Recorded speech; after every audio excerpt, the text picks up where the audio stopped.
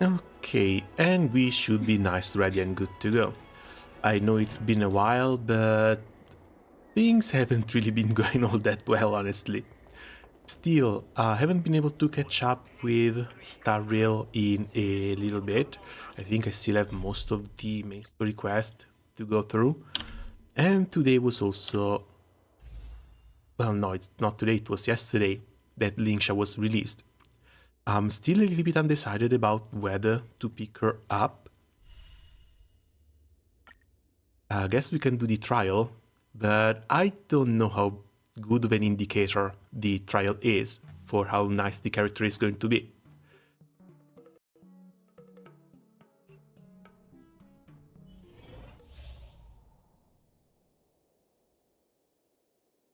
Because the one thing I would want to pull her for is the auto clear more than anything. Something I've been struggling a lot with has been debuffs.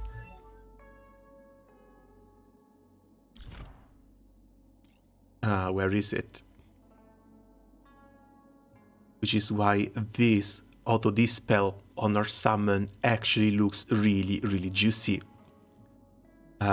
Healing itself, I don't think I care too much about either. I've been using Bailu and Gallagher up until this point. They've been just doing fine. But if we come with Dispel, multiple attacks, and Break from the Rabbit, this one might actually be a really interesting character. The problems are going to rise afterwards. Because after Lingsha, we know we've got Sunday, we know we've got Tingyun, as well as Rappa.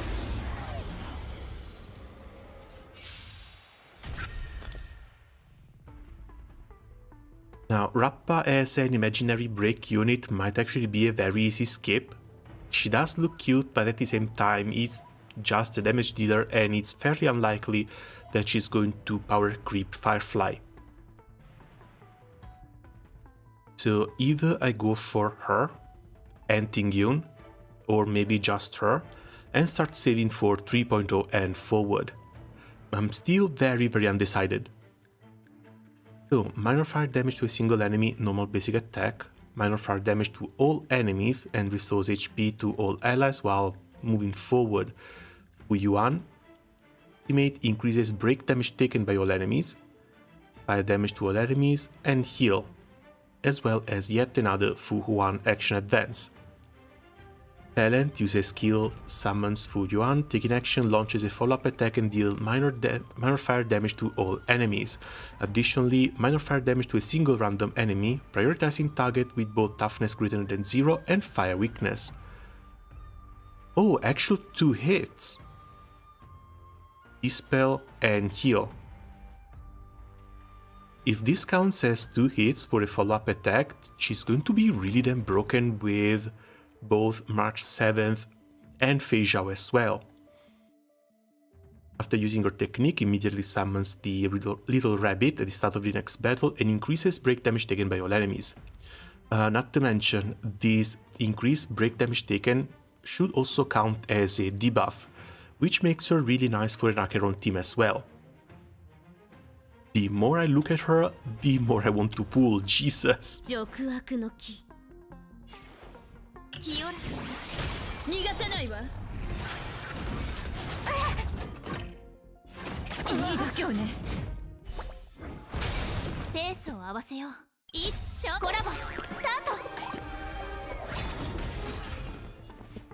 Still, we are not running with Ruan-Mei, so her break damage is likely going to be a little bit lower. 17% break effect. Lower? Yeah, sure, it's still 300. What about you? 117. Weird that she's very low on break effect.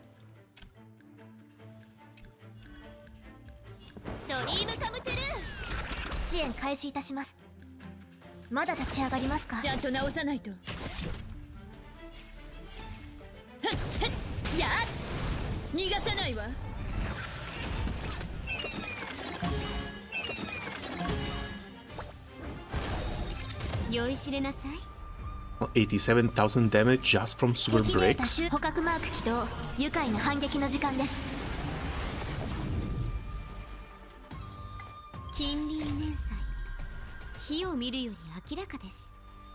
Not to mention just how cute she looks.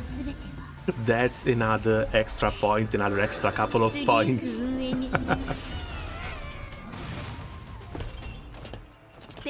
I would tell you to save up, but I'm not a hypocrite. I've really dropped it all on her.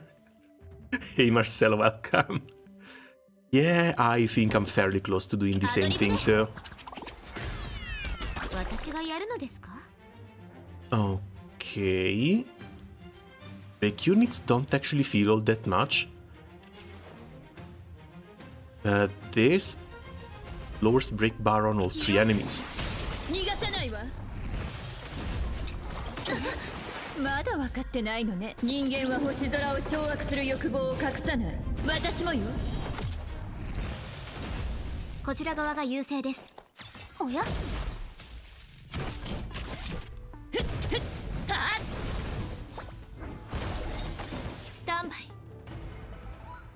She currently has 300 break effect. She's dealing 80,000 damage on 3 units for breaks. It's not that impressive, but at the same time she comes with a lot more stuff too.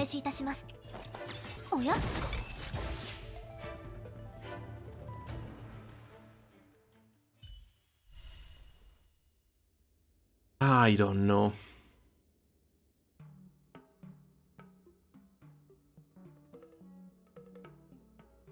Hold on a second.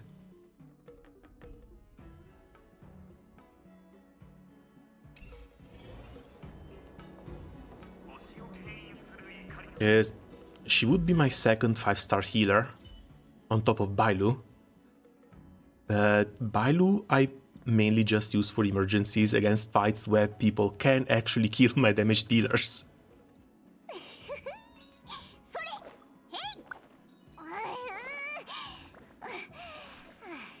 And then of course there's Gallagher. For how good Gallagher is, would a second Gallagher really hurt? Where's my screen? There's my display capture. So, Yunli and Joshu have been skips. The Fox I managed to get from yet another 50-51 and early too. This was absolutely insane. Lingsha, I said likely I'm at 250, but I've used like 20 pulls already, so this should be 270. And I also have the quests to follow up on.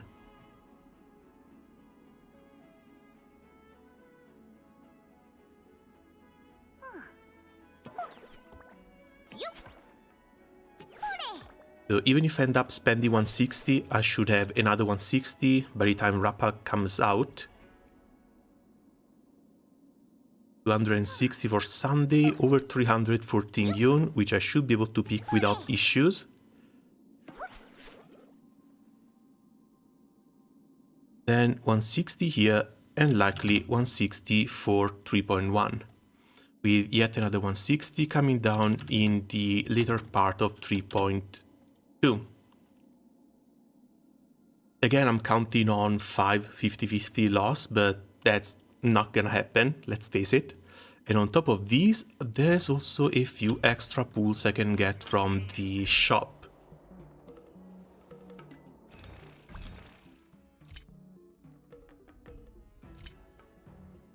It's like, let's face it, I don't think I'm spending the rolls on these.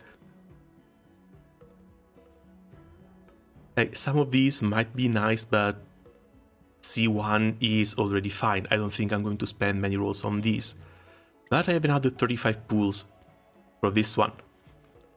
Feijao in 30, Hoyo really has its favorites. If you need to call me a favorite of Hoyo, it's not for the Feijao in 30. It's for the fact that I haven't spent more than 80 pulls, well, 90 for Robin, but I haven't spent more than 90 pulls for a single character basically ever since the game released. Oh no, wait, Jingliu.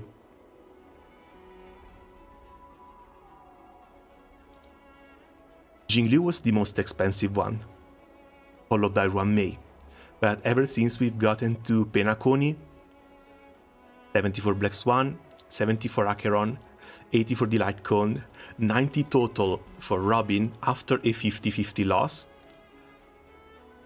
80 for Firefly, 80 for Jade, and 30 for Fei Zhao. I think if I go on the Star Rail Station and put in these numbers, the devs from Star Rail Station alone are going to come and spit in my eye personally. But still, if I skip Rappa, sorry.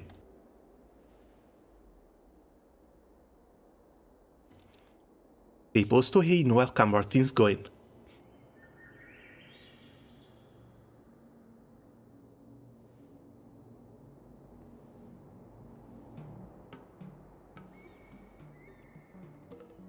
Okay, so where were we? If I skip Rappa, which is very likely at this point, and I skip Sunday, which mill unit, basically auto skip as well, I should still be able to go for basically whoever I want, from Tingyun forward, because they've got to release more male units. It might be Hoyo, but they're not going full waifu collector starting from 3.0. I am not going to believe that. And if we get even one male unit, that is a nice guaranteed skip, and it's going to allow me to pick up anyone else afterwards. So when it comes to Lingsha, I should be fairly safe.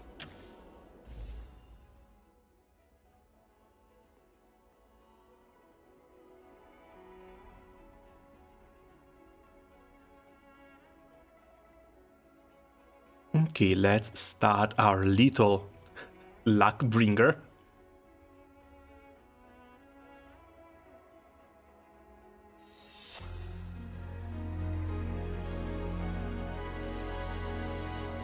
And see how long it's going to take for us to get Lingsha. Because when it comes to stopping, we are not stopping.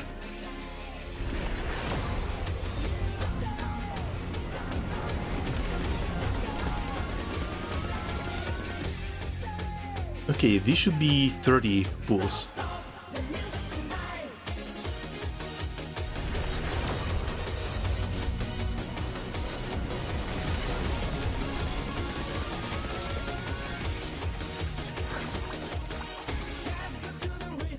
Okay, sadly the other characters are not that great. I think I've got both at E6 already. So the only one I want right now is Lingsha. So please, little Vidyara, come home.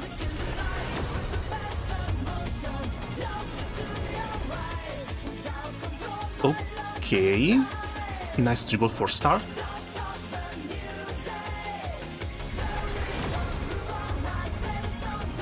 That's 60 total.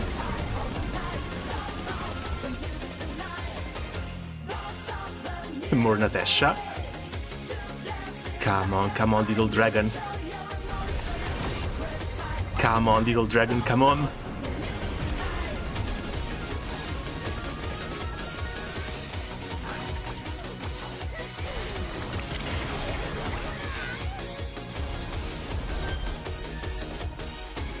Please, please, please, please, please. I need my little dragon.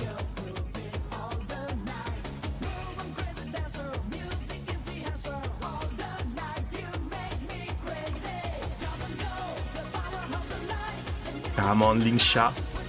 Right here, abundance. Well, you know what? I'm not mad. This is fantastic. This is still very, very good. That's an E2 Himeko. I was waiting for this one. Still extremely happy. Oh, new Lacon too. Well, that's a 50-50 loss, but it has to be... it had to happen eventually.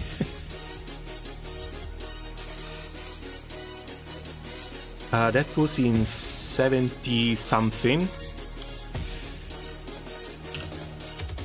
Let's just list 80.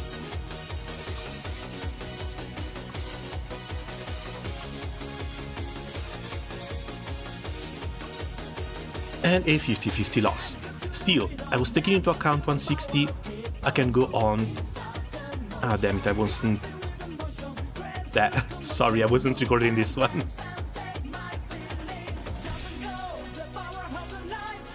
Yeah, that's 80, that's a 50-50 loss, but it's for Himeko, so I'm really not gonna complain. Let's get back to this. Guaranteed, 200 rolls left. The sooner she comes home, the better. Win even when you lose. Yeah, either Himeko or, well, would have been really big wins there. More Misha. 20 extra.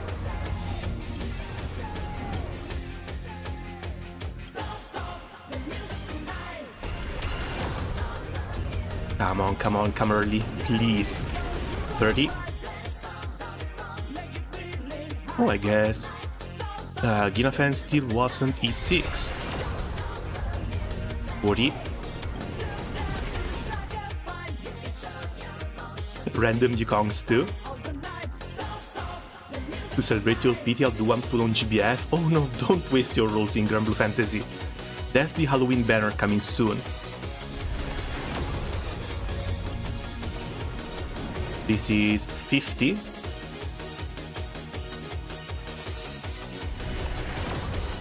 $60.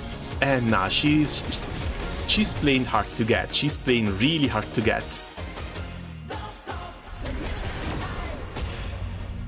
$70 and she's still not here. Lingsha, what the hell? Yeah, this is getting expensive.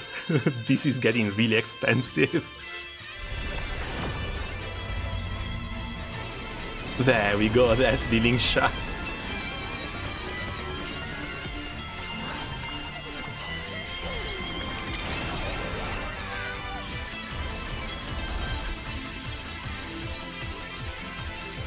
Do not reset, refresh the banner. Wait, what happened?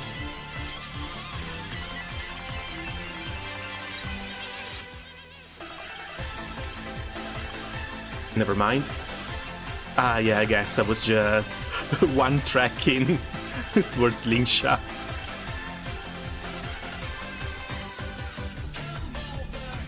Oh, finally! Memories of the past. I've been waiting for more of these.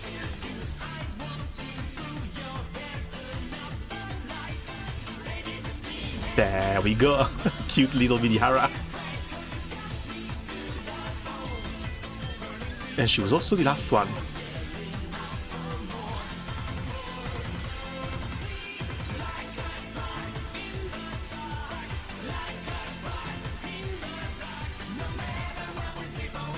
Okay, yeah, we actually went with 160 or 150, but still.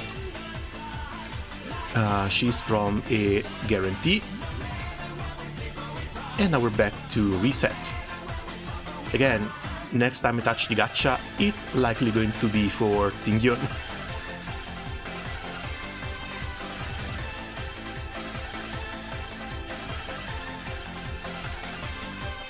Uh, 120 left, that hurts a little bit, but again, we still have most of the patch to play through, so I am absolutely not worried. Come on here. Lightcon... Oh god, Lightcon, she wants Gallagher's, right?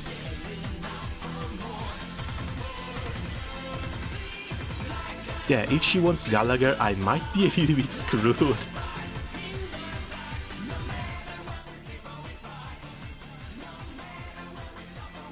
Is it? This one, if I remember correctly, it's gacha only, right? Or can we buy more of these?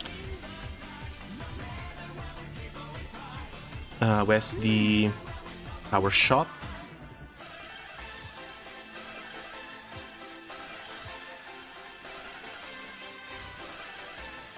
Okay, no, we can buy more of these. 4 more. I don't think I care about the others, I guess. She's getting an E3 again. Now do that on reverse 1999. I don't have anyone else to pull for in reverse 1999. And I don't think I will have anyone to pull for the next 2 to 3 patches.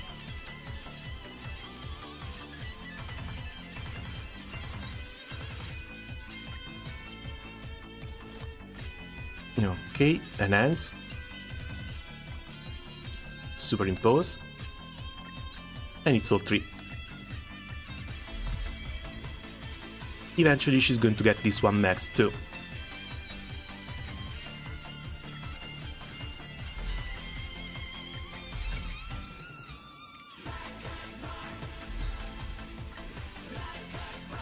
Oh, really?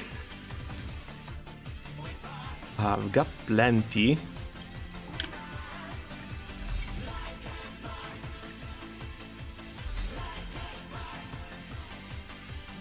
But yeah, I might want to exchange this one with Gallagher's, just to try her out. Because I don't think we are running both.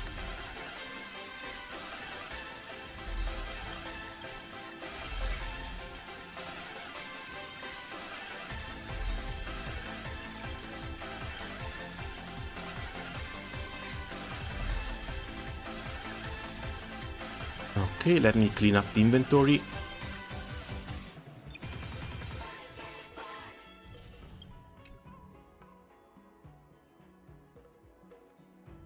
And we can go back to leveling this up. Because yeah, her light cone is really, really good. But at the same time, I went 160 for her character. Her light cone is a little bit out of the budget. I went plus 74 times for a Firefly E1. After I updated that thing, my luck will probably go back to bottom 80%. Jesus. Yeah, that's a bit expensive, but at the same time, Firefly E1 is definitely worth it. That reset is absolutely insane.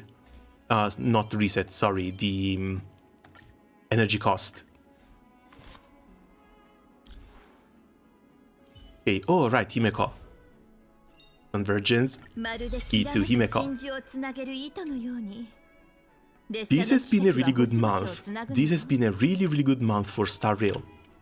Managed to get E2 Himeko, managed to get E2 Clara, now Lingsha, not to mention managed to almost fully build this little one too. I still need better boots, because these honestly hurt a little bit to look at, only 5% crit rate, but everything else has been more than fine. She still has some pretty decent stats.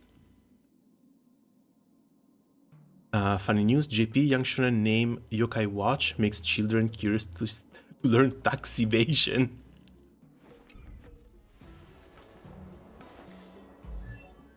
Should try and teach that to the US. That's likely going to be a lot more useful over there.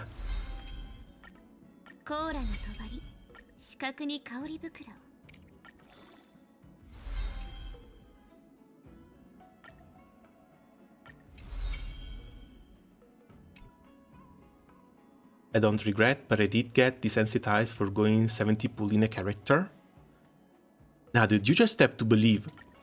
As long as you keep on believing, you're going to be winning those 50-50s.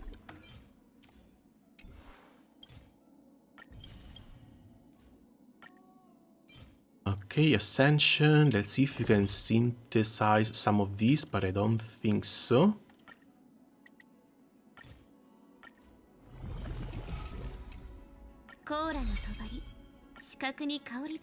Yeah, we can get her up to 50, we're going to have to farm the rest.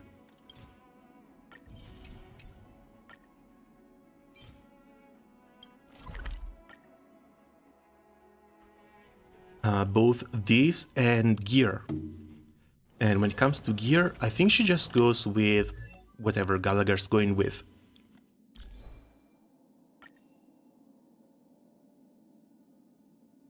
Or a leftover from Firefly.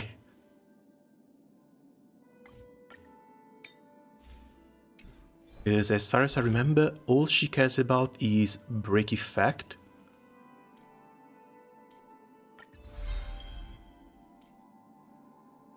Let's see, damage based on attack, defog on the enemies, 15% break damage, action forwarded, fire damage, attack based,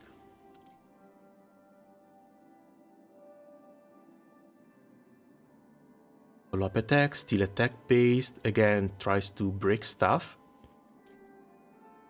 Outgoing healing increased by 25% and 10% of break effect. Maximum increase of 50% to 20%.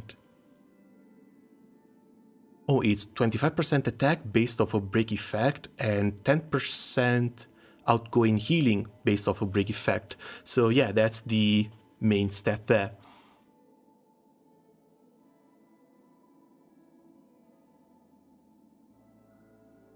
Weird news, Ocean Gate 2.0 is greenlit and Space Gate you need to pay the insurance fee for the return path. Wait, wasn't Ocean Gate the submarine that imploded? Because a couple of millionaires wanted to go see the Titanic and they didn't come back.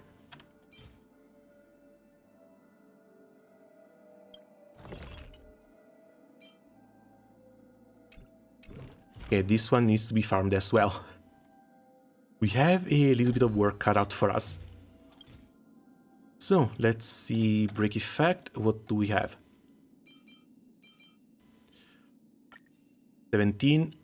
Nothing on the Gallagher set. Even though, yeah, I think I might want to level up some of these for the extra speed too.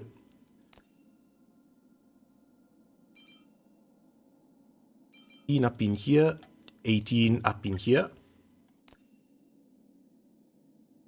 Yeah, but these are Firefly pieces.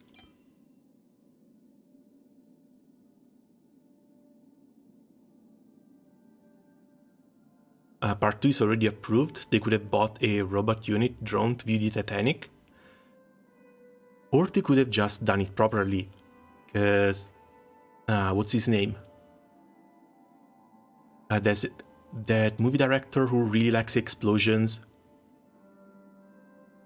Like, he went to visit the Titanic. He went to visit the Titanic multiple times.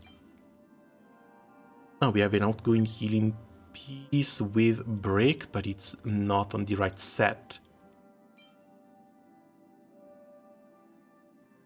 And he always came back.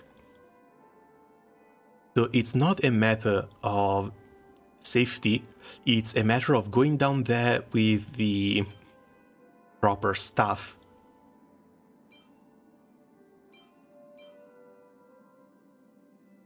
Okay, I might not actually have a chest for her.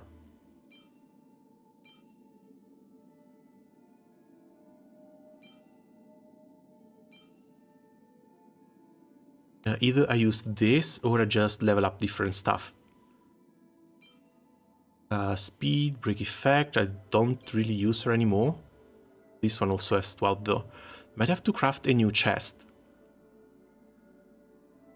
6% speed, fire weakness, increases break effect by 40% for one turn, so we are almost definitely going for this one. And since I don't think we care about fire damage, we might still just go with attack. Attack and a secondary break effect piece down here. Even though this one has very, very high crit. Either that or energy. I have no idea how much energy she's going to need. Let's start with break effect. If we find out she's not doing the ultimate as often as she could, we're going to swap that one to energy. Oh wait, we have another attack piece.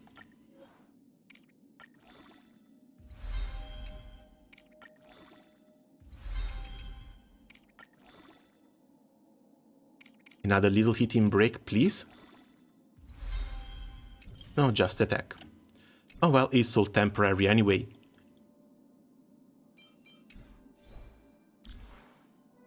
One thing that hurts a little bit is the low speed, but it all has to be changed. Any chance she has speed traces? Doesn't look like it. It's all break effect. Jesus. Okay, let's see if we can level her up a little bit. This is Quantum, Imaginary.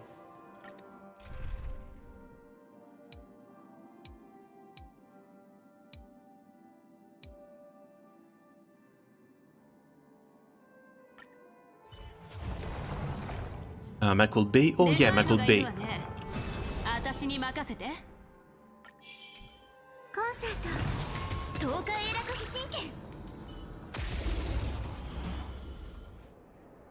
As far as I remember, he's done multiple expeditions down to the Titanic, and he's always come back. Like, all it took to go there was to not go there in a death trap.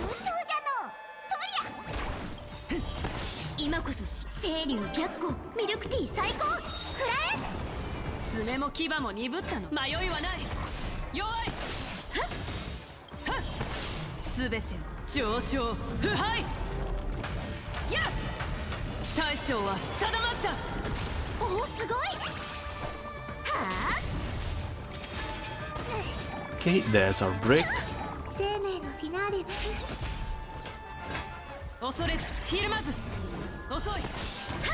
And that's the main guy down. They went so insanely hard with Fei Zhao. I love this unit so damn much.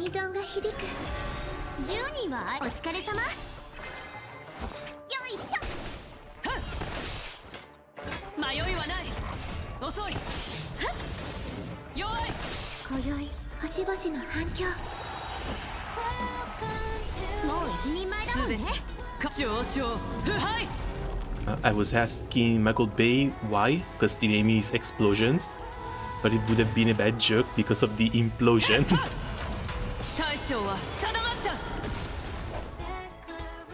Well, yeah, but at that point, like, even if you're a millionaire, you need to win a Darwin Award for getting into a death trap and going down to see the Titanic in it. Like, there were red flags all over the place, screaming at you not to do that. And it also costed, what, $1,500,000 each for each ticket?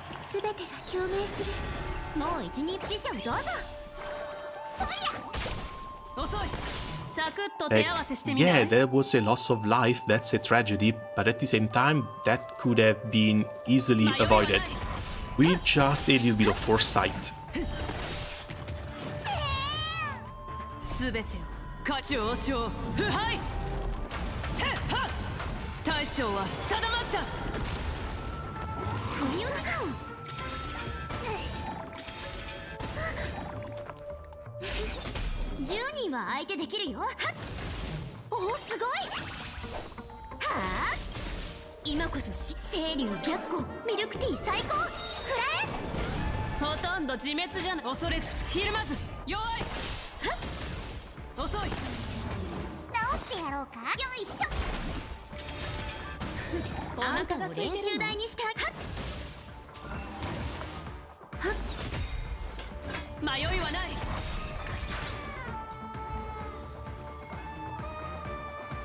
Okay, now I think we still need more.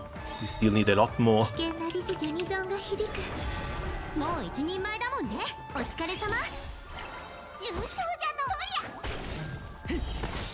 And what's even weirder to me is that, sure, you can restore and try and get back in business, but if you get back in business, you should have all of the security measures looked at and fixed, so that the tragedy that happened, what, 2 years ago at this point, doesn't happen again.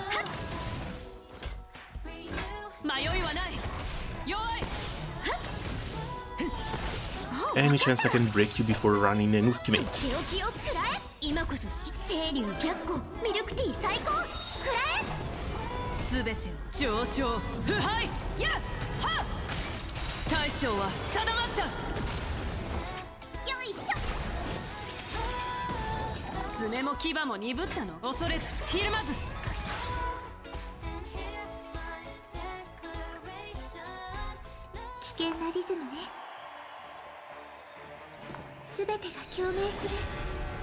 Now, if anything, I would be more curious to see which type of person actually goes there.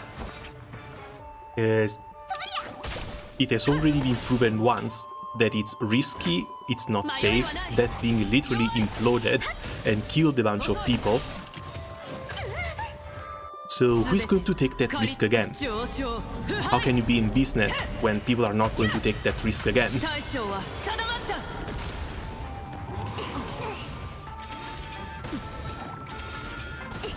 How many times are we going to repeat this fight? We need like 30-ish mats to get up to a decent level. So it should be this one and one more.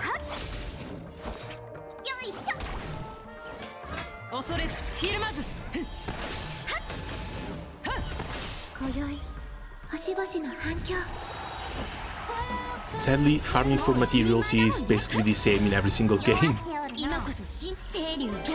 And you cannot get away from this.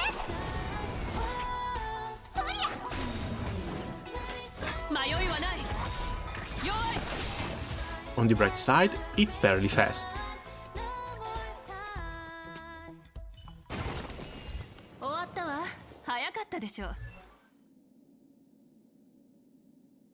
Okay, let's see. Oh, right, you got the... She's still not E6. She's only E5. Ah well, this will come eventually. Last one on Yukong. E6 on Misha. And that's it.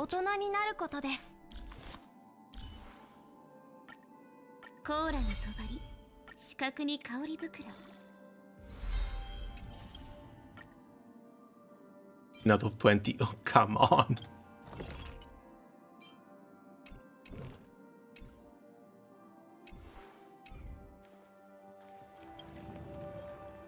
I knew we had to do this one more time.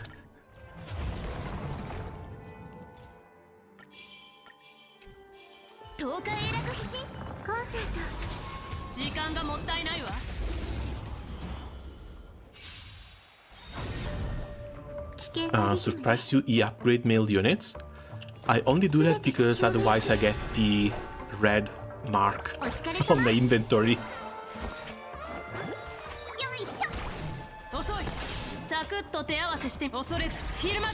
But also, just because I don't like them doesn't really mean I don't level them up.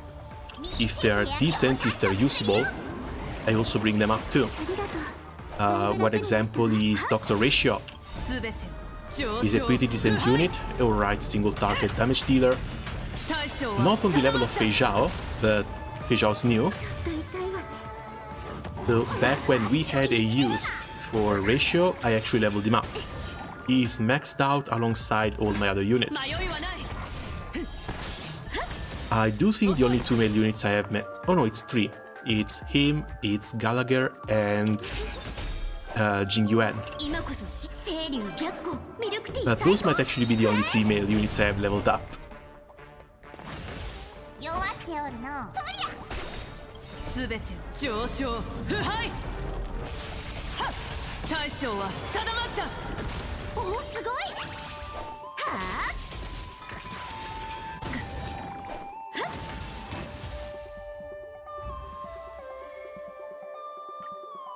Okay, this should let me get Lingsha to 70. Lingsha, who should be joining this team as well, since she does follow-up attacks.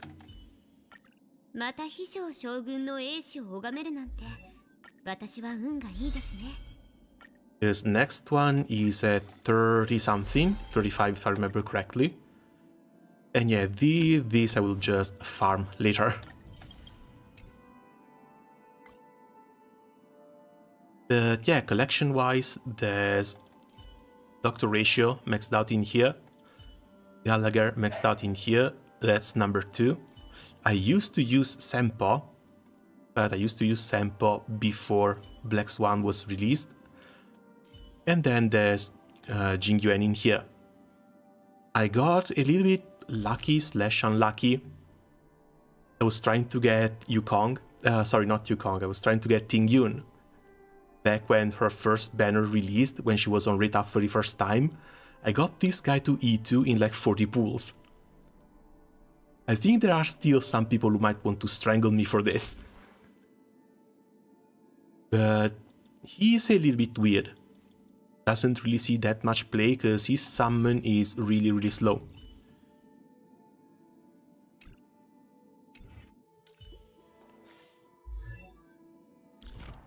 Okay, traces. This should be an entire new domain. And thankfully they have wind weaknesses. Oh, I can only run 2.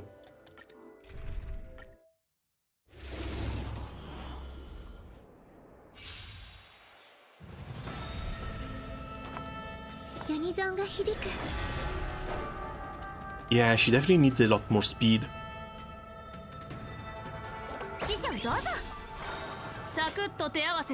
I don't like seeing her fall that much back.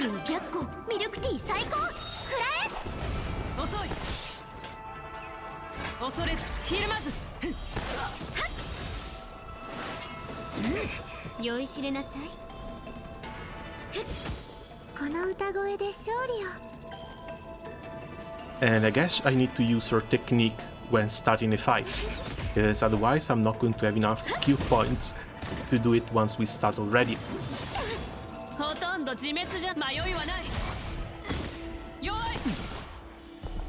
Because yeah, that's a 4 skill point consumption right off of the battle start.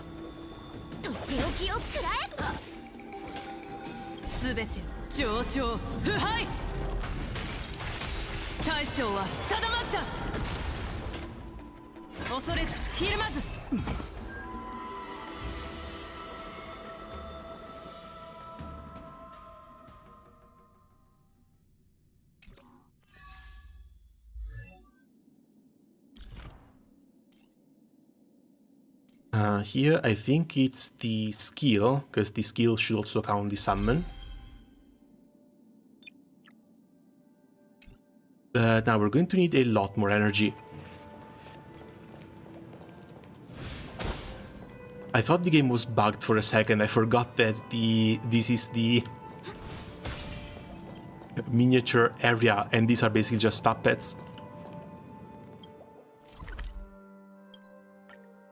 No, let's get back on with the main story, either waiting for more energy or waiting until we get some milestone.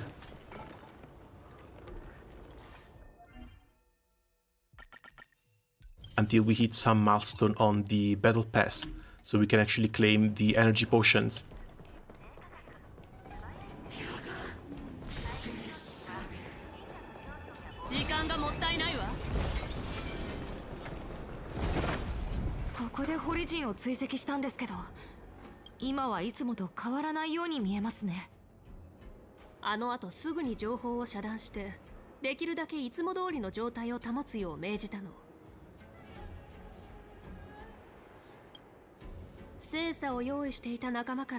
Where were we?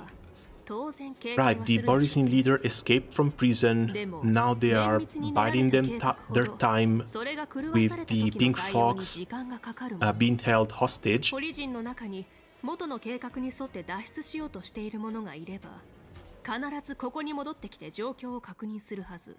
They're currently locked on this ship. They cannot escape. If I remember correctly, they're also not even trying to escape, because they want to cause as much carnage as humanly possible. And they want to use the tournament as a background for this.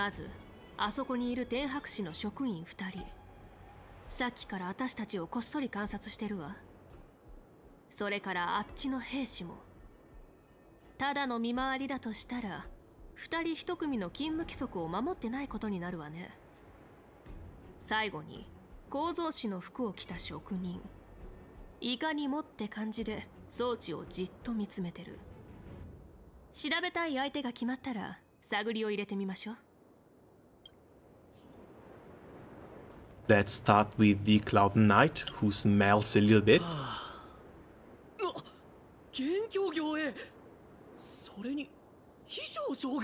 So are you going to ask him ねえ、 immediately why コリ he's ジン alone? が脱獄したことは知ってる。はい、通達を受けました。警戒は怠りません。ずっと強砲艦の方を見ていたようだけど、何か気になることでもあった？いえ、特に異常はありません。ねえ、ここって運気軍の見回りルートに入ってないよね。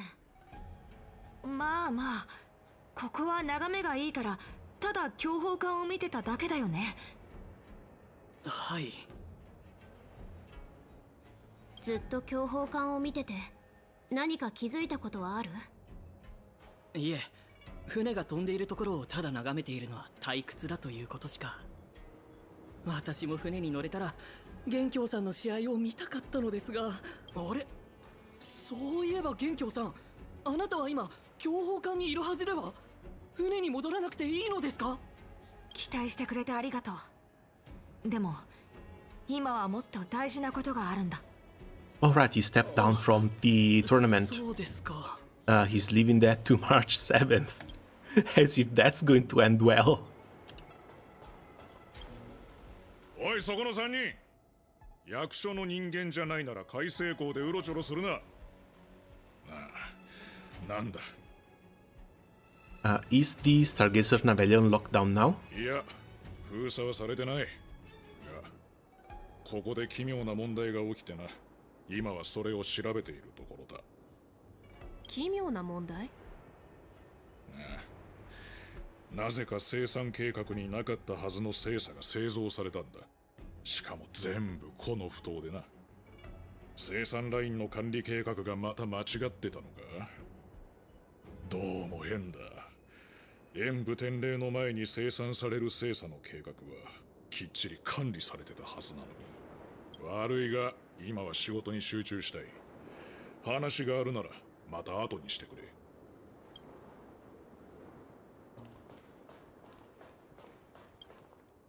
お前たち、海星港が封鎖されたことを知らないのか？まあまあ、ただの道に迷った観光客じゃないか。もう少し穏やかに。And I guess these two outed themselves already since they didn't recognize either the general or Yanjing. 海星港は泉州ラフの造船港だから、天白氏が港を封鎖したなら令状が出ているはずだよね。令状？もちろんあるぞ。なんでも運気軍のところに海星港に何者かが潜伏してるって情報が入ったらしいんだ。Uh-huh, sure. じゃあ今はその件 So の are we 捜査を just して going る to の？ arrest them immediately or are we going to knock them out first? 申し訳ないけど、運気軍の捜査に邪魔が入らないよう、今は上からの指示でここを封鎖してるんだ。やっぱり身分を偽った堀人は海星港に戻ってきていた。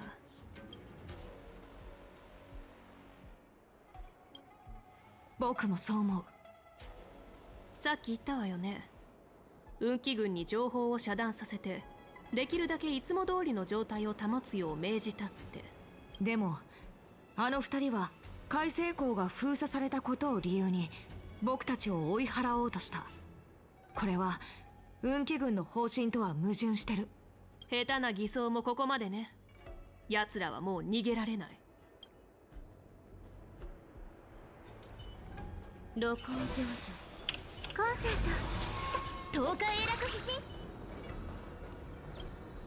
君たち、どうしてまだここにいるんだ？そんな命令は出してないわ。Yokai Watch casually teaching. 戦場で私を見たことはなくても、名前を聞いたことはあると思う。Isn't Yokai Watch a というか、 monster catching anime? Like similar to Pokemon? 答えなさい。 What the hell is going on over 仲間 there? はあと何人いる？どこで風霊を迎えるつもりだったの？この女、妖精の将軍だ。おい、やるぞ。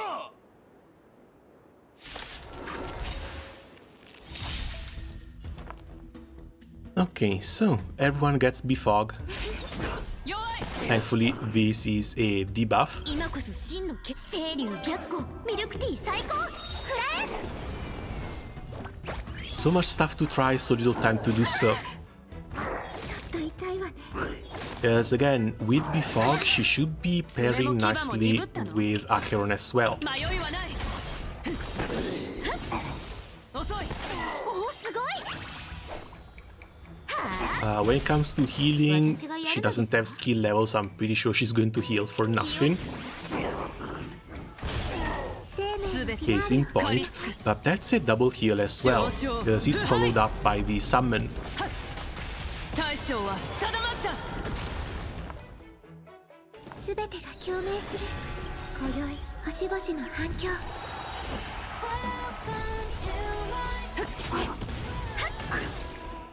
行け。モードゥ様に状況を伝えるんだ。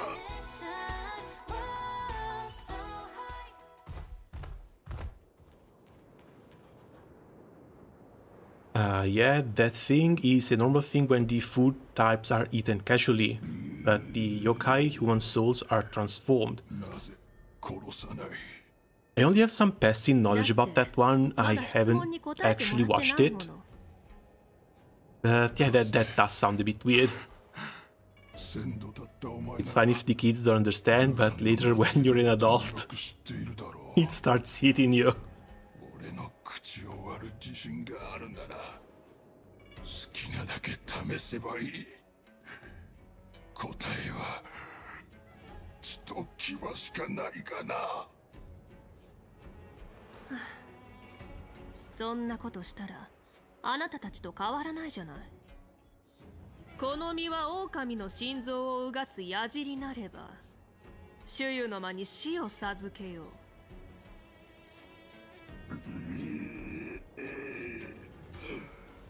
望むところだ。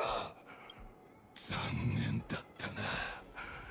一人捕まえ損ねてあいつが仲間たちに状況を伝えるだろう。 But you guys also sound like a bunch of あ weaklings, れ so はあえて逃がしてあげたの。 even your あなた numbers の aren't 仲間 really が scary. 風霊の居場所を教えてくれるわ。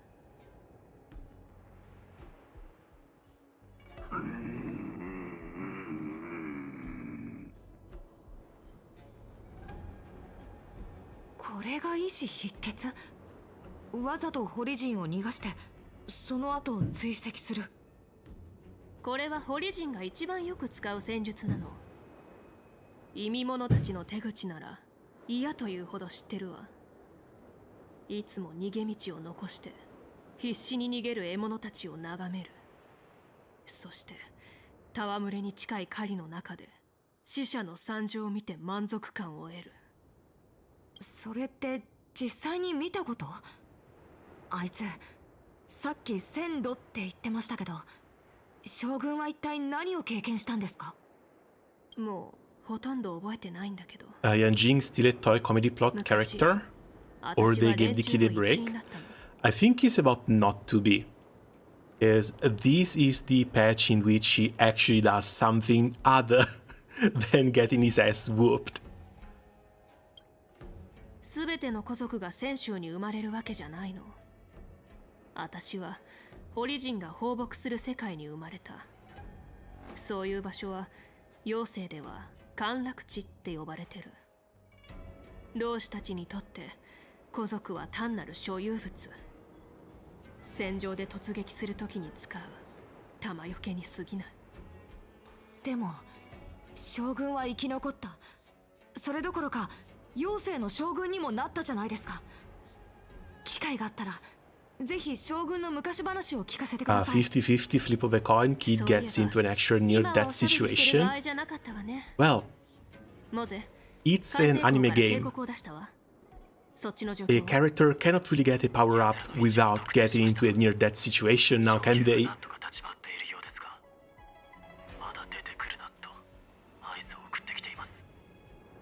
昇級の判断を信じましょう。あなたはそのまま監視を続けて。すぐに行くわ。海星港の情報が伝わったらきっと風霊はここには来ない。一体どうするつもりだろう。狩りはまだ終わってない。昇級どうか無事でいて。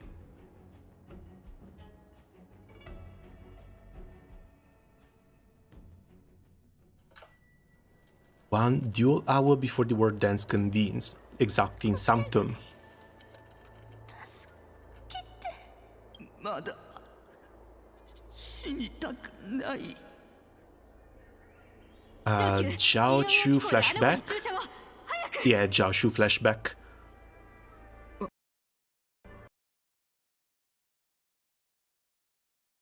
And the game crashed. What? That is also the first time the game actually gave me an error before crashing. That was a little bit weird. Healer jokes, while the the healer actually killed the game. No, I'm a healer, but pulls blue screen.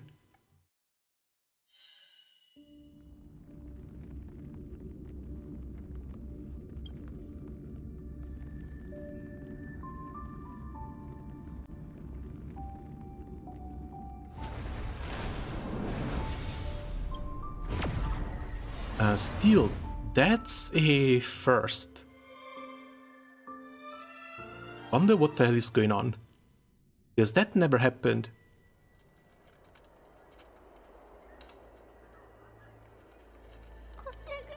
まだ。小級医療用機。わかりました。前線の状況はどうなっていますか？ Oh, this must be when he first met Fei Zhao. ホリジンの銃艦が宝庫に上陸した。ここも時期に落とされるだろう。月魚将軍は彼女は今どこに？僕は彼女の医師です。彼女のそばにいなければ。将軍からは伝言を預かっている。自分は関運卿を守らなければならないから。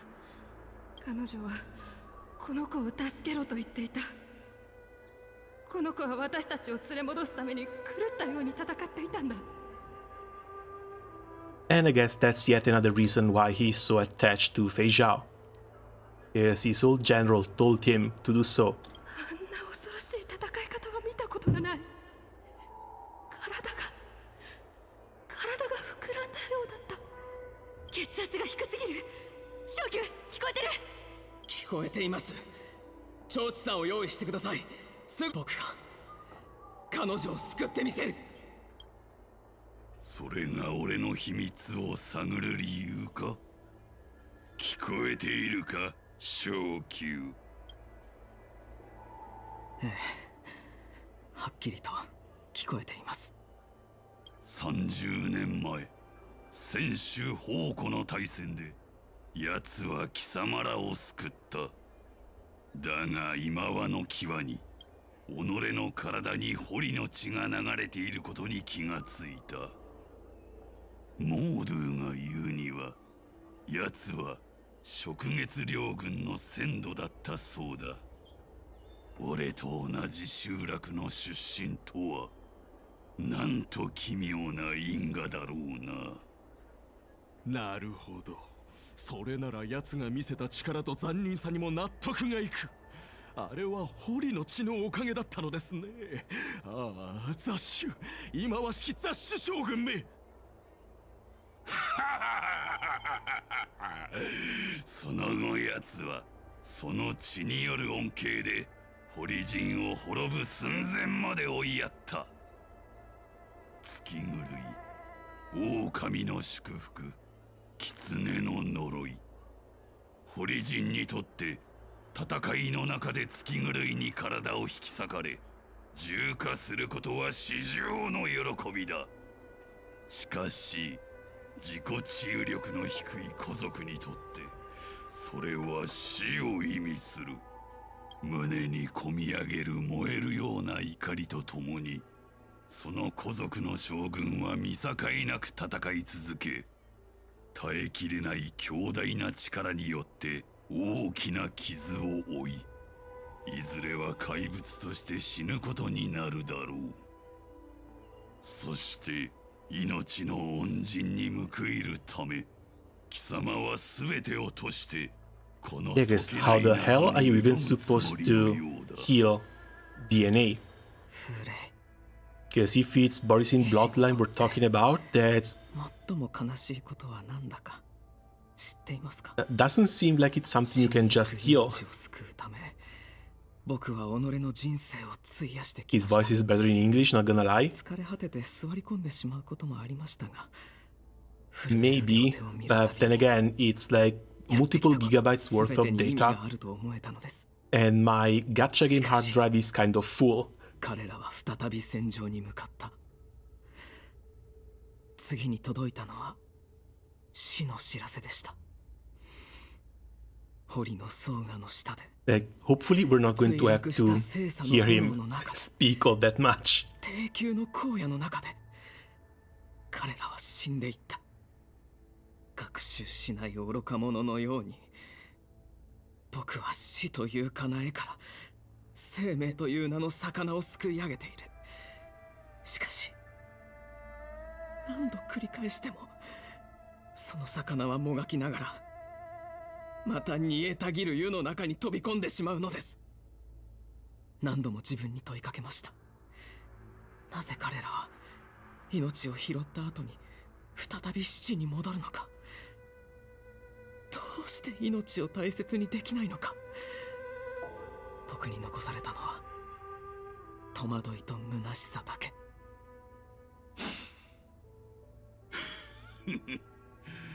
貴様から骨の髄まで染みた絶望の匂いがするぞ。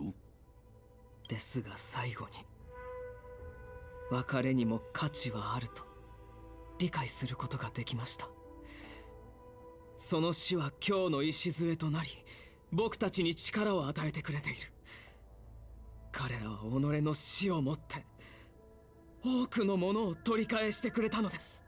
だから僕はお前のそばを離れない。風霊の死という結果を見届けるまで。お前の死にも価値はある。それは演武天霊の安全と飛翔の病の完治を意味する。その哀れな頭で何を考え Yeah, てい wouldn't るかと download 思 the えば JP audio just cause one or other girls is killing JP. 知っていたのですか？ Yeah, because another thing is that you can't set the audio for each character like you can do in, say, Arknights. それに Either it's all in English or it's all in 死 JP. には単純な脅しなど聞かないだろう。まったく気に食わんな。貴様の話を聞いて俺の心にも塵程度の敬意が湧き上がってくるとは。その毒の血が流れる。 And if that's something you wouldn't do for a character, I don't think that's going to be something you would do for an NPC. 同類の匂いがしたからな。だが貴様は所詮脆弱な狐に過ぎない。狼の国君はこう言っている。狼を窮地に立たせ、進むべき道を見つけさせよ。狼に死を与え、腹を満たさせよ。安易を貪る者、生きるべからず。王戦に身を投じる者、永遠に歌われん。これも貴様を食わずに生かしている理由だ。旧敵に対する堀人の最大の敬意を見せてやろう。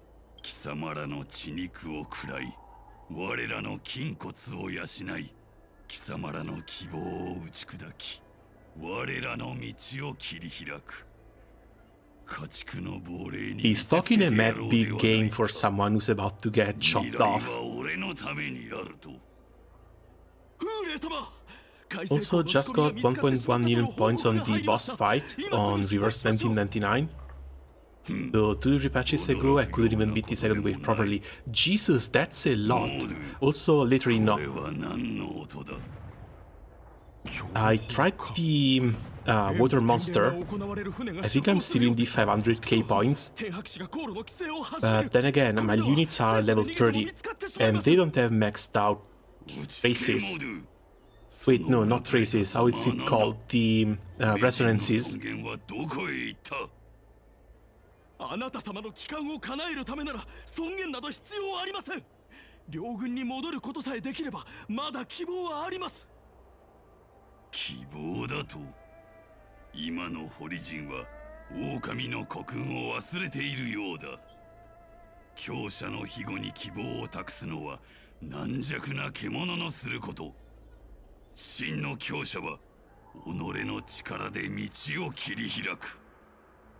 新たな主も決めずに風霊を迎えようとしている貴様らこそが。The other one I got 469k. Nice. That one is just hard. 俺を救出させた預言者は I think it's just one that you can't really do on full auto. You need to do it on manual, and you need to do it with the new song too. The one that gives you 2 temporary spells for 1 character. Because once you see the freeze stacks going up, you need to proc that one, give someone the extra spells, and cast 2 spells for each character who's going to get the freeze. 戦士様、狼の群れはここにはいません。軽率に先端を開くわけには。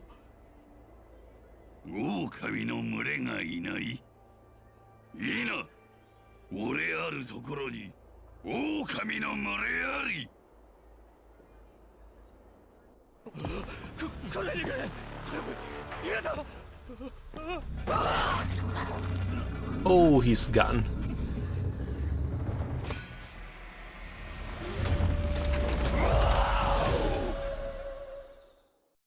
Mini boss number 1, maybe? You play those fights in auto? Well, yeah. If you have a decent healer and you can survive, those are 30-turn fights. They can go on for a very, very long time.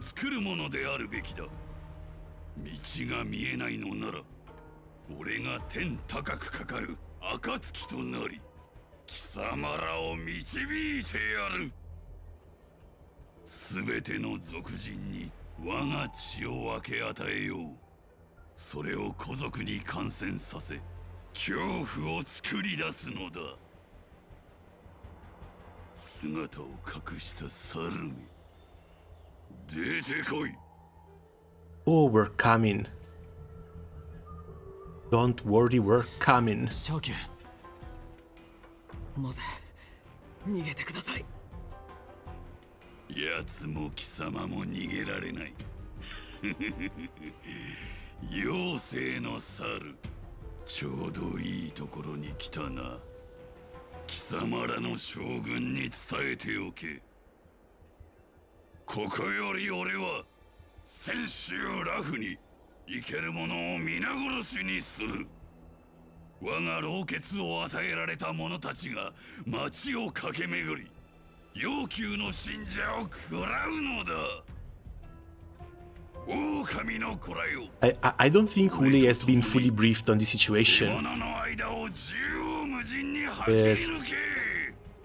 There's Jingyuan in here, there's Fei Zhao in here, there's Jingliu still somewhere around this ship. 暗逸を貪る者、生きるべからず。王戦に身を投じる者、永遠に歌われん。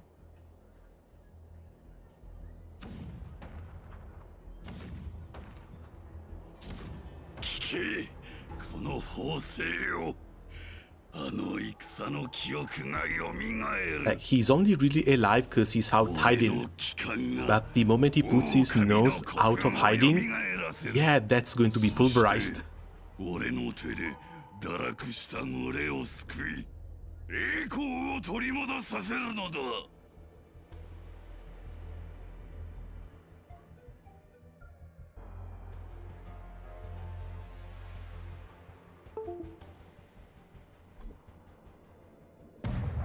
Meanwhile, on the Sky Splitter, the war dance is about to commence. 霊峰の音すっごい。これが演武天霊の雰囲気か。耳が遠くなっちゃいそう。派手にやらないと観客が集まらないからね。美月。He talks tough, but he's about to get beat up by a fashion model. Yeah, I don't doubt that. What did I come to? I'm here to be the ringmaster on the behalf of Master Yan Jing. I'm here to ensure the safety of the world dance. Should be the second one. 挑戦者を倒しに来たんだよね。うん、その意気。でも足の震えを止めないと説得力がないかも。Also, I don't know why, but I get the feeling March 7th is not going to see a single fight. あなたはラフの剣士として負債元凶師匠の代わりに守人を務めに来たの。それをでも相手が強すぎて速攻でやられちゃったらどうしよう。うち剣術の初心者なのに、なんであの時海燕将軍のお願いを引き受けようと思ったんだろう。そんなに心配しないで。美月が負けたら私が代わりに出るから。まあその場合ラフの栄光は全部主命のものになっちゃうけど。あはははは。お願いユンリ師匠、ちょっとでいいから何か自信が出るようなこと言って。美月、七死人として経験した波乱万丈な旅を思い出して。演武の相手より怖い敵なんてたくさんいたでしょ。そう考えれば楽にならない？ Why don't we call Yan Jing back? I think I should drop out of the contest. Nah, let's get going then. このところずっと剣術の修行に励んでたんだもん。そろそろ実力を証明する時だよね。よし。Hello, didn't notice the notice. Oh, hey, Desert, welcome. How are things going? うちまだ準備ができてない。Okay, thankfully they didn't touch our team. いくらしても永遠に足りないものなの。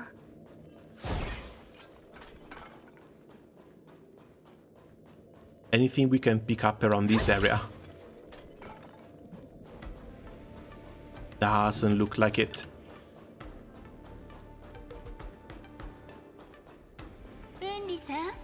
No, that's the tournament ship and the cannons.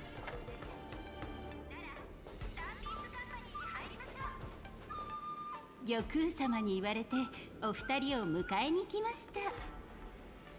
そういえば美月さんが元凶さんの代わりに守人を務めることが公表されましたね。先ほど選手広間を通った時、選手たちが美月なのかって誰という話題で盛り上がっていましたよ。他の選手に何者かと聞かれたら、美月さんはどのように答えるおつもりですか？March 7th, Young Beauty of the Astral Express, Yan Jing Disciple, the Invincible March 7th. Losers have no right to ask my name, Jesus. There was maybe one decent pick there. I was busy doing the cheese strat on Battle Cats. What's Battle Cats? I don't think I've heard about it. 怒った。お二人ともあまり緊張していないようですね。ウンリさんの選手情報はすでに登録されていますが、美月なのかさんの方は天白市で関連手続きを進めさせていただきました。選手広間はこの先にありますので、道なりに進んでいってください。ありがとう、ゆうきさん。選手広間に行ってみよう。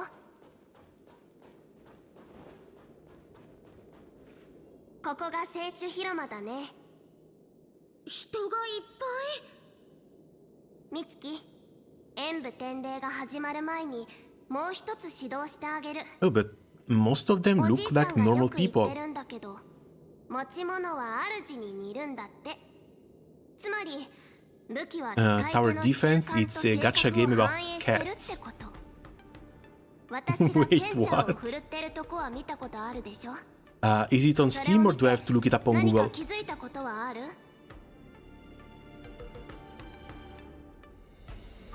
ウンリ師匠のケンちゃんって人より大きいよね。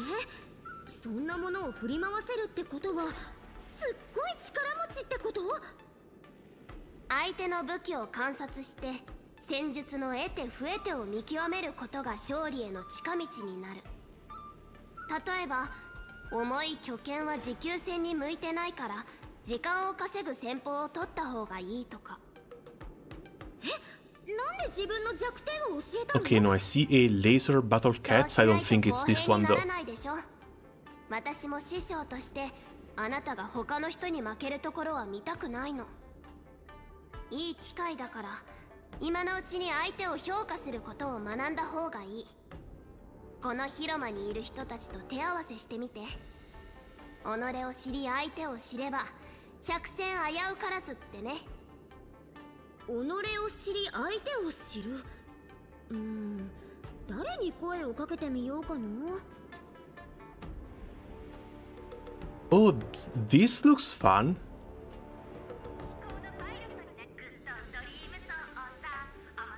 It's stylized over the... Hold on a second. It's stylized over the Japanese memes. Apparently it's also 10 years old. Jesus.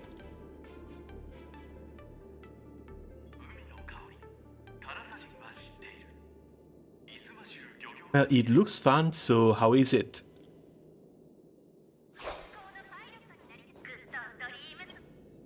この服どうもなれないわね。あなたは元凶さんの代 I わり mean, に it survived for 10 years, so it should be good as well, right? そうだけど、あんたは？ご覧の通り、私は試合の取材に来た記者です。天白士ってなかなか用意周到なんだ。面白い。ええ、このような盛大な催しともなれば、私のような人間は欠かせません。そうでした。試合が始まる前にいくつか質問させていただきたいのですが、いいですか？ Actually, I'm just here to learn about my opponents. Or do we want to give an interview? Let's go with the interview. Let's see what happens. まずは皆さんが一番関心を寄せていることについてお聞きします。行営の元凶さんですが、今日の演武典礼には来ていませんよね。噂によると彼は重傷を負ったとのことですが、それは本当ですか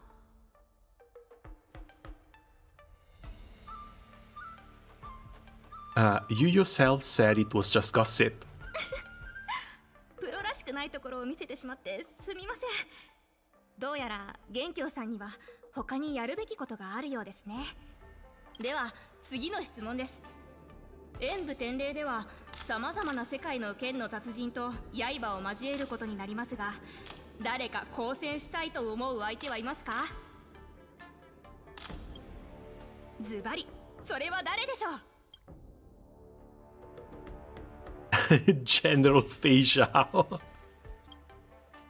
んと美月選手はこの場にいる全員を無視して妖精の天撃将軍に挑戦したいと言い放ちました。As if she could even touch Fei Zhao. ありがとうございました。 Still, weird that that was even an option. It's quite fun, only picked it up a few weeks ago. Is it like PvP intensive, or is there some sort of PvE campaign that you have to go through? こんなの妖精じゃ敵前逃亡だって笑われるぞ。というか、美月なのかって誰なんだ？ It looks a little bit simple. Well, a little bit too simple to have a structured PvE campaign with a good story. So I'm thinking maybe it's a bit more PvP focused. The contestant from Nijiaojing, aside from the longsword on the back, also carries an electromagnetic hand crossbow. 何個も武器を使っていいって知ってたら弓も持ってきたのに。いや、お嬢さん、君も演武競歩に参加するのか？うちが美月なのかだよ。何？君が美月なのか？安心して、うちは半月剣術を学んだだけの剣士だから。美月なのか？君の前にいるのは200年以上剣術を磨いてきた運気の戦士だ。Practicing swordsmanship for 200 years and you still look like an 自 NPC. 分を弱く見せるのも一種の戦術だもんね。Alright, who's next? Oh, chest. 何か用？僕に聞きたいことでもあるのかい？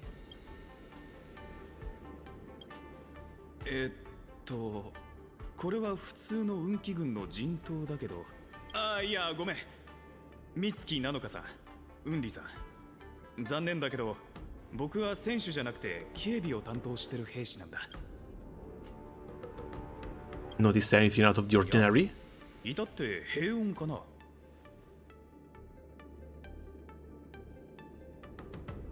Fair winds and calm wolves. Why do you have to bring wolves into this?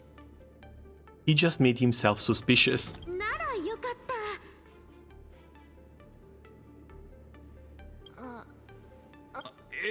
そうじゃなくて、平穏の平の字を兵士の兵に変えてみたんだ。兵士が穏やかなら何事もないってことになるだろ。この人、文字にしないとわからない冗談を解説してる。やっぱり口を開くと場が凍っちゃうな。まだまだ観客は増えるからしっかり警備してね。了解。そろそろ演武天霊の第一試合が始まる。美月。No PvP as far as I saw. You have 3 story campaigns with events and challenge stages. Oh, that's curious. うちなら大丈夫。たくさん Still, glad to hear you're having fun with it. なんか急に肩の力が抜けたんだよね。他の選手たちを見てたら Essential growth rate is the worst thing I've seen in anime or games. 10 levels for one stat up. And those 10 levels also take hundreds of years to do. 師匠が言ってた己を知り相手を知るって言葉の意味が分かったからさっきより緊張してないのかも。The main gist is to collect treasures and units. Well, that's basically the main gist behind 90% of the gacha games. Maybe 90% is even a low estimate too. We might want to go up to 99. I'm sure there's one out there where collection doesn't matter all that much. そう言うと思った。Okay, let's go check the ring out.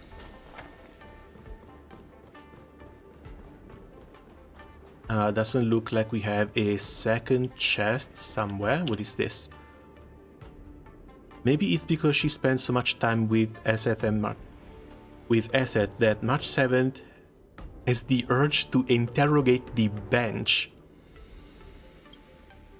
But March 7th isn't SF and her mental condition isn't that bad. They're just straight up admitting that there's something wrong with the Trailblazer's brain. If there's anything you want to ask, hurry up or March 7th rationality will come back. Did any skilled competitors show up? The bench remains silent, having witnessed the presence of many formidable figures, including the once renowned sword champion of the Luofu. The bench gazes at March 7th's back, leaving behind a drop of sweat.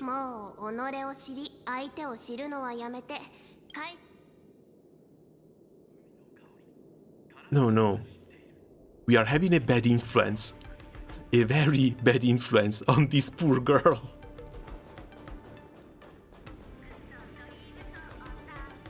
If we are not careful, before we know it, she's going to start collecting trash.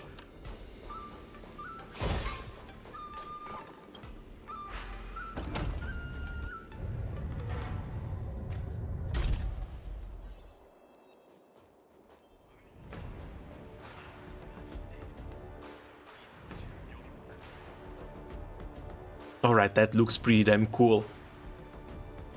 こっちから行くと演武天霊の正式会場が見えてくるんだ。I guess the fights haven't even started, which is why there's so few people around here. これが観客席からの眺め。あそこ見て。あれが私たちが上がる演武台。雲里師匠、うちなんかまた緊張してきた。本当に大丈夫かな。緊張って今さら何言ってるの。もうすぐ時間なのに。もう時間なの？ Well, either the introduction or the first fight. 海燕将軍に任された使命を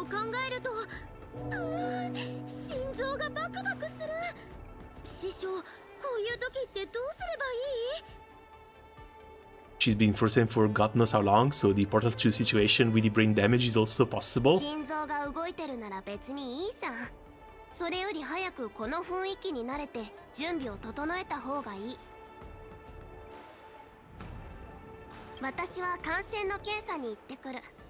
これもおじいちゃんに任された仕事だから。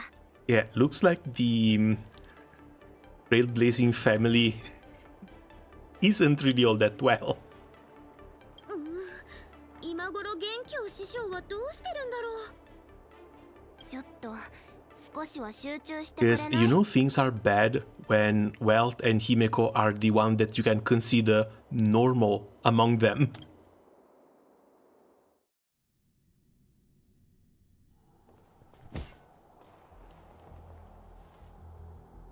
各部隊、所定の位置につきました。天白氏による精査航路の完成も完了しています。すべての機構長を動かして港に出入りしようとする人を全員スキャンして、くれぐれも警戒を怠らないように。事態を拡散させないよう、不審な動きがあったら可及的速やかに制圧すること。はい。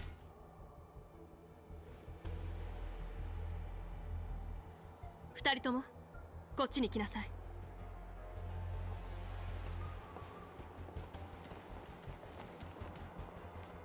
モゼの信号が近くにあるわ。でも一刻ほど前から連絡が途絶えてる。まさか。彼なら大丈夫よ。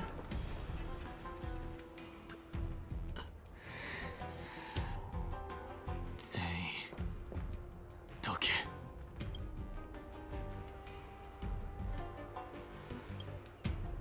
Oh, we found one. 待って、まだ近づかないで。将軍、すみません、しくじりました。As bait. あの狂犬が俺をここに残したのはあなたに対する。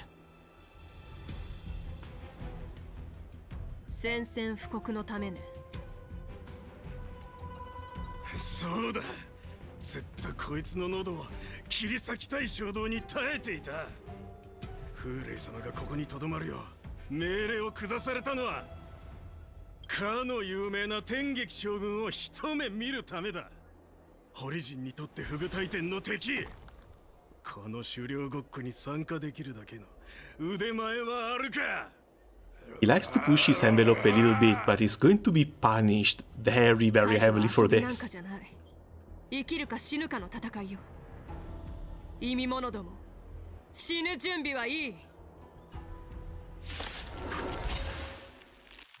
畜ども、死ね、死にやがれ。もう一人前だもんね。お疲れ様。少しは静かにしてくれない？剣術を見せる。清流。Ah, fantastic. We have one to break.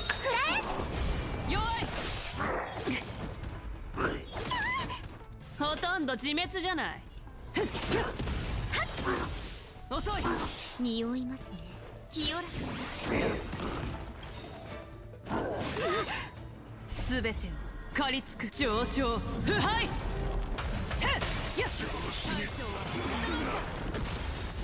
戦士はお前らに破滅への道を用意し。あんたを練習台にした。あ、わかった。 Oh, right. One thing I forgot to check whether the little bunny, the action forwarded for the little bunny is in numbers or if it's instant activation. Because I think after the skill is numbers, after the ultimate it should be instant activation though. But I need to check. 風霊は想像していたよりも狡猾で手強かった。教えて。あいつの宣戦布告って何だったの？一騎打ち、それとも人質交換？風霊はラフの繁華街を襲うつもりです。なんですって。まさか他に潜伏してる堀人がいたとしてもせいぜい数十人程度だよね。それっぽっちの人数で繁華街を襲うつもりなの？それが奴の切り札なんだ。Sorry about the noise, give me a second. 体内には堀人が代々受け継いできた儒家の跡があります。俺は奴が古族を堀の老兵に変えるところをこの目で見ました。 Little kitten wants some attention. それが宣戦布告だったのでしょう。風霊の血は古族を急速に歪ませ狂気に陥らせることができる。奴は自分の血を部下に渡してラフ中に広め混乱を引き起こそうとしています。You're saying there will be attacks all over? Evacuate all the Foxens immediately? Second one doesn't seem feasible, but at the same time, any chance he could have left a tracker or たった一 something? 人の力で私たちを包囲しようとするなんて、本当とんでもない化け物ね。今すぐ天白氏と運気軍に連絡して通行禁止令を出してもらおう。古族が出歩くのを防がないと。敵が宣戦布告したのなら、それはすでに向こうが行動を起こしたことを意味するわ。Yes, surely they have some sort of technology that helps track people. 前に私が言ったことを覚えてる？狩りではむやみに獲物の後を追いかけるよりも獲物が考えてることに気を配る方が大事だって。風霊はラフの人々が混乱に陥ることを望んでる。私たちの足並みが乱れ、限られた人員で隅々まで襲撃の兆候を探して少しずつ疲弊していく姿が見たいのよ。妖精の人が宴の席でする遊びに似てるわね。いくつかある茶碗のどれかに適当なものを隠して位置を入れ替えた後、どの茶碗に物が入ってるのか当てるやつ。でも So is your plan really to do nothing for the second time?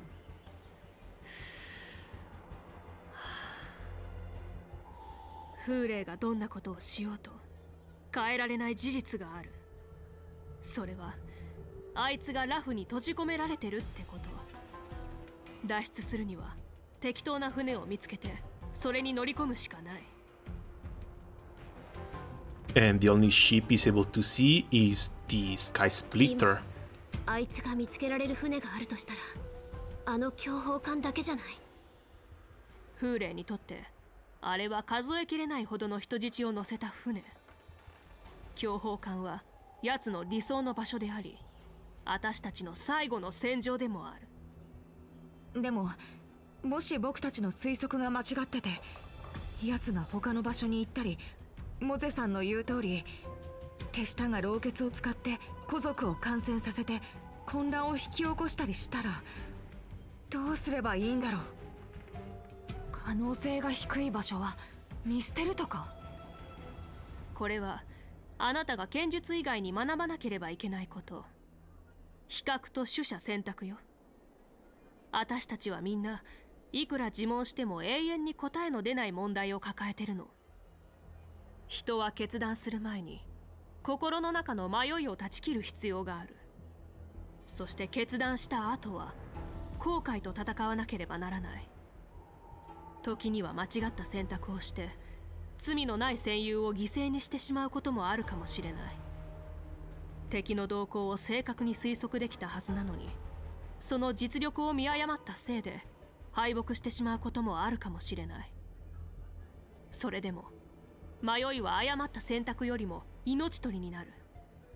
何があろうと私たちは決断を下さなくちゃいけない。 That is a little bit of a gambler mentality to have. 分かったら命令に従いなさい。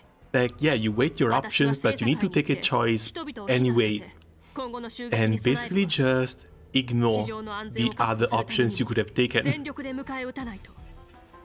七死人ちゃん、剣木が再生 It feels a little bit irresponsible. あなたも選手に力を貸して。モゼと一緒に小宮を探してほしいの。And feels especially irresponsible when the lives of a lot of people on this Yan show are basically in your hands. 本当なら僕が演舞台に上がるはずだったんだ。分かった。もし風霊が強砲艦を襲ったら、元凶、私が駆けつけるまで全力で奴を足止めしてちょうだい。任せてください。あいつらが強砲艦に乗り込んできたらこの剣に誓って絶対に逃がしません。As the Club Knights set off to various locations, they swiftly began to check the areas. 聞け Why can't we get a normal skip for those screens too, damn it? ホリジンたちがラフの繁華街を血で染めようとしている。我らの後ろには武器を持たぬ泉州の民と遠方より訪れた旅人たちがいる。諸君に問おう。運気軍としてホリジンの思い通りになっていいと思っている者はいるか？いません。警戒を怠るな。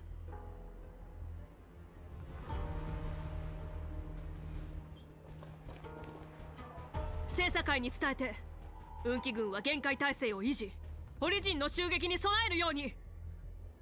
秘書、狼の姿をした生物が聖査会の各所を高速で移動しているわ。すぐ行く。私が着くまで持ちこたえて。Yeah, that's the first wave of attack, and that is likely a distraction.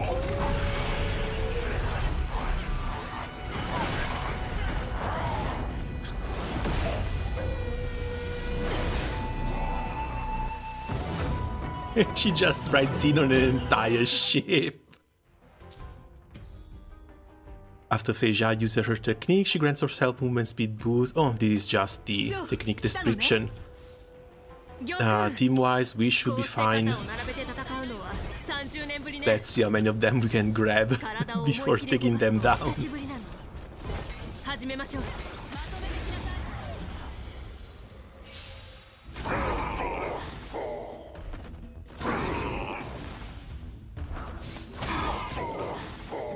We are not even going to touch them.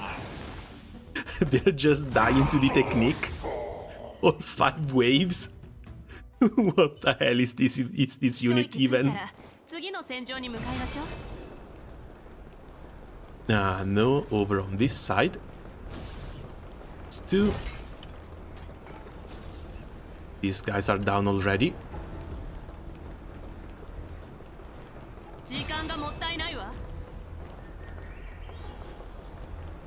Oh, it's only 7. We need to take these 2 down before moving forward. 全てが共鳴する。師匠どうぞ。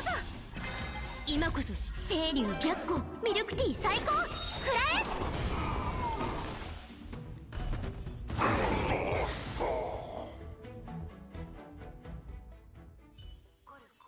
一息ついたら次の戦場に向かいましょう。聖査会の方は型がついたわね。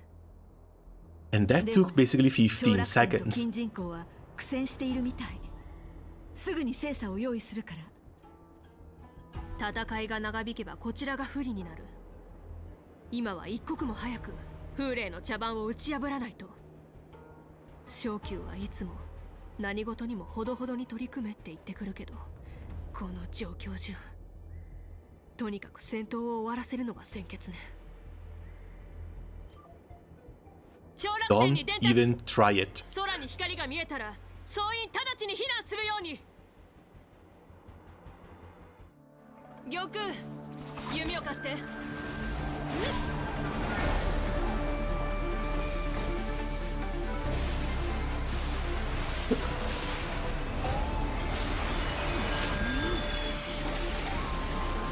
Wait, bow as well?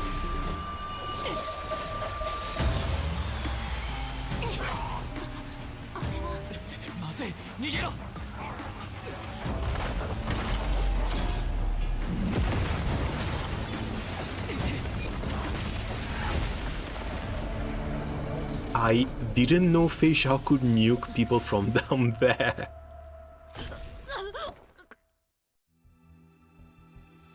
And yeah, that's the Boris in blood rising.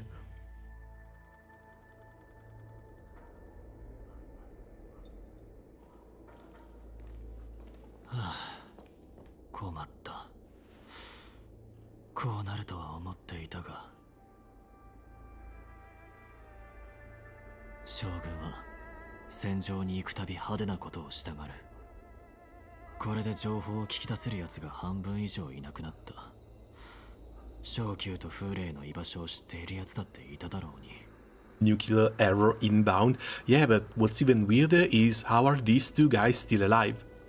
Like, when you unleash power on that scale, how can you make sure to only hit the enemies that you want? あれは秘書様が放った矢だ。今度は何を矢としたのかはわからないが。That general of yours is way out of line. Has that general of yours always been like this? I want to see her fire another arrow with my own eyes. Mose sizes you up with a cold, indifferent gaze. You can almost hear the unspoken words in his expressionless face. It is not better to cherish your life instead. おい、周りを調べてもらえるか。生きているホリジンがいたら、そいつらの口がどんなに硬かろうと、俺なら情報を吐かせられる。Okay, let's go check out. I'll check up on a couple of them. 時間がもったいないわ。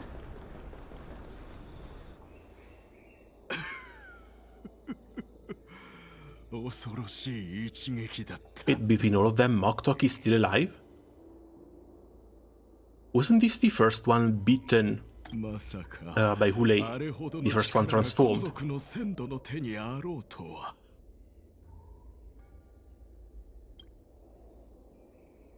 潔く、それでいて残酷。ここまで落ちぶれた我らよりも、あの女の方がドゥーランの末裔に近い。選手が興味を持つのもうなずける。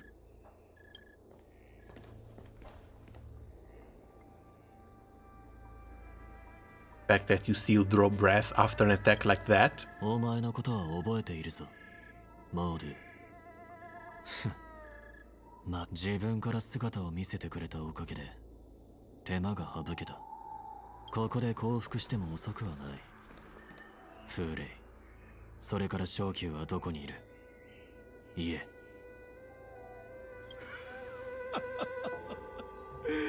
悪あがきはよせ、妖精の猿め。獣は皆罠から逃れるためなら片腕を落としても構わないという道理を知っている。私は今日その片腕になるのだ。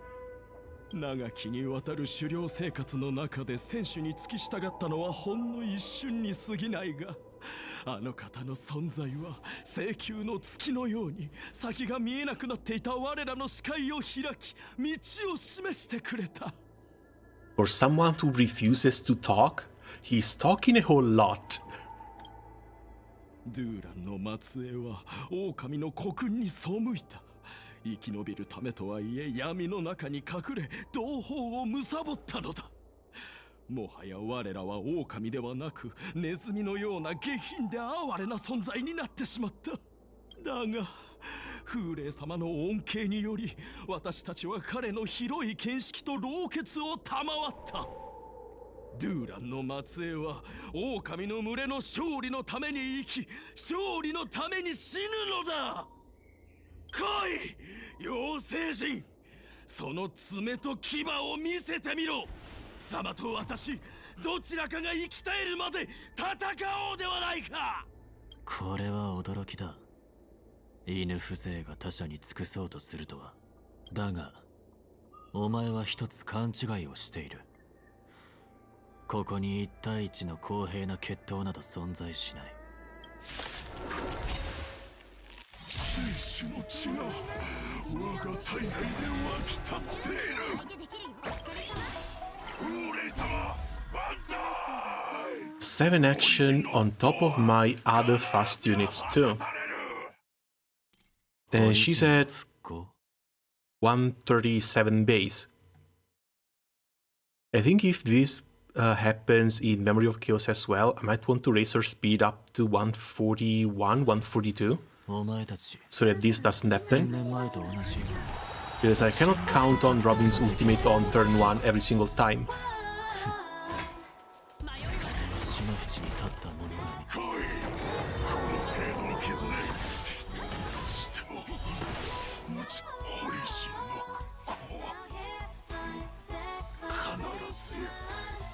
And he's down in a single turn. どんなに壮絶な犠牲を払おうとホリジン、お前たちの戦いと死はモードゥは願いを叶えたようだな。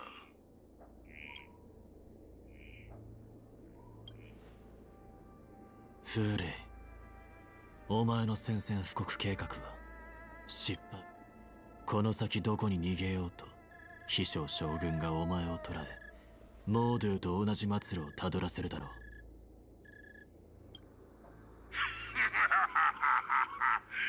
貴様の口は爪よりずっと鋭いようだ。 It truly was the beta cab. Dude, they are all talking mad game.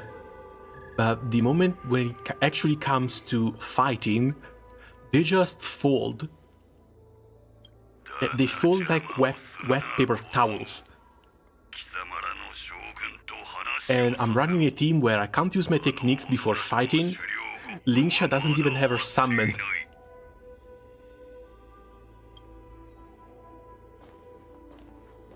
下がりなさい、モゼ。私はここにいるわ、フーレイ。一体どんな話がしたいの？天撃将軍、我々は戦場で顔を合わせたことこそないが、ここまでの道中、貴様の部下と医師から興味深い話を山ほど聞いた。 And like, especially if he exposes himself like this, the only way to get out of the ship here is by fighting. And he's not gonna win. There is absolutely no way he's going to win. He would have had way better chances, causing a little bit of chaos and trying to escape from one of the little ships instead. But no, he has to try and grandstand the generals. 貴様の血筋を疑う者はいなかったのか。それともその輝かしい功績で人々を黙らせているのか。戦場で自身と敵に関わりがあることを告げるのは、ある種の慈悲を請う行為とされている。フーレ、あなたは私に慈悲を求めてるの？ And she knows his game well, alright. Okay, she's starting to push buttons too, trying to make him mad. 貴様には狼の残忍さだけでなく、狐の狡猾さも備わっているようだ。それはホリジンからの贈り物だ。俺には自分が送ったものを回収する権利がある。天撃将軍、最後の正体を出そう。強砲艦で待っている。貴様が来る前に俺は大虐殺を行い、この700年間輝きを失っていた暁を再び発動させ、そして俺は強砲艦に乗り、あらゆる障害を乗り越え、故郷への帰路につき、それが成し遂げられるまで、貴様には俺を止める。もしくは俺に殺される機会がある。その挑戦、受けて立つわ。覚悟しておきなさい、フーレ。強砲艦に足を踏み入れた瞬間から、あなたは死への道を歩み始めることになる。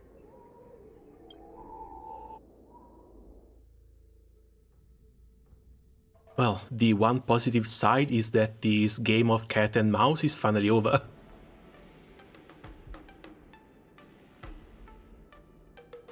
お前さんたちに託したのは演武台上の勝敗と永辱だけではない。今日おじいちゃんってばいつも軽い感じで難題ばっか押し付けてくるんだから。もうすぐ最初の試合が始まるけど、元凶はうまくやってるのかな。計画通りそろそろ強砲艦にいる運気軍に何か気づいたことはないか聞いてみないと。試合が始まる前に美月に会いに行った方がいいかな。あれ、ウンリーさんじゃありませんか。何かご用ですか？ Have you noticed any 今 wolves? のところは見ていません。わかった。でも最後に一つ確認させて。Do you have any way to identify the Barisin? Tell me about how the Cloud Knights are currently deployed. I'd like to confirm if there have been any irregularities in the boarding. 今の僕たちにホリジンと古族を見分ける手段はありませんね。I remember someone mentioning the smell. They could smell if someone was a Barisin rather than a normal person. 運気軍が急いで調査を進めています。強砲艦にいる運気軍はそれぞれの任に当たっています。強砲艦に配置された運気軍が精鋭ばかりだってことは私も美月も感じてた。あ、それならちょうどよかった。実は先ほど緊急の乗船要請がありまして。緊急の乗船要請？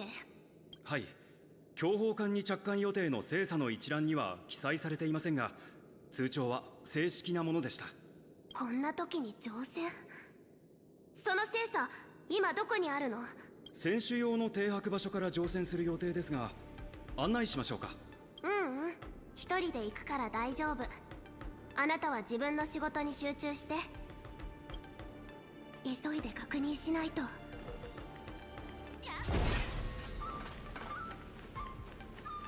急いで確認しないと。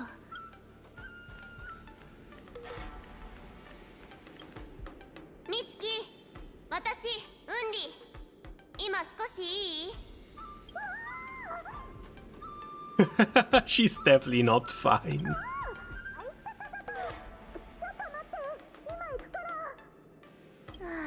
そそっかしい。緊張してるみたいだけど。さっきまでそんなに緊張してなかったんだけど、一人で控室にいるといろいろ考えちゃうんだよね。演武典礼に参加するだけじゃなくて重大な任務まで背負ってるなんて。美月、落ち着いて。Don't worry about your mission. I'm here to help you. 任務のことは心配しないで。それよりおじいちゃんのラフを代表する森人って言葉に飲まれちゃダメ。胸に手を当てて考えてみて。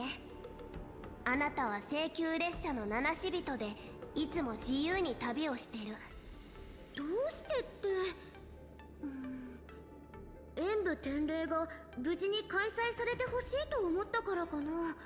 七死人ってどの駅でも通りすがりの旅人なんだけどさ、ここは2人の師匠とたくさんの友達に出会えた場所だから。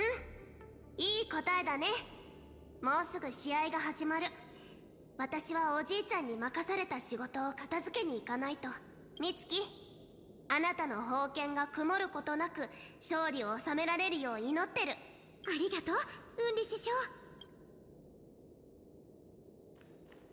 Okay, and with this we should be done.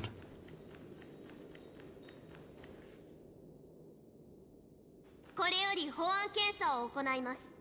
この精査に乗っている方は直ちに検査を受けてください。これが例の怪しい精査。乗ってる人は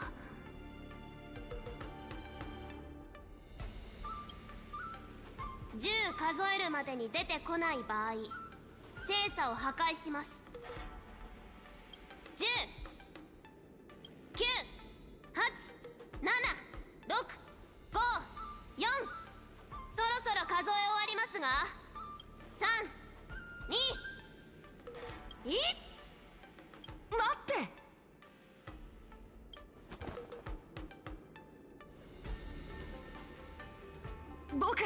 僕だよ。ただの保安検査で本当に船を破壊するつもりなの？まさかこれも使命の I was actually expecting one of the wolves to pop out from there. I was not expecting Yanjing. 慶元将軍地の元凶くん、あなた将軍と憂いを共にするために森人を諦めて狼狩りをするって言ってなかった？地上でホリ人たちが襲撃を始めたんだ。飛翔将軍はそれが風霊の目くらましなんじゃないかって心配してて。あちこち回って最後は強砲艦に戻ってくるなんてね。でおじいちゃんの言う通り、私たちの弟子の美月なのかが森人を務めることになったの。どう？誇らしい？それだけ聞けば確かに誇らしいけど、でも同じくらい心配かな。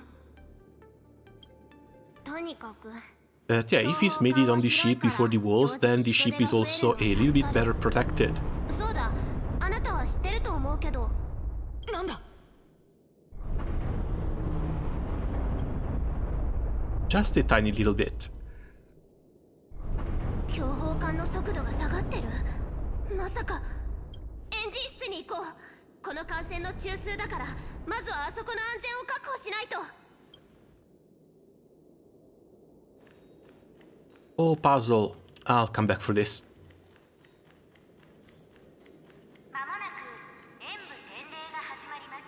選手の皆さんは会場にお入りください。エンジン室はこっち。急ごう。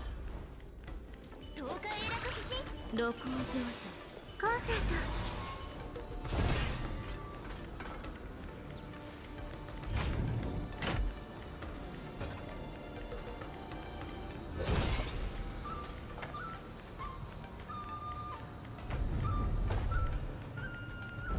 And of course there had to be one of these here.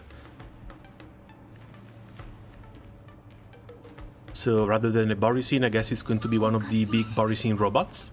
なんで誰もいないの？ Because the cargo we took off from that IPC guy looked exactly the same. How the hell did they manage to plant one in here though? That's another question. いや、ここにいる。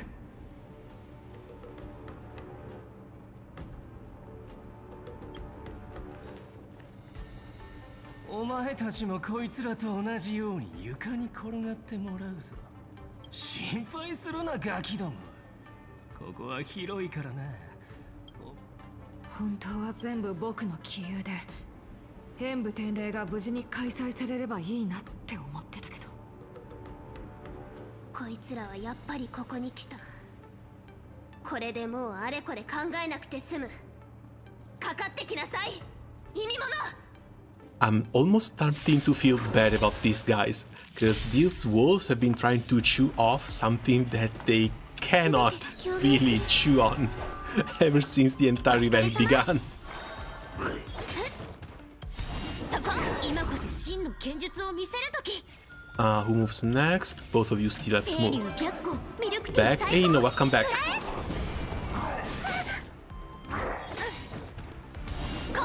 酔いしれなさい。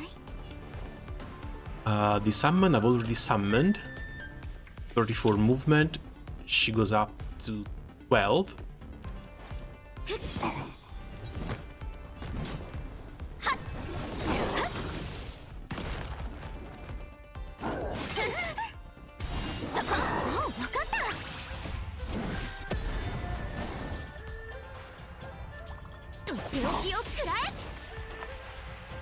Now, not gonna lie, I do regret a little bit not getting the Unli.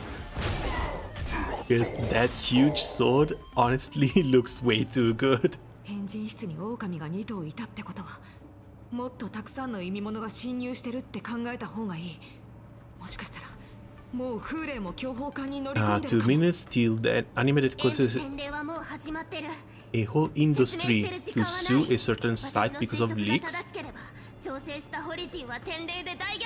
Came back because I forgot to like. Thank you.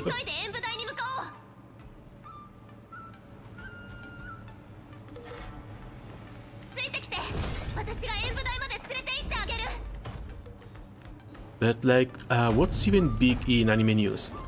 Because the one of the most exciting things I've heard so far is that they announced a second season for Free Ren. That actually made a lot of people happy.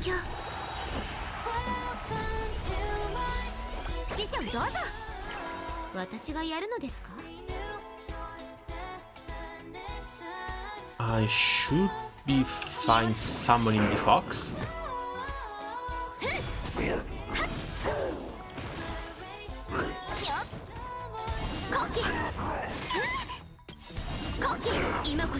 の剣術清流白虎ミルクティー最高フラ Ray Zero is back. Oh, that one too. エもう一人前 Nothing much aside from Shangri-La from Season 2 and the Sea of Hero Fight arc.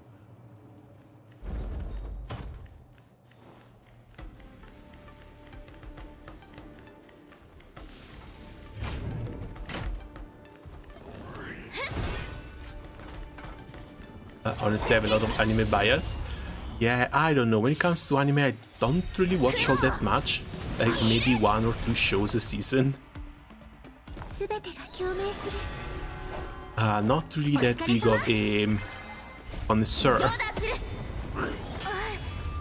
大地を割る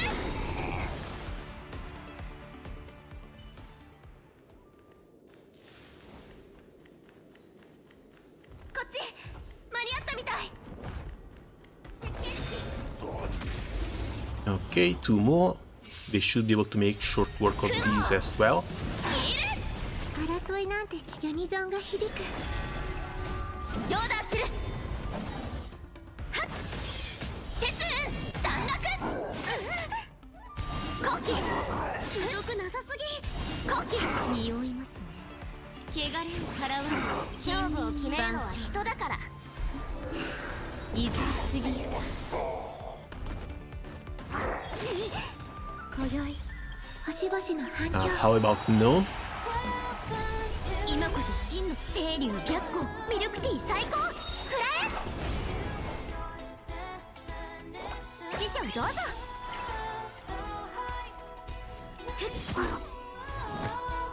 3オーダーする大地を割る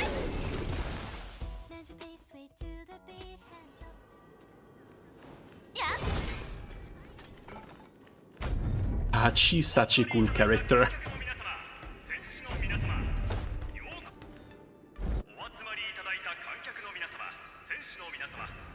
Thank goodness for anime listing sites that categorized everything for quick archive.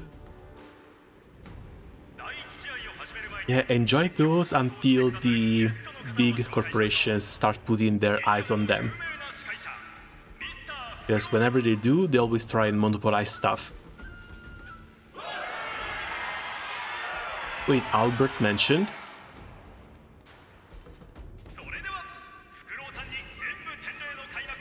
Wait, is this why Albert wasn't in the character presentation things?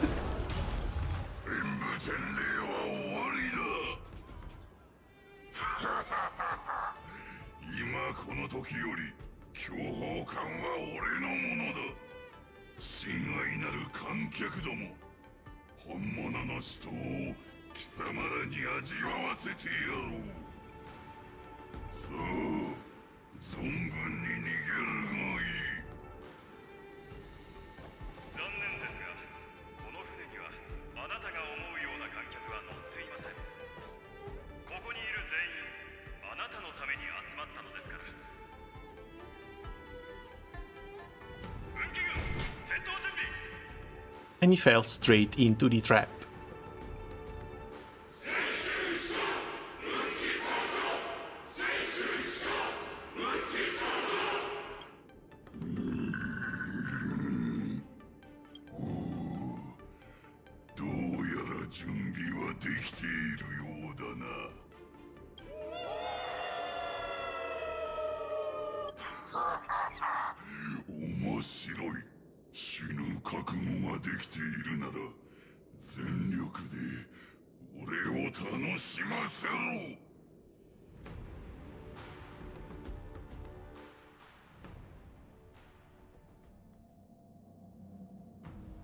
Wait, 3 hours before? We're going back in time? 意思必決これがお前さんの言う演武典礼を開催するための計画なのか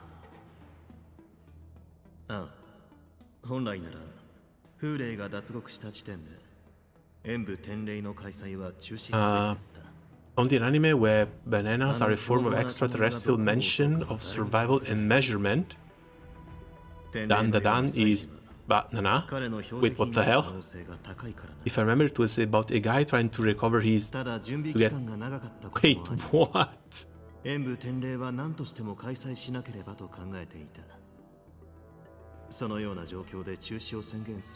I've seen plenty of weird premises, but this one is pretty much up there for one of the strangest.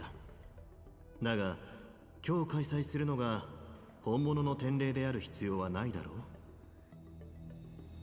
う。乗船する観客と選手全員を運気軍と入れ替えれば、空高く浮かぶ強砲艦は狼狩りの絶好の戦場となる。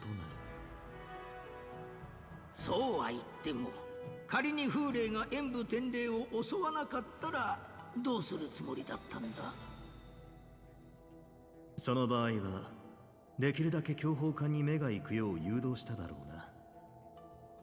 天白氏に航路を整理させ、他の精査の通行を減らすんだ。空に浮かぶ艦船が一隻だけになれば彼も行かざるを得ない。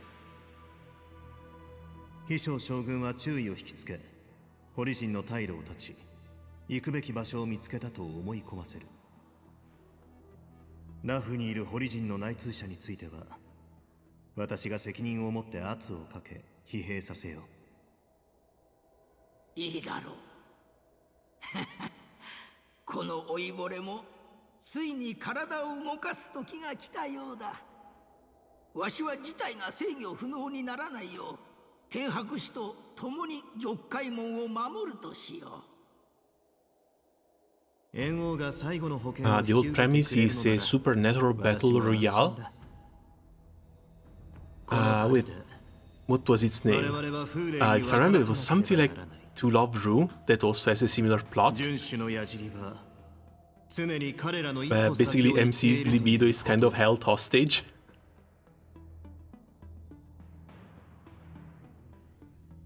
さっきの揺れ、何だったんだろう。船の速度も少し遅くなった気がする。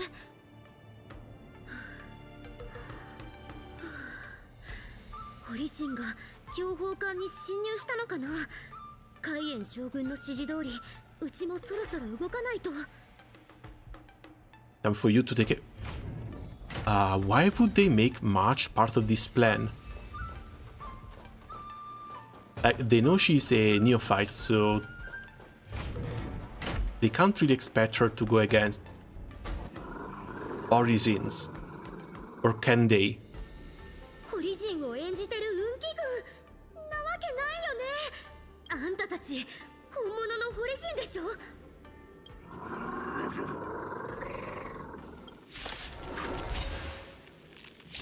I guess they do. 師匠たちを見つけないと。師匠どうぞ。爪も牙も鈍ったの？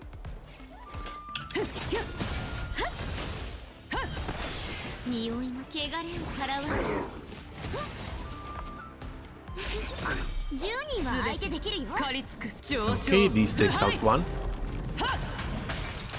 大将は定まった。今こそ清流白虎。This should take out the second. ほとんど自滅じゃない。恐れずひるまず弱い。But yeah, this team has a little bit of an SP problem on turn 1. After turn 1 it all goes fine, because March 7 goes to a completely SP positive unit. So does Robin. And Lingsha, I don't think you even want to use her skill. This is not an elite one, is it? Doesn't look like it. Also, he's not really guarding anything, so we're just going to leave him be.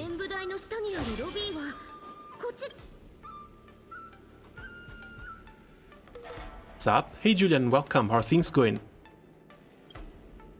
Under the careful planning and deliberation of the generals, you're about to face the powerful Borisin enemies. You should make your preparations before advancing forward.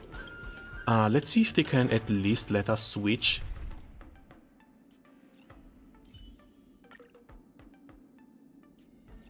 Yeah, switch order, and let's bring the Let's bring Bailu back in. Just cause poor Lingsha doesn't have her skills set up yet. Team-wise, we should be more than fine. そんなの強砲艦と弟子が心配だったからに決まってるだろ。元凶、あなたが借りたがってる狼は今私たちの上にある演武台で Hello sir, how are you doing? Oh hey Odelino, welcome, how are things going? この演武天霊は先習人たちの目に入ることは Yeah, ないし Lingsha costed a little bit, but we've been doing fine.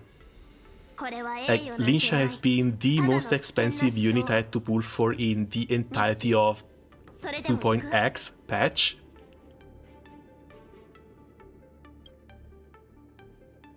But hopefully she's going to be worth it. 黙って見てるわけにはいかないじ Yeah, I lost a 50-50 to Himeko, but that also means I got Himeko to E2, so I can't really complain too much about that. ウンリ、水木さん。 I want to level her up a little bit. I want to get her skill up a little bit before I try her in the... Oh god, what reset? Pure Fiction reset. I want to see how she does in Pure Fiction. ゃん。も曇ることなく勝利を収められるよう祈ってる。 But I'm waiting to unlock a little bit more content, so going through the story, then more leveling up, then see how she does in Pure Fiction.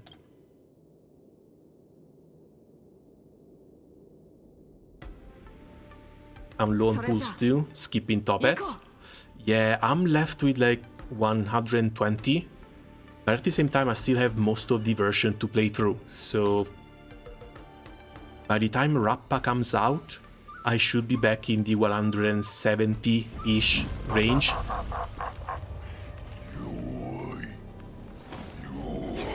So skipping the entire next version, skipping Sunday, I should be fine for Tingyun, as well as 2 to 3 units when it comes to version 3.0. 待たせたね、フーレイ。 Isn't Pure Fiction reset already? Yeah, it reset either today or yesterday, but I wanted to wait to get Lingsha before trying it.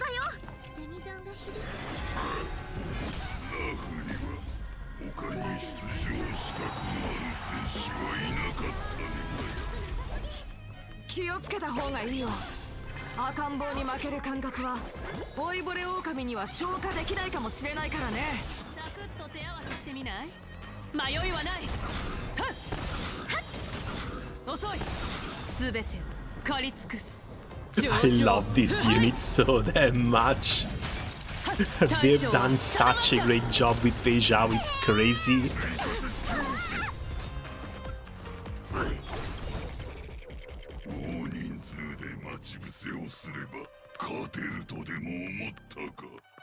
Actually, yeah, you've been hiding like a rat the entire time. I also spent my entire luck on Magic the Gathering yesterday.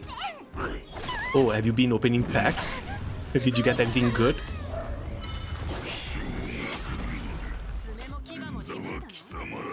Hule possesses Irate. After an enemy attack, Irate's stacks increase. After an ally attack, Irate's stacks decrease. So we do not want to hit the second unit.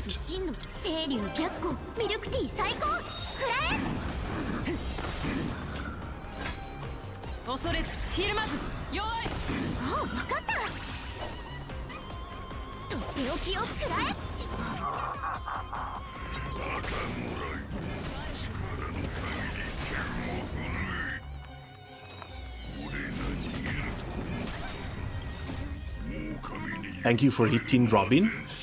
That is one free cycle for everyone. Opened up a serialized Doctor Who card, which I think is around $400. Congrats! I haven't been keeping up with Magic the Gathering in a little bit. I hear the prices have been going crazier and crazier.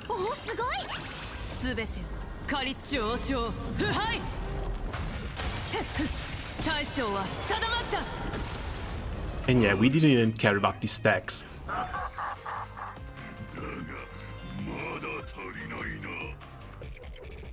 Second phase.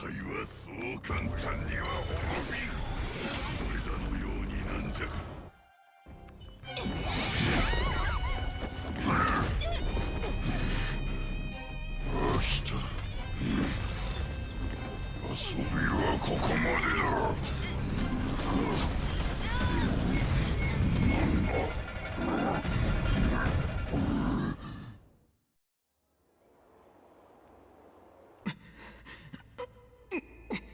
I guess someone is not letting him kill Yan Jing.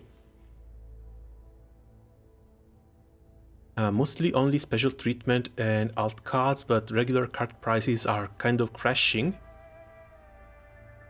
I think it's a good thing for players. Oh, that absolutely. Like, if you want to pick up a deck of cards, I hear the prices were going from an average of like 200, 300 bucks, which is already insane, up into the 500 to 600 range. Mostly because of the lands. Lands have always been insanely expensive. 秘密は狩りの場に欠かせない武器だ。秘密を持たぬ者は肉を引き裂かれ死を待つだけの哀れな獲物に過ぎない。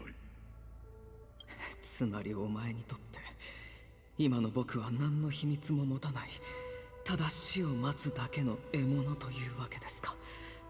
まだ逃げ道があるとでも。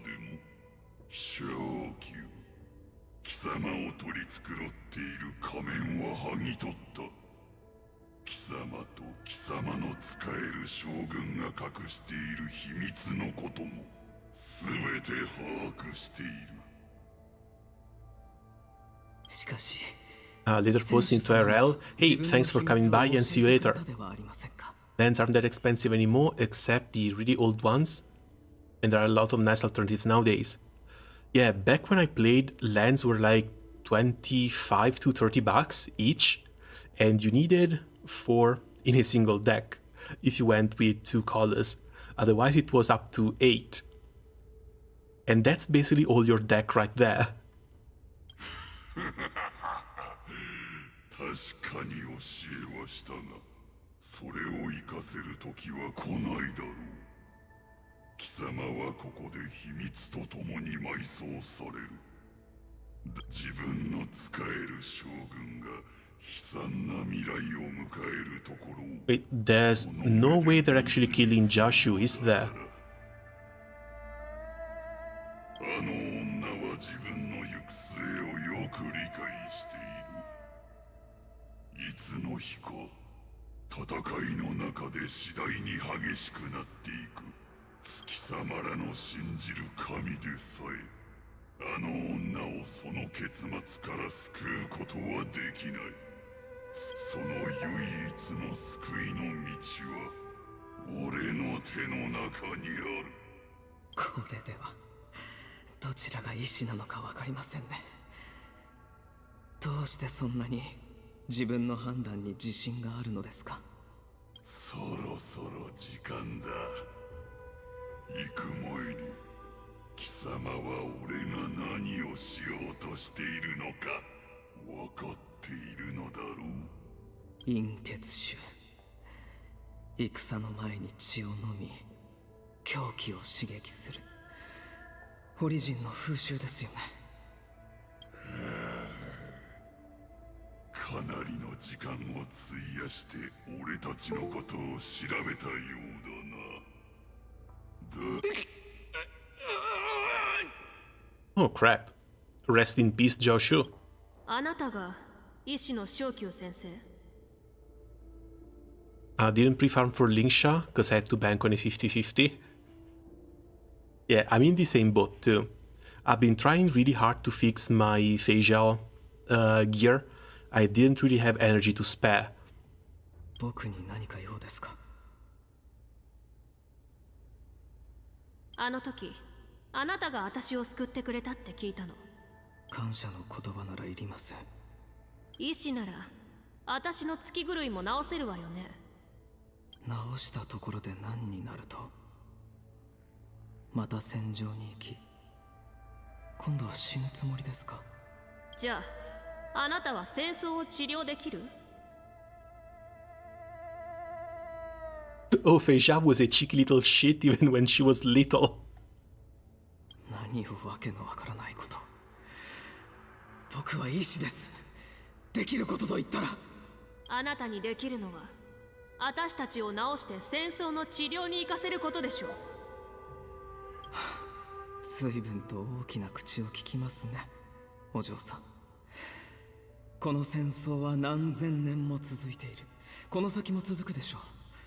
どんなに懸命に治療してもこの世に存在する病や死は消えないけど、それでも必死に命を救おうとしているあなたたち医師と同じように、もういない人たちの気持ちを代弁することはできない。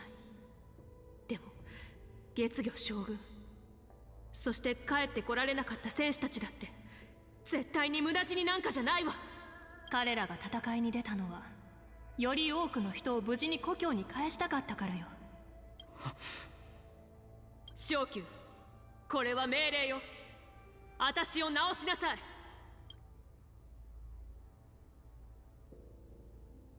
How do we get a picky child to eat their greens? How do we get a suspicious and devious wolf to drink down poison? I've already told you the answer. Oh, Feija Jiaxu poisoned himself. 秘密を持たぬ者は肉を引き裂かれ死を待つだけの哀れな獲物に過ぎないですか。好きなだけ僕の血を飲むといい。フーレ。ただ残念ながら僕は秘密を持たぬものじゃない。ずいぶん前に服用した長治さん、毒はすでに僕の全身に回っています。世界最悪の毒でも向こうの命を救えるのなら良薬と言えるでしょう。全力を尽くして治療する。秘書様、この取るに足らない命で僕は約束を果たしました。どうか妖精に勝利を。本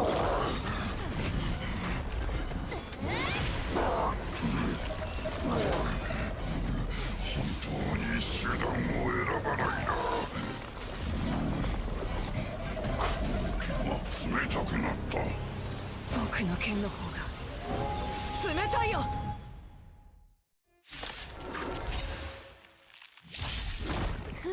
And off to phase 2 we go. Let's put down this rabbit dog.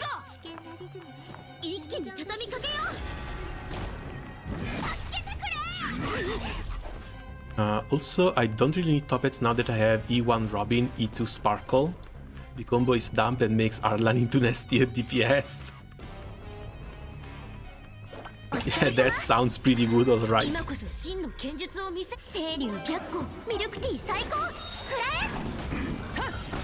Now still, if I had to pick between the two, I do think I prefer March 7th in this team. Her damage and the damage that she lets Feijao deal is a little bit lower, but she helps a lot with breaks and control, so can't really complain about that.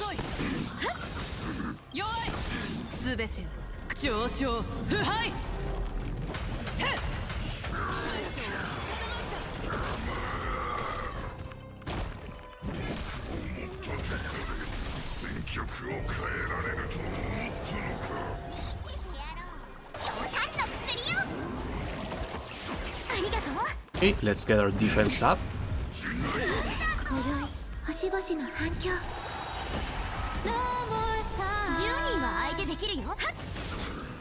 Probably should have waited for everyone to move first before using her ultimate, but at the same time, it's a story fight, it doesn't really matter. He's about to fall regardless.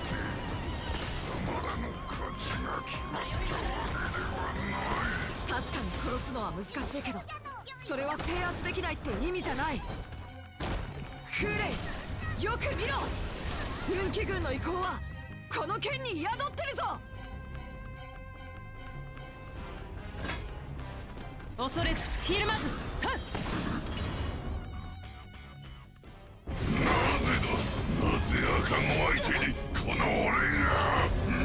Only one I've seen who uses the Bailu ult the right way. Well, it's damage reduction and self-heal.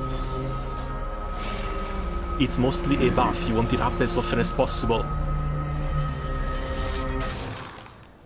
Also, I guess the little swordmaster finally learned something.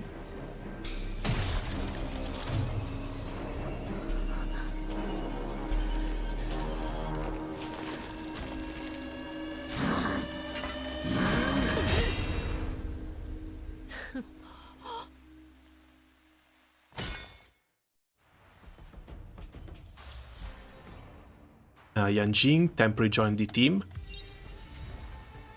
Oh, not like this. What am I supposed to do with Yanjing in here now? Can't even view the detail here.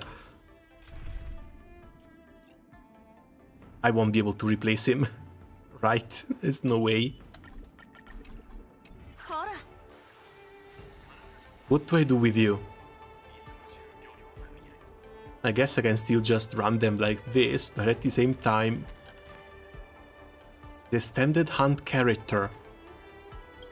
6-star Yanjing Wen, Rebalance Wen. Sadly, Hoyo doesn't really do rebalances. I think they could, especially for some of the older units, if they are way too weak, at least to bring them up to a sort of usable level. Because otherwise, you always have your meta, you always have the units that you're focusing on that will be at the core of every single version.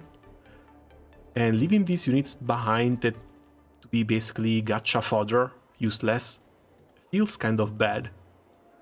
But yeah, both him and, what's his name, Gepard, could use a little bit of an update.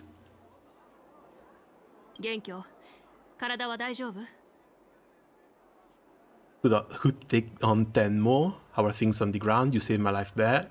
Can't believe you didn't tell me the plan. なんで強砲艦での計画を教えてくれなかったんですか? If Yanjing was at least as good as well, I would be okay with that. 私を責めるのはお門違いよ。 I don't know. I think maybe like turn him into a bit of a sort of control unit. 狼狩りに参加することを知って、私に計画を秘密にするよう言ってきたの。 That the power creep here in Star Rail is a little bit heavier compared to the other games, especially Genshin. Genshin, we've had characters like Bennett, Zhanling, Fischl, and the Water Sword guy that have been basically meta for 4 years at this point. Here, even big 5-star units, stuff like Jingliu, this guy, Sele, Jingyuan, they're basically nowhere to be seen at this point. でも最終的に巡り巡ってここに戻ってきたじゃない。戦場に駆けつけるのが遅れるなんて初めての経験だった。Because everything has been power crept, or the game mechanics themselves have evolved in such a way that these old units are basically not really all that useful anymore. 正直自分たちを守りながらあの獣を引き止めるだけで精一杯だと思ってたけど。 The only ones surviving are units like Himeko and Herta, because they basically made an entire game mode for those units. Like, pure fiction exists in order to give Himeko and Herta a reason to exist. さあ、おしゃべりはここまでにしましょう。今は一刻も早く風霊を収監しないとね。 Wait, lock up? You're seriously locking him up again? Throw him into the sun. You didn't do it last time. Do the right thing and throw him into the sun. びっくりした。正直もうダメだと思っちゃった。将軍が来てくれてよかった。Surely the new set will revive Jingliu to usable. お手柄だね。ところでさっき風霊。Wait, there's a new set coming out? Oh, right, with Rappa.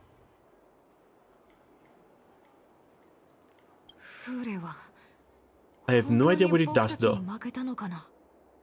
なんか戦ってる時急にあいつが弱くなった気がしたんだけど。きっとうちらの凛とした気迫におじけづいたんだよ。終わったことをうじうじ考えてどうするの？あいつが急に弱くなったからって何か問題ある？最終的に勝てたんだからいいじゃん。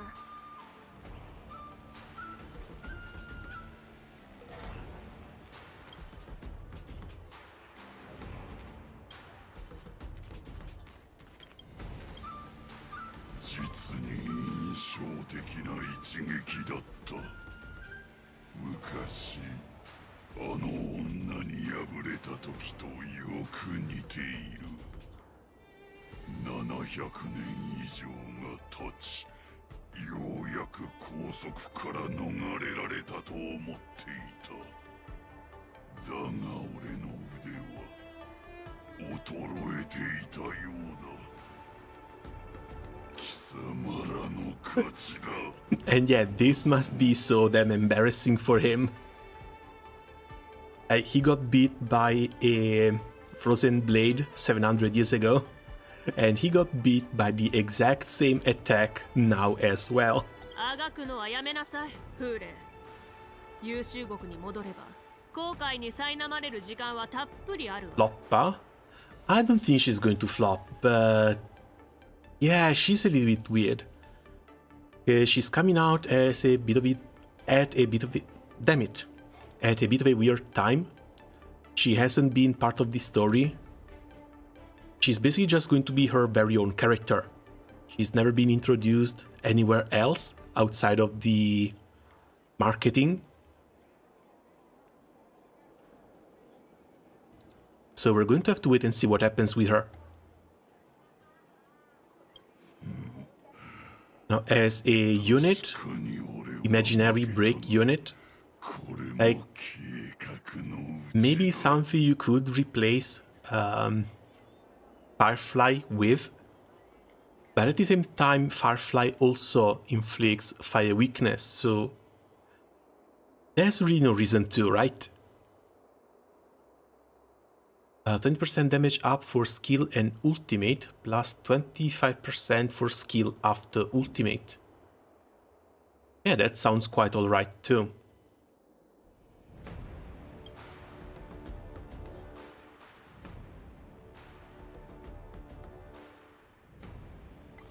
Wait, what's this?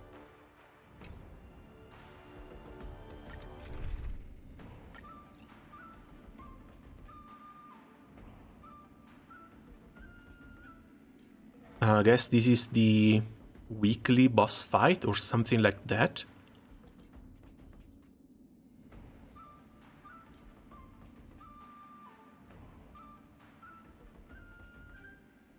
Okay, I missed a few units in there.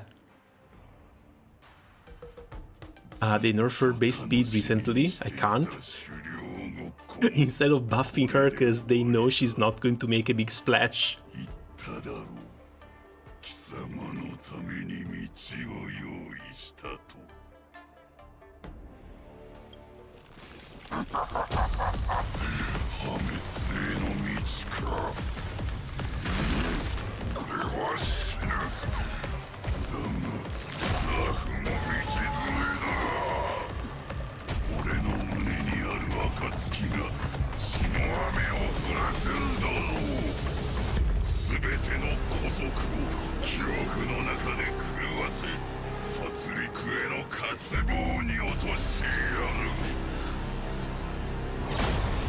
Oh, so this is the actual phase 2.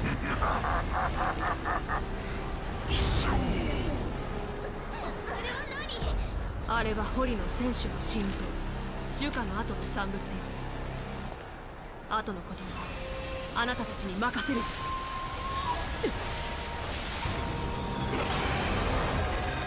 将軍、それってあれを拡散させるわけにはいかない。私が暁を飲み込む。状況が変わったら元気運気軍の軍旗を実行してわかるわよね。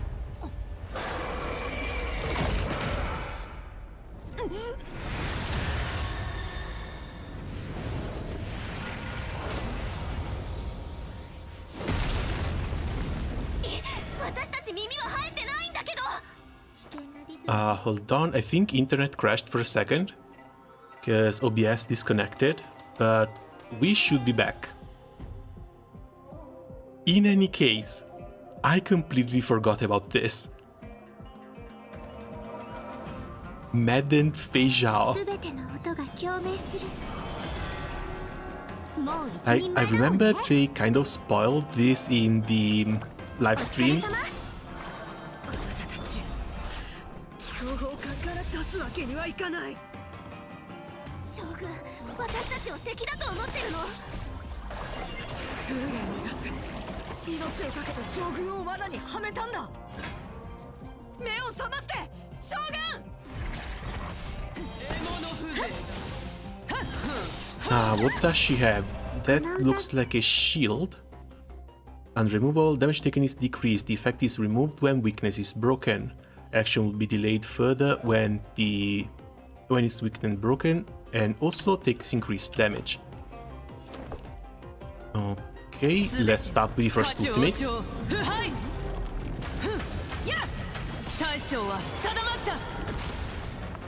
If we can steal a turn, but it doesn't look like the case.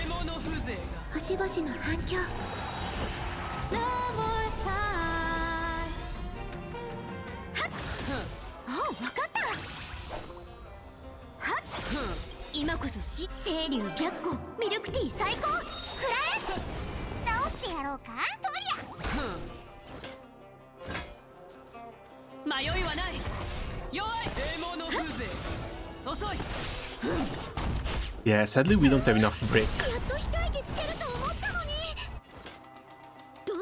Looks like we might actually kill her before we break her.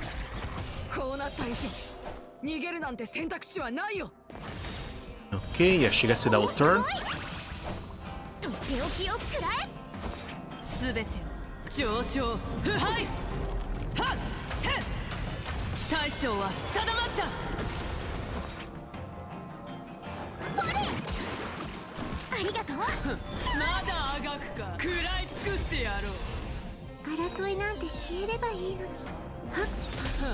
She also gives extra actions to herself. That might actually be a little bit dangerous.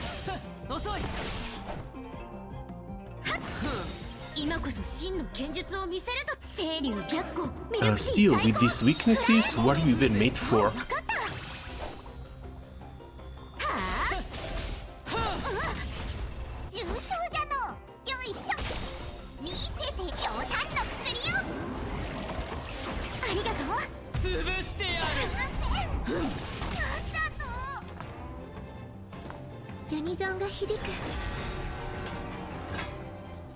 I think we should be done.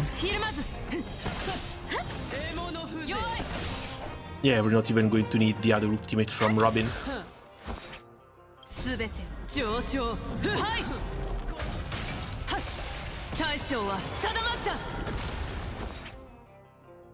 Or are we? She's stuck at 1%.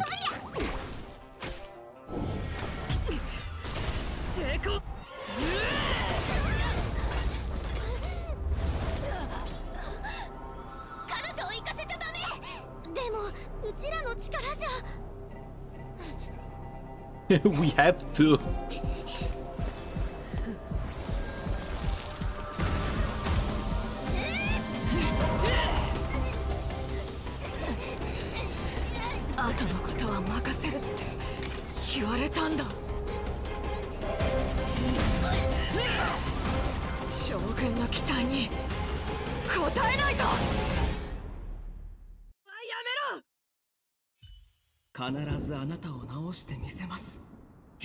Not the interruption during the fight, damn it.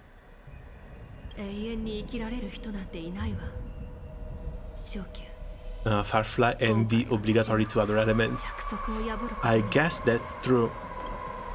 But at the same time, we are on the Luofu. I wanted to play with the Luofu units.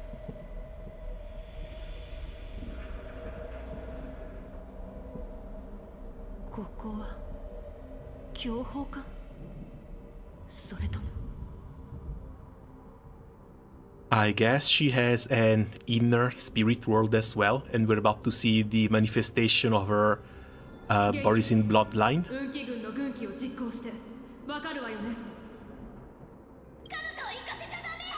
目を覚ませ将軍。貴様は決まって困難な戦いに物神を投じる。今のようにいつも逃げることを知らない。おかしいと思わないか。敵でありながら俺は貴様の仲間よりも貴様のことを理解している。フーレイ。この怒り懐かしいな。これが求めているのは勝利ではなく狩りそのものだ。そうだろう秘書。まさかどうしてあなたが。確かに死ぬところをこの目で見たのに。ならば俺のことは幻覚だと思えばいい。いつもは狩りに失敗すると次の狩りに備えるが今回は違う。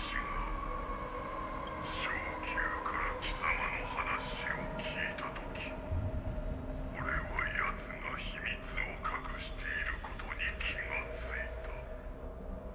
その秘密の意義にはあの意 Wait, so it was Gulei's plan from the start to choose Fei Zhao as the Borisin leader's successor?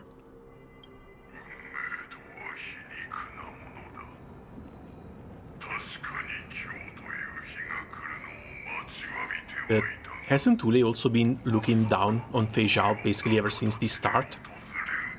As a weak Foxian?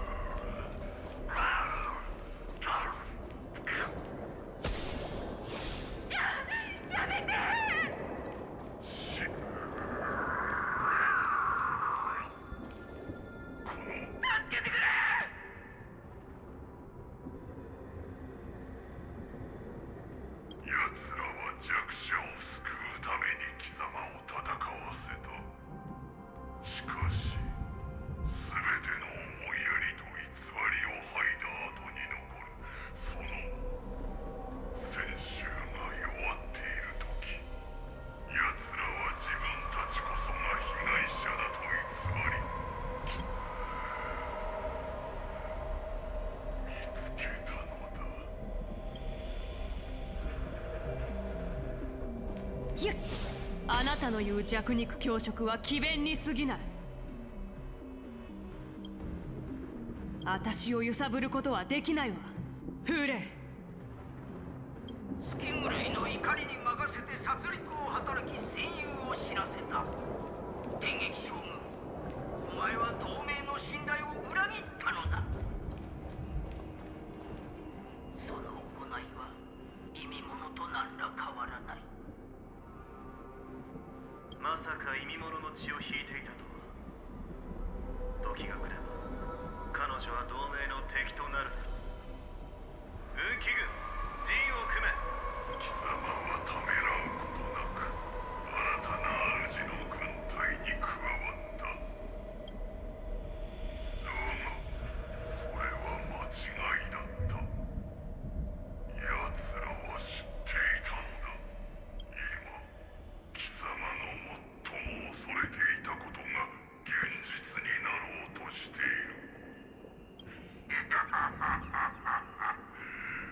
ここは貴様の恐怖だ。 And what's probably worse is that the only people trying to stop her from rampaging are just a bunch of kids. 時間がもったいないわ。私に恐怖を植え付けようとしてるのね。でもこれはただの幻に過ぎないわ。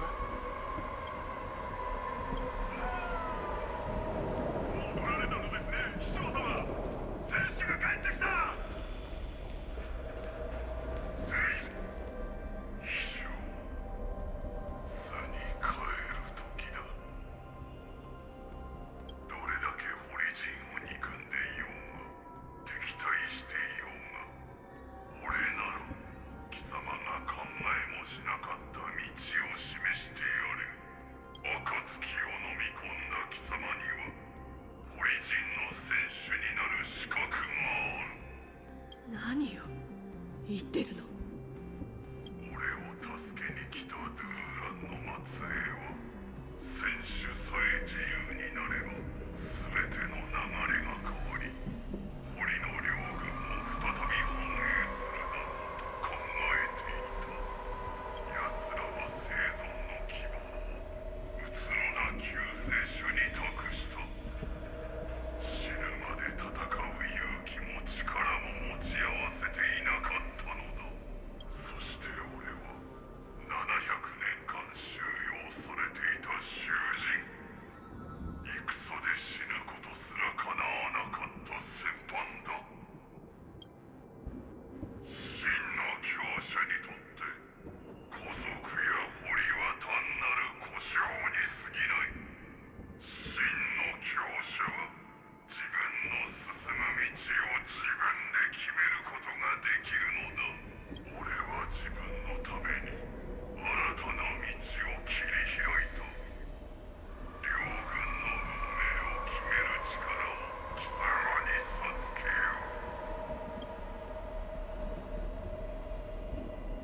う。But isn't there also a massive flaw in his plan? Because he knew that if she were to transform, she wouldn't survive the transformation. So why even go on with this?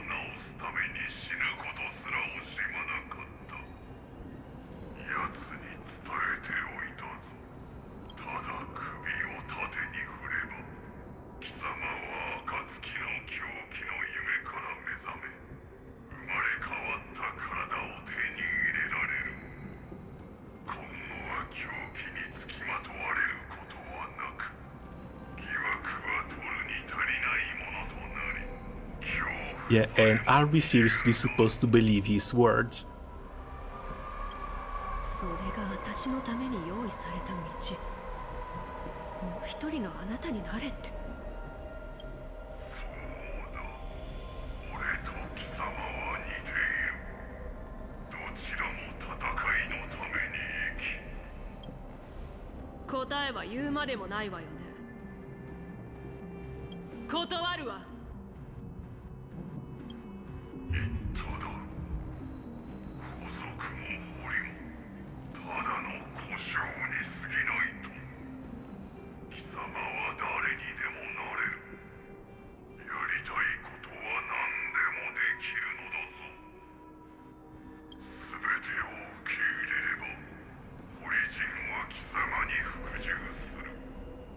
奴らを殺すも、戦衆に付き従わせるも、好きにすればいい。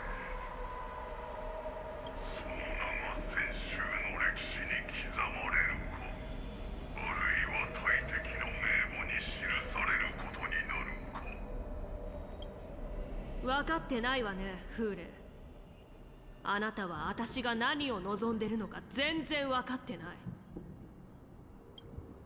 まだ子供だった頃、老主の無知と鎖から逃げるために、私は初めて自分の手を血に染めた。キョリ、止まっちゃダメ、走って。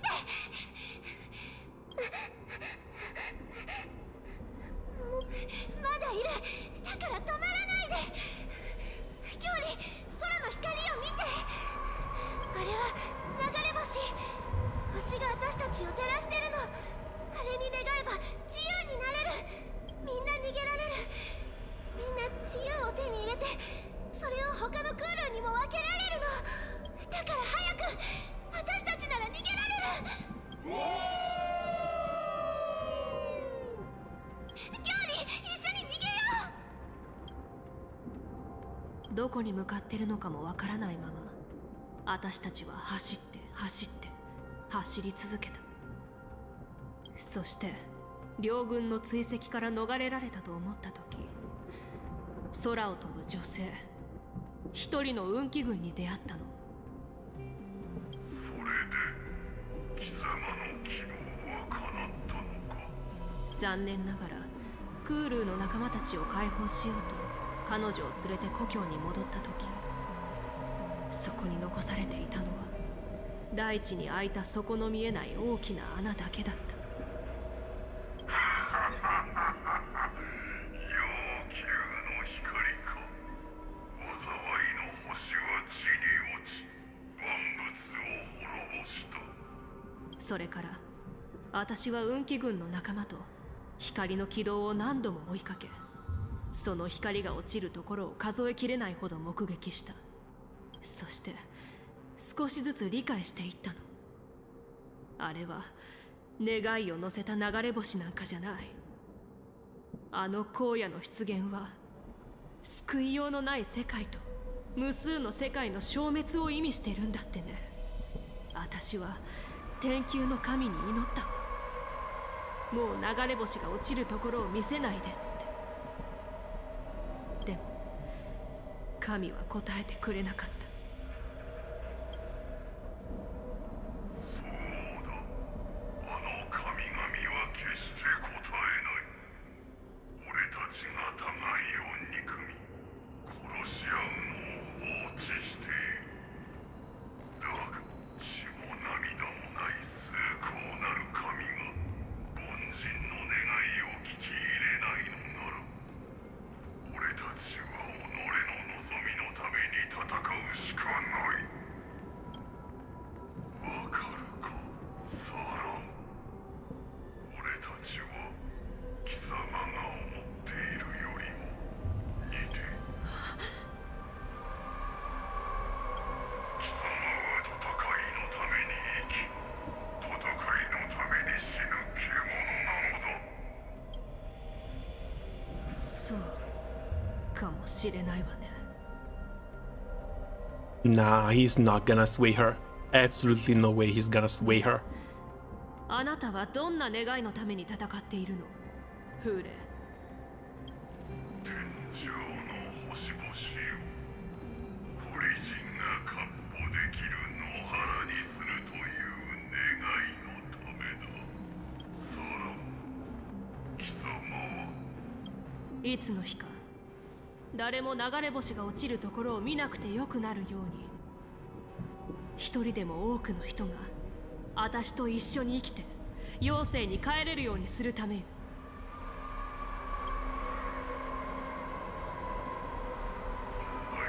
姿にあらがい、自由な狼から飼いならされた狐に落ちぶれた理由が一人でも多く生かすためだと。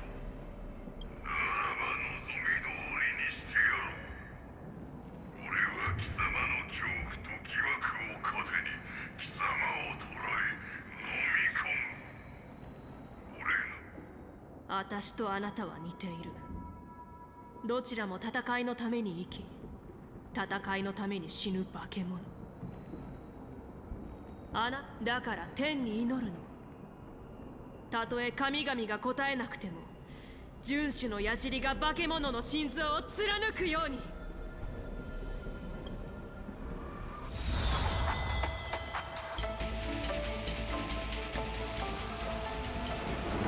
私が見えてる？流れ星。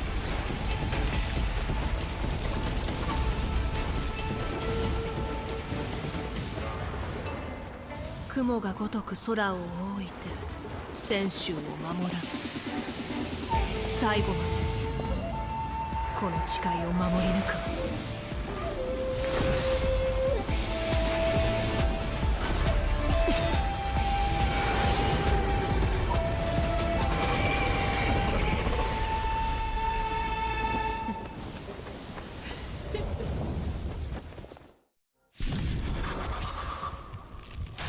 Alright, now we finally get into phase 2. 血の涙を流し、万物は同国した。かつては強者を率い、弱者を飼っていた。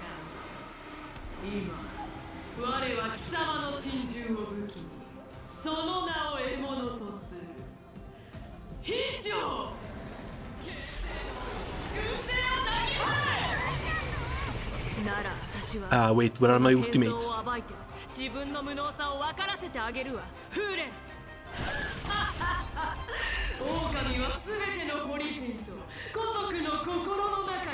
I'm the shadow, the true self fight.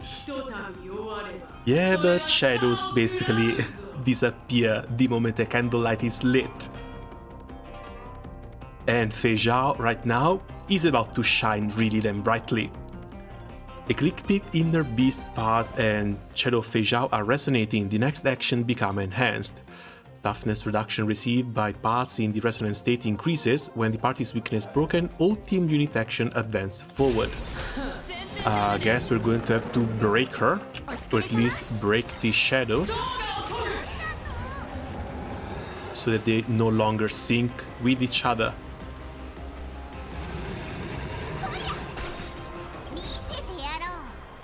Okay, heal up. Robin, I still want to use her skill before the ultimate.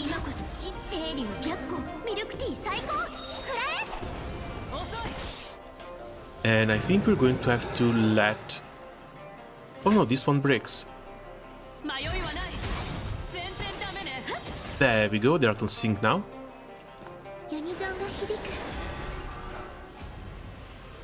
Hold on, which one is my Fei Zhao? I think my Fei Zhao is down at 25, so... this we've already done.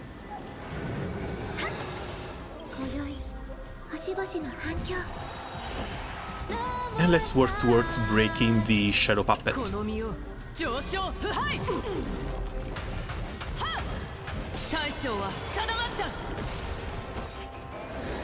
we're going to need 3 ultimate cycles for this.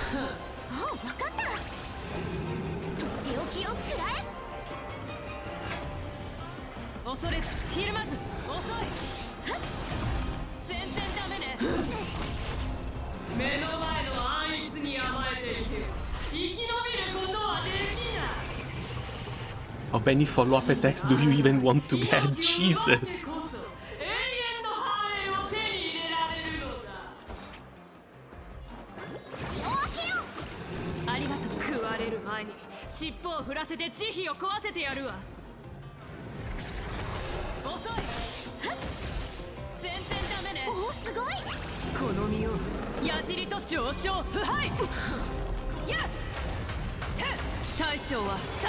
Okay, that's 2.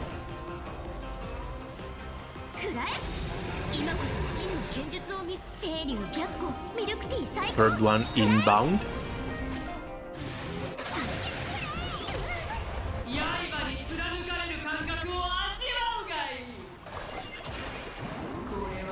Managed to catch March 7th right on the break of red health.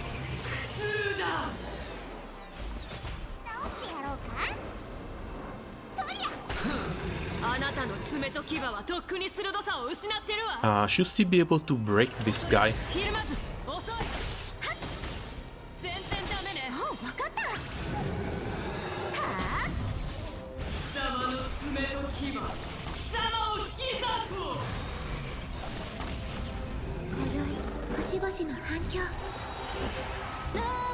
Okay, get her to stop.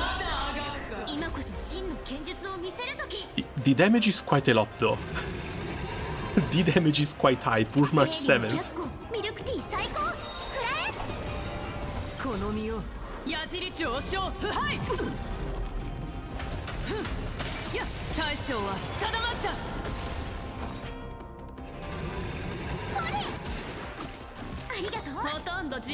Okay, this fight was beating me up. I failed like 8 times. Hopefully I won't have to repeat it more than once or twice.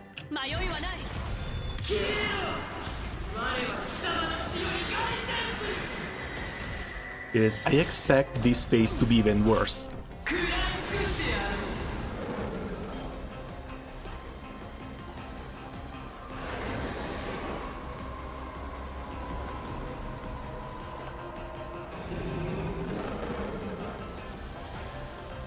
Yes, yeah, break we cannot break, but I think we need to absolutely heal here. Get the damage reduction back up.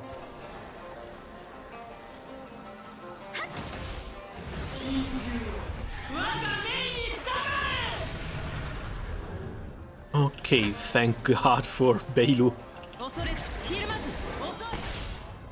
はあ全然ダメね。とりゃ貴様の力で貴様を押しつぶそう獲物が Can you do me a little favor and leave March 7th be? Oh, she's untargetable now. 迷いはない。遅い。この身を矢尻上昇腐敗。 There goes the fox. 大将は定まった。10人は相手できるよ。Shisho buff is still up. So even if she loses control of herself, the Shisho buff actually doesn't disappear. That's good to know. 清流白虎魅 And 力 that's good to figure out like 2 patches after she's come out. とっておきを食らえ重傷じゃと血を分けようありがとう Okay, like they are so good in this team. They don't even consume that many SP. I can actually keep on healing with Bailu, keep everyone alive. もう一人前だもんね直してやろうか Okay, so yeah, Bailu and Robin steal a cycle.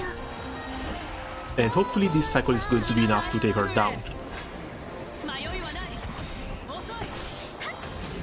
全然ダメね。おおすごいこの身を矢尻とする上昇腐敗。大将は定まった。なぜとなぜ消えない。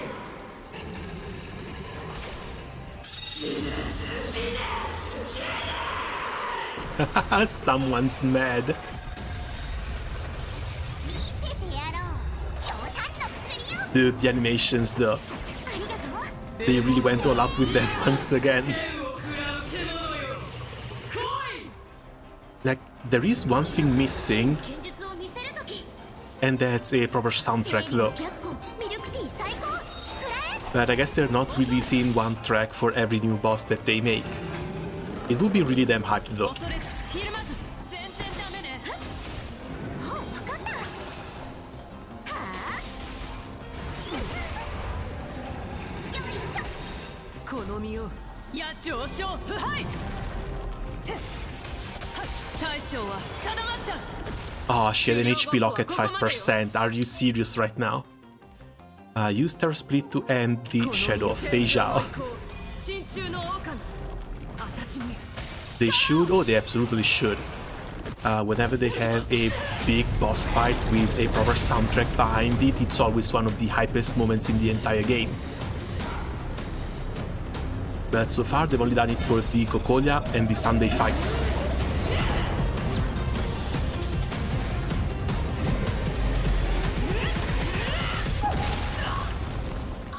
私の敵はいつだって自分 And だけ。 down goes the shadow.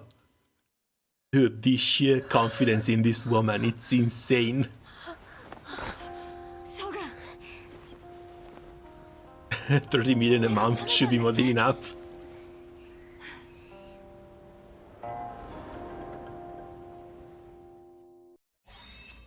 Apparently they have something like 3 or 4 more games in the work. I guess that is where the 30 billion a month is going. Not to mention investing heavily into nuclear energy.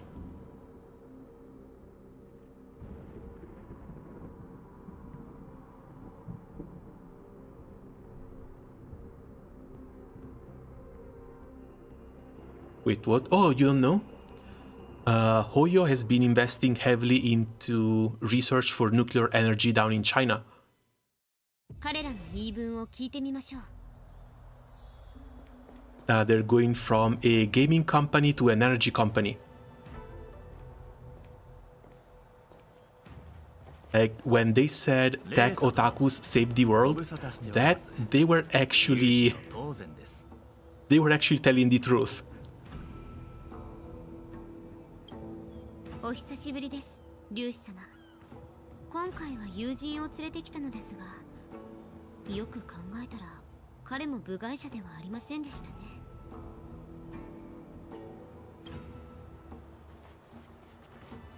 当然長老、俺が追放された時すでに転生する年齢だったはずだが、その姿は一体。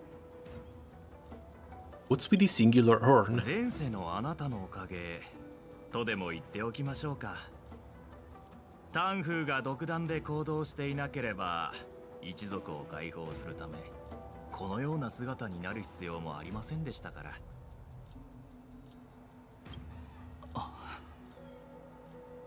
But yeah, going back to the new games developed by Hoyo, they've seen the success that Palworld did.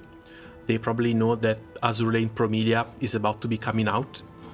And of course they want a piece of that pie.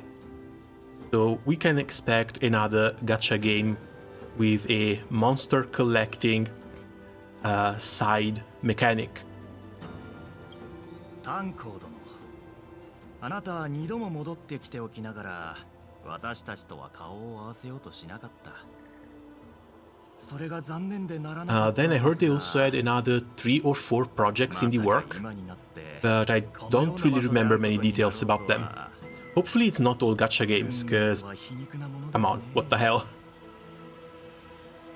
今日はレイサについてきただけで昔話をしに来たわけじゃない。そうでしょうね。こちらとしても指定様からの招待を断る理由なんてありませんから。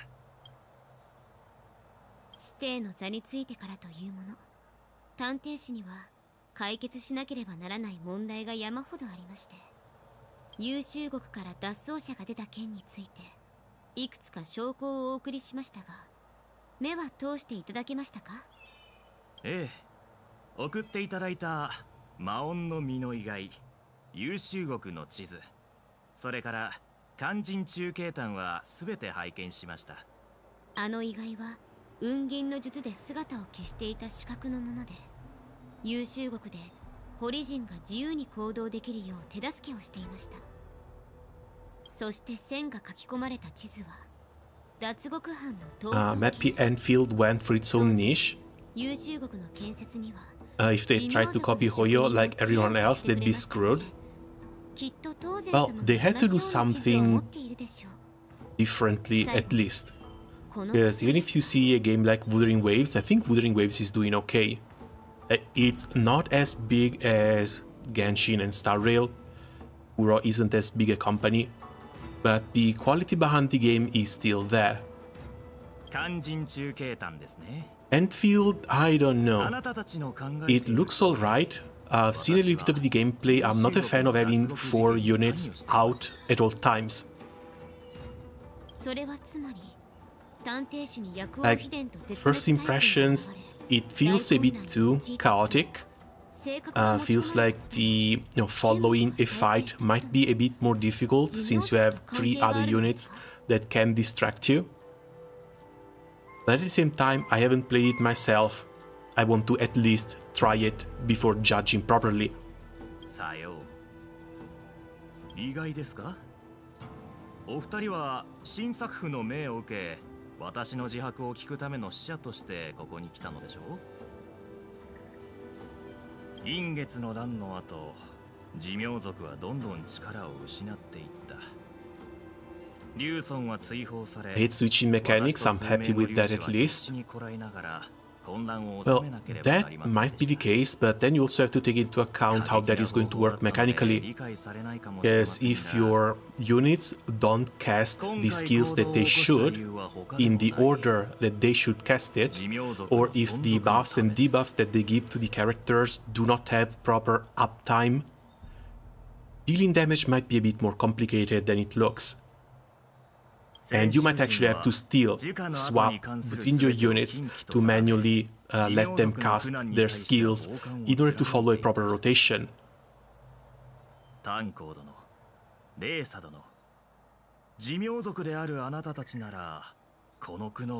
then again, this is all stuff that we'll need to check out once the game actually comes out. Before that, We might worry, but the game isn't out yet, so there's really no reason to. 寿命族が直面している問題は知っていますし、生き延びようとするのも罪ではありません。Ah, damn this mouse. ですが、いくら生き延びたいという気持ちが強かったとはいえ、長老の行いは限度を超えている。まるで繁殖しか知らない獣のように、人の心も慈愛もないではありませんか。ほう、高貴なる龍脈を自称していても、私たちは直立走行する動物に過ぎません。死の存続は基本的なこと。私が獣のような真似をしなければ、寿命族は You 人 control 以 the 下 skill, の timings, 存在 and になってい location. たことで The しょう。 archive has a half decent. Alto, I guess auto, so it could work. There are ways to make it work. Oh no, I'm sure there are. I'm just saying, from the little I've seen, I want to see more. Because the little I've seen doesn't really convince me all that hard. 古来、聖人は仁ならずと言われているように、竜尊は一族の存続を維持する責務を放棄しました。故に、私が悪役を演じるしかなかったのです。レーサ殿、炭鉱殿、過去は過去です。しかし、寿命族の未来は依然としてあなたたちの手に握られている。ラフの寿命族が同盟を裏切ったことについては半信半疑でしたが、長老の自白を聞いて信頼を語るのは無意味だと感じました。同盟の戒律を破り、寿命族に災いをもたらしてまで再びの繁栄を得たとして、それが何になるというのですか。あなたは大きな思い違いをしているようですね。私のしていることが成功すれば、同盟は寿命族を救世主とみなすでしょあら、生存の話ができないと踏んで、次は利益について語るつもりですか。同盟と北条の民は1000年もの間決戦を繰り広げていますが、決着は未だについていません。その理由を考えたことはありますか。それは同盟が勝利すれば次の北条の民となり、敗北すれば滅亡の危機に瀕してしまうからですよ。故に同盟は長きにわたりこの歪な均衡を保ってきました。しかし私にはこの窮地を脱する方法がある。同盟の救いの道は龍華妙法に隠されているのです。Wait, what? You want to turn the entire Luofu into half Vidyaras? 他の生命体を寿命族に変える方法があったらと想像してみてください。同盟は無尽蔵の兵士を手に入れ、死や怪我による人員の減少に苦しむこともなくなるでしょう。ひとたび戦争が終われば兵士たちの繁殖は止まりますので、彼らがはびこり災いが起きることを心配する必要もありません。これこそが先週同盟を救い、呪音による宇宙の苦しみを断ち切る最善の道。この道へ人々を導けるのは我ら寿命族の他にいません。その持論で寿命族の無知な人たちを言いくるめ、あなたのために命を懸けさせたのですか。失望しました。Hello, I'm back. Oh, hey, no, welcome back. もはや人のそれではあ I りませ could ん。 not, legit could not hand episode 1. The whole banana stick was already top. 待った。Oh well, sometimes it happens. You know, not everything is made for everyone.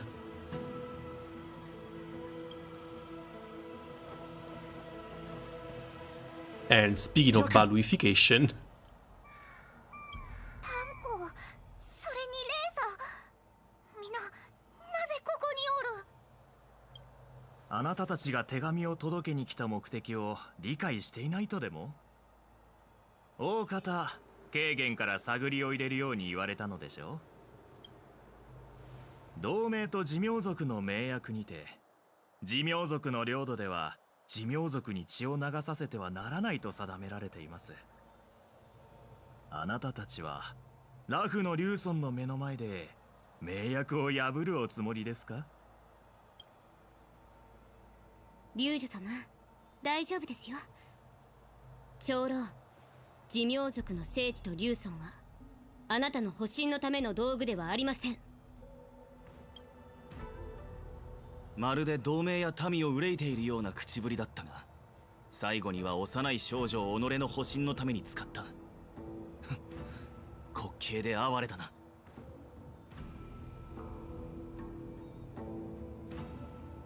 After the banana fight, it was a whole psychic warfare, an ultimate twofold chase, so much cougar innuendos.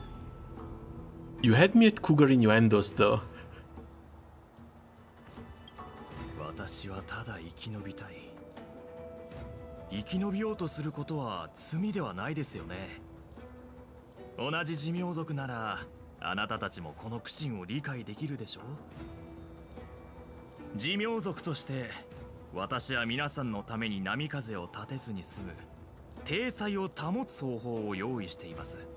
さあ、今すぐ林縁境を離れ、同盟の上層部に報告をあげ、録音に請願してください。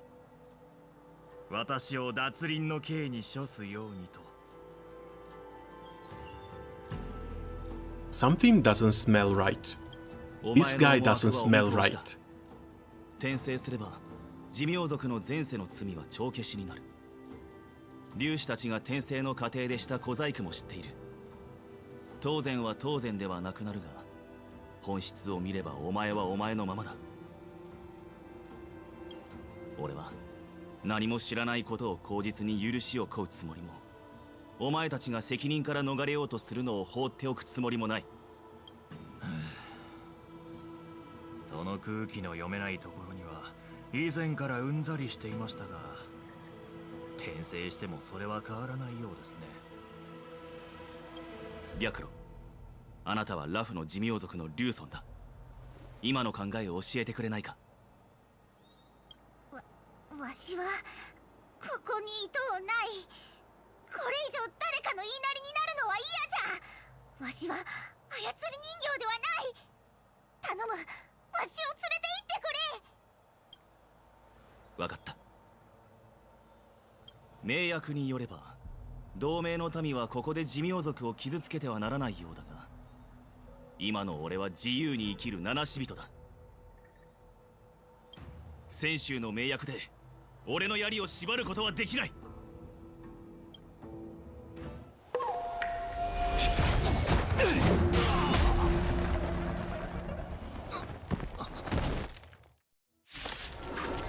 That was quick. 全力でこの者たちを殺すのです。10人は相手できるよ。師匠どうぞ。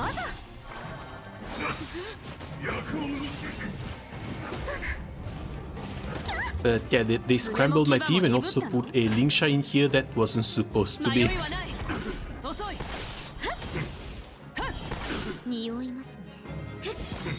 近隣ね。万象がいずれすぎる。Let's see. Ultimate after March.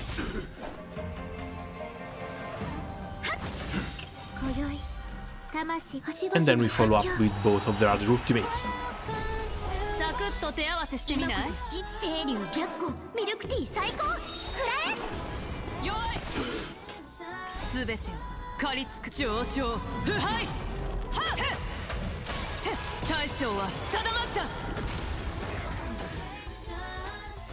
た。恐れずひるまず遅い。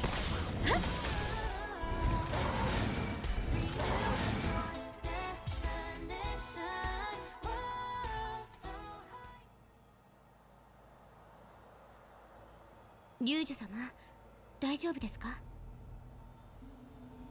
大丈夫じゃ。助けてくれたこと、礼を言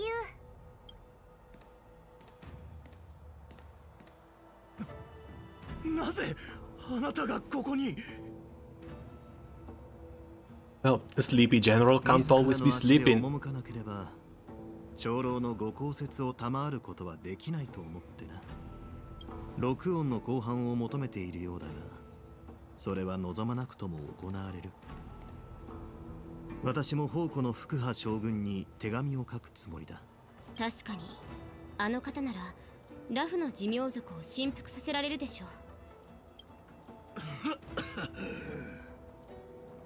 武勇に関して言えば将軍に軍配が上がりますが、それで我ら粒子に罪を償わせることができると思っているのなら、寿命族は同盟の根幹に関わっている。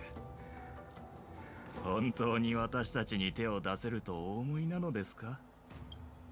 最初に言ったように、私は全ての罪を背負い、私の知る秘密を明らかにするための尋問だけでもかなりの時間がかかるでしょう。そして最終的に私は様々な利益と引き換えに生き延びる。最後に一つ、風霊が極を出して標宝館に向かったと聞きました。演武天霊で血の惨劇が起きることは想像に難くありません。残念ながら今日強砲艦にいるのは運気軍だけだ。観客は一人も乗っていない。ああ、そういえば風霊は運気軍の包囲網の中で息絶えたと先ほど。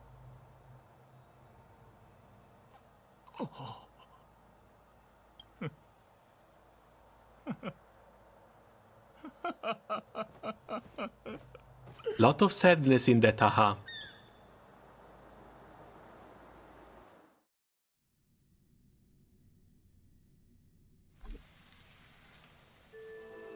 The Wolfan Showdown has ended. The messengers from the Ramp Cubicle mission are calming people down. Meanwhile, you're mourning for someone.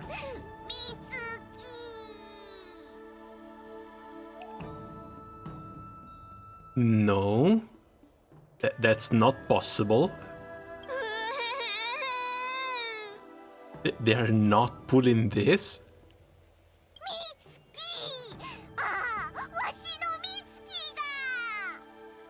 うちが席外してる間に考えたの？ねえ、もうちょっとまともな遊びにしてくれない？ This is a very, very bad taste joke. Help, it's a zombie. ねえ、それ面白いの？They need to add a Hypnosis Agony P1. This is crazy. The manga did mention about the banana being removed, but seeing it animated takes castration by Jesus Christ, what? はいはい、遊びは終わりにして。March had a perfect reaction face for that. 病室はすぐそこじゃから、ぬしらで行くとよい。時間があったらまた遊びに来るんじゃぞ。もうおバカさんとリアルおままごとなんてしちゃダメだからね。わかった？仕方ないじゃん。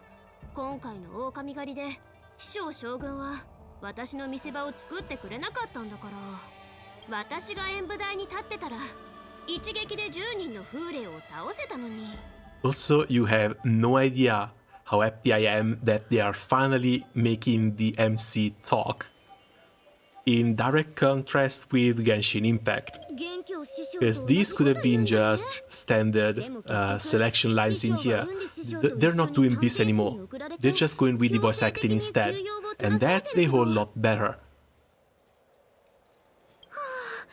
一番剣術がダメなうちだけなんともないなんて、頑張ってくれた2人に感謝しないとな。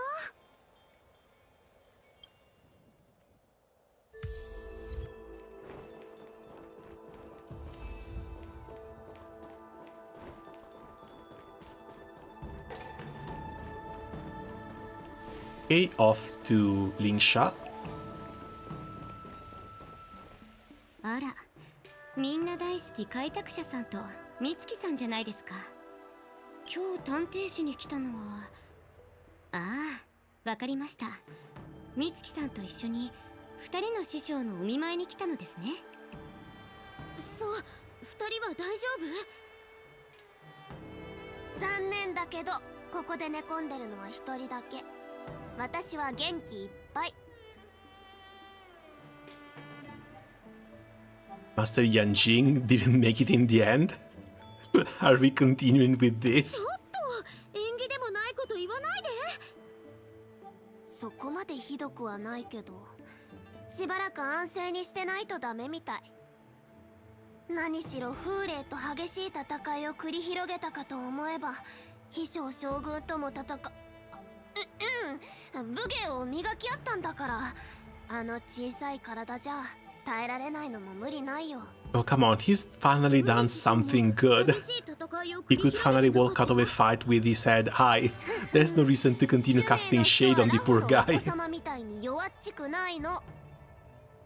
そういえば、モゼさんたちが老兵に囲まれ、苦戦を強いられていたと聞きました。あなたも一緒に戦ったそうですが、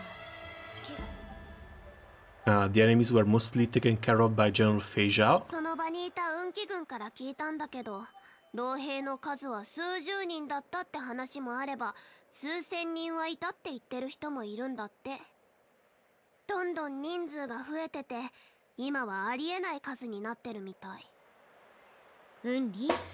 ちゃんと横になって休まないとダメですよ。はーい、レイサお姉ちゃん。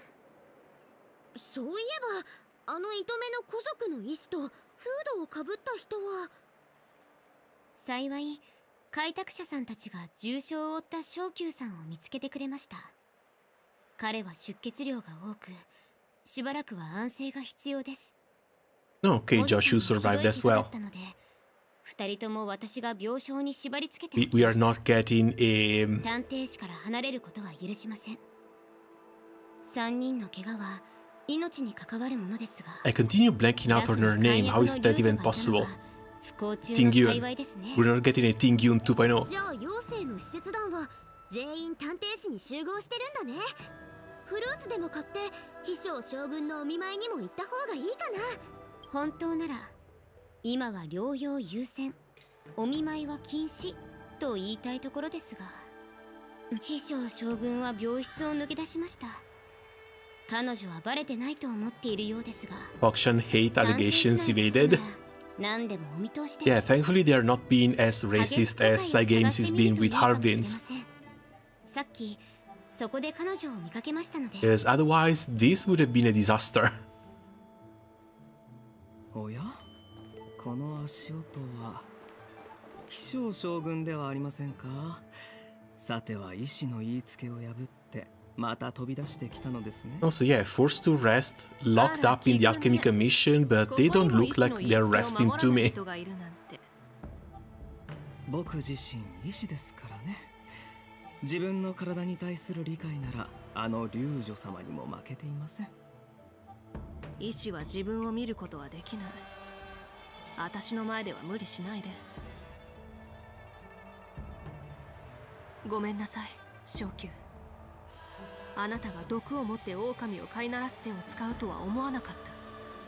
失策だったわ。もう少し早くあなたたちを見つけられていたら、あなたを優秀国に行かせたりしなければ。そんなことを言うなんて。あなた本当にあの秘書様ですか。まさか堀人が将軍の声を真似て僕の命を奪いに。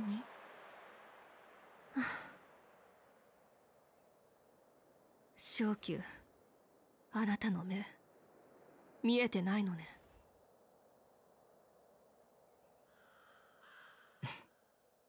波の音もあなたの鼓動もはっきりと聞こえています。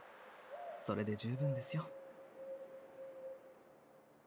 自分を責めないでくださいね。ところで暁を飲み込んだ後、あなたの体に Isn't harping like copyrighted loopholes when they use IRL references? わからない。特に変化はないように思 Don't えるけど。 think so. でも I mean, if harpings are copyrighted, they are copyrighted by Cygames because they are part of their IP.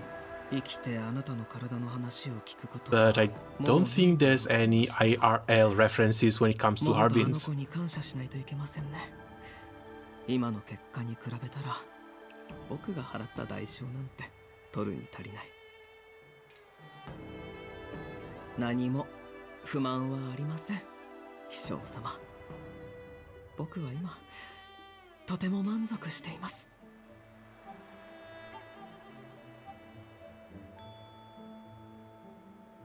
私にはどうやって人を慰めればいいのかも、どうすれば人の病を治せるのかもわからない。一介の武人としてあなたにできる約束は一つしかない。目には目を、歯には歯を。おや、君もいたんですね。宇宙は広い。あなたの目を治せる人は絶対にいる。私がきっと見つけてみせるわ。でもその前にこの騒動の裏にある脅威を排除しなければならない。そうですね。すでに何か考えがあるのでしょう。どうぞ言ってください。薬王の残党の出現、堀人の群れ。黒幕がこれらの騒ぎを起こしたのは同盟を混乱させて、最後はそれた矢のように的を外させるため。And this force should be either the destruction or the abundance, because as far as we know, Pantalia wasn't really defeated, she was just pushed back a little bit. でも今回、奴らは挑発する相手を間違えた。妖精に戻ったら聖宮軍を率いて、絶対に絶滅大軍を撃ち落として、人滅軍団に遵守の意味を分からせてやるわ。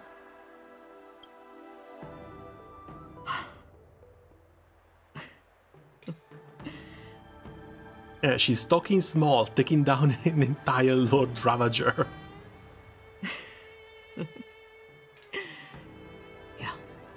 Because those might not be like Emanator level threats, but as far as I remember, they're pretty close too.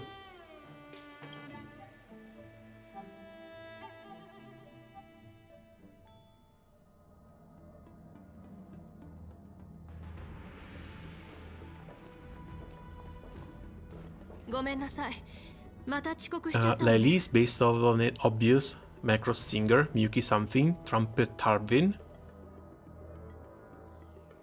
My bias is that Harbins are IRL people and locations loophole to avoid legal stuff.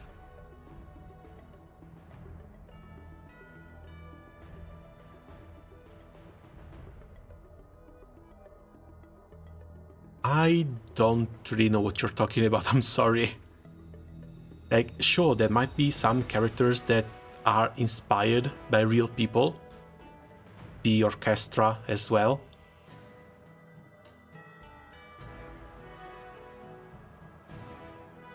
Usually, Granblue takes its own strides to try and avoid legal stuff. Mostly they take inspiration from myths or events. 探偵士での検査に思ったより時間がかかっちゃって、なんともないって確認が取れて、やっと解放されたの。Lord Rogers are Emanators though? Oh wait, they are?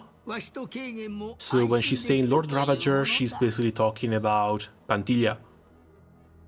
Or whatever form Pantilia can take in the upcoming next couple of patches. こたびの風霊の脱獄は大小さまざまな混乱を引き起こし、演武典礼も中止を余儀なくされた。想定外の出来事ではあったが、 Because with this one, it feels like this patch is done. Like, our return to the Luofu is done. Next patch, we're only getting Rappa as a playable unit, but I have absolutely no idea where the main story quests can actually go. 普賢殿が玉殿に行く前、典礼について占ってくれたんだが、書き置きには真と剣の間に箇所を Is Rappa between the music and the graffiti feels more like a Penaconi unit than anything. And then we know we're going to get Sunday followed up by Tingyun 5-star. また若者の力を信じて好きなようにさせろとも So I'm halfway afraid that Rappa and Tingyun 5-star aren't really going to have main story connotations. So either we go back to Penaconi for a couple of patches before 3.0. Rappa is a Galaxy Ranger, so we'll probably get back there. Yeah, I was thinking the same thing. Either we go back to Penaconi and we see a Rappa release and a little bit of Penaconi related main story quest, followed by Sunday release and yet another little bit of Penaconi main story quest. But this leaves Tingyun as a unrelated unit. Unless we come back here, unless they bring back Luocha and his coffin. それにしてもラフは数百年もの間風霊を習慣していたというのに護送する前に強砲艦の演武台の上で死なせてしまうとは Yes, I think it would feel a little bit weird if they were to release Rappa as a new unit, but then the story would just continue here on the Luofu and Rappa doesn't even get mentioned. 風霊の死は必ずしも悪いことじゃない。話が広まればホリジンの復興計画をくじくことができる。奴の野望を利用しようとする人も止められるわ。Gonna cook some late night post. Hey, have a nice dinner. See you later. 風霊の遺体は妖精に引き渡してくれればいい。同盟への説明は私に任せてちょうだい。ただ、演武天霊についての説明は悩むわね。狼狩りは無事に終わって、強砲艦で起こったことは誰も知らないけど、ホリジンが町を襲った話はいずれ広まるわ。何？中止されたものは改めて開催すればよい。襲撃を目撃した人々を手厚くなだめ、運気軍が危険を顧みずに戦ったことを分かってもらわねばな。天霊の初日、ホリジンが混乱を引き起こそうとしたが、偶然観覧に来ていた天撃将軍が運気軍を率いてボートを撃退した。She's mentioned in the Luca event. Oh, cool. Just mentioned though, right? は全力で負傷者を救い、損失を補い、数週間以内に改めて演武天霊を開催できるようにしよう。ラフの方針はこれで決まりだな。だが正直わしは内部のことよりもこの事件の黒幕のことが気にかかる。剣木の災いから始まり、ラフは様々な変乱を経験してきた。それらすべてに絶滅大君元老が関わっているとなると、 Yes, yeah, the threat of Fantilia hasn't gone away yet. ホリジンを操って泉州に侵入させたり、ラフの粒子を Blink and Mystic text. Ah, that's too bad. I would have loved at least a short description, but then again, we already see what she looks like.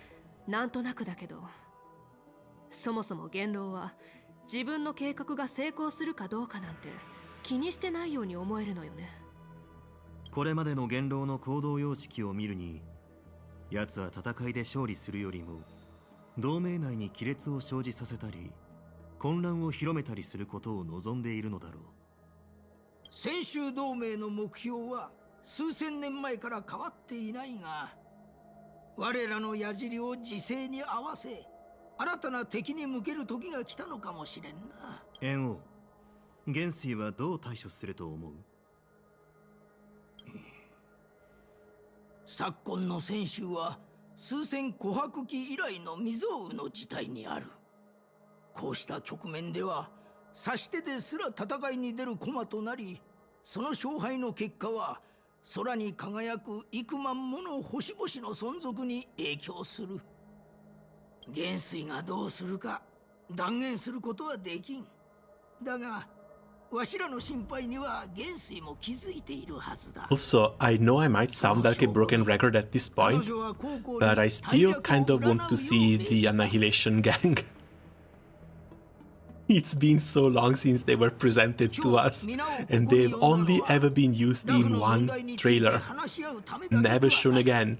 Only mentioned a couple of times in passing, and they're basically just sitting there collecting dust on some artist or developer's desk. 高校が玉殿から通信をしてきている。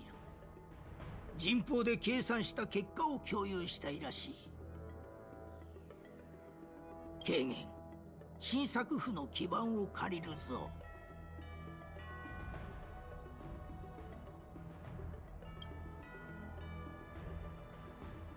An ancient bell has been struck. みんな久しぶり。前回の会議からだから30年ぶりかな。この30年間ずっとみんなのことを考えてたんだ。 Oh, guess this must be other generals from other ships. 獣人将軍が考えてたのは私たちのこと？それとも私たちの運命が行き着く先のこと？天撃将軍のツッコミは相変わらず鋭いな。そんなんじゃ周りの人に嫌われちゃうよ。この前軽減に人命将軍や獣人将軍だったらここまで友好的な会話は望めなかったかもって言ってたの知ってるからね。で、君は友好的に会話できたのかな？ Oh, and they were listening already. Not to mention, new female general. Get ready. Start saving. It might happen next year, but you want to be ready for next year, especially if she's as good or as hot as Beijao. 元帥に派遣された2名の将軍の他に招かれざる第三者がいたようだ。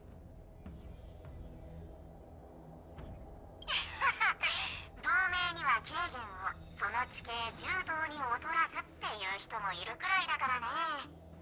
ラフな災いに直面してるなら玉殿だって見て見ぬふりするわけにはいかない。獣人将軍、交渉を維持できる時間は限られている。わかった。じゃあ手短に言うけど、あの二人の囚人の尋問は Oh, finally they're bringing them back. Luocha Jingliu. 彼らは自分の罪を認めた。性格をラフに送り込んだことに関しては軽減の政策と一致してる。あれはただの目くらましに過ぎないってね。 Okay, so Luocha wasn't the one who planted the Stellaron. Either the Stellaron was already here, but it couldn't have been something that the Stellaron hunters did. So either the Stellaron was already here, or the Stellaron was planted by the destruction people, either Pantilia or her minions. 真の目的は元帥に会う機会を得て彼らの思い描く神と戦う策を聞かせることだった。渓流とあの異邦人はどんな策を提示したんだ？はあ、言葉にはできないほどの壮麗な策だった。その秘訣はあの金髪の異邦人の棺にある。 And it all revolves around the coffin of the blonde traveler. 繁殖の残滓だ。 Wait, what? Remnants of the propagation? So there's one of those bugs in there? Same bugs that Ruan Mei was trying to revive? For nothing but scientific purposes? We still have the Fate collab, so saving for the new generals might not be an option. Well, yeah, but we don't know how they're going to plan the Fate collab. Because again, if they release a collab and if they make the collab units time-limited gacha units that you can only get for a limited time, that feels a little bit bad. Like, it feels a little bit like a fumble. especially since they want that collab to go on for a patch cycle. Like, they're developing a planet dedicated to the Fate collab. So that collab is going to go on for at least 3 patches. 名工家祖の亡骸ってこと？正確に言えばその一部だね。 A fragment of the divine body? それで確実に呪音仮想を倒せるらしい。 I mean, as a plan, it sounds fine. They want to put something that eats infinitely against something that regenerates infinitely. They should cancel each other out. But how the hell did Luocha even get into contact with a piece of a... basically a god? 天才クラブ会員番号81ルアン・メイの名前は聞いたことあるよね。玉殿の目はこの招かれざる客がラフに到着する場面を見た。 And Ruan Mei is here on the Luofu as well. 時間ぴったり。さて、この客人をどうやって迎えるか。自分の名前を覚えていますか？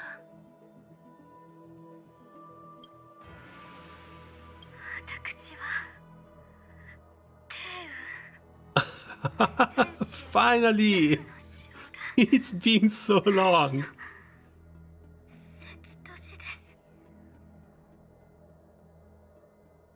So, wait. Was she able to heal and save Tingyun? Or has she been playing around with life once again and we're going to get a zombie Tingyun? Because she was actually dead and she somehow revived her. God, I wish they were going to invert 2.7 and 2.8.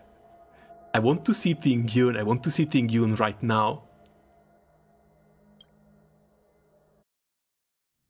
The interest in Rappa just fell through the ground. Straight down. Yunli has become a visitor on the Express. Okay, and the rest is just side quests. This should have been everything related to the last patch. Let me collect a little bit of scrap around here. Then we're going to try and level Lingsha up.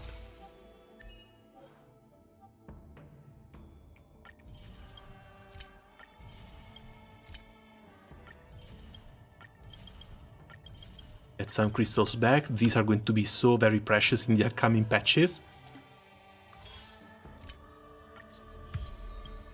But yeah, with the next patch releasing exclusively with Rappa, I really wish they're going to do something with that. Like more patches with a single character coming out. Is going from what happened with Genshin, that makes saving up for new units way more comfortable. Oh, I guess this is her companion quest.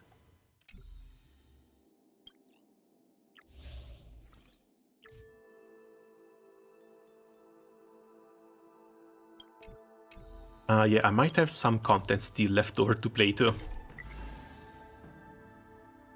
My wife is about to nuke the Xianzhou from the looks of it. All things considered, I think she didn't even die, just got life drained after being possessed. That might be a thing, but at the same time, did you see the angle at which her neck got snapped too? I don't think you're surviving that. I don't think you're getting out of that alive. That is almost Exorcist tier.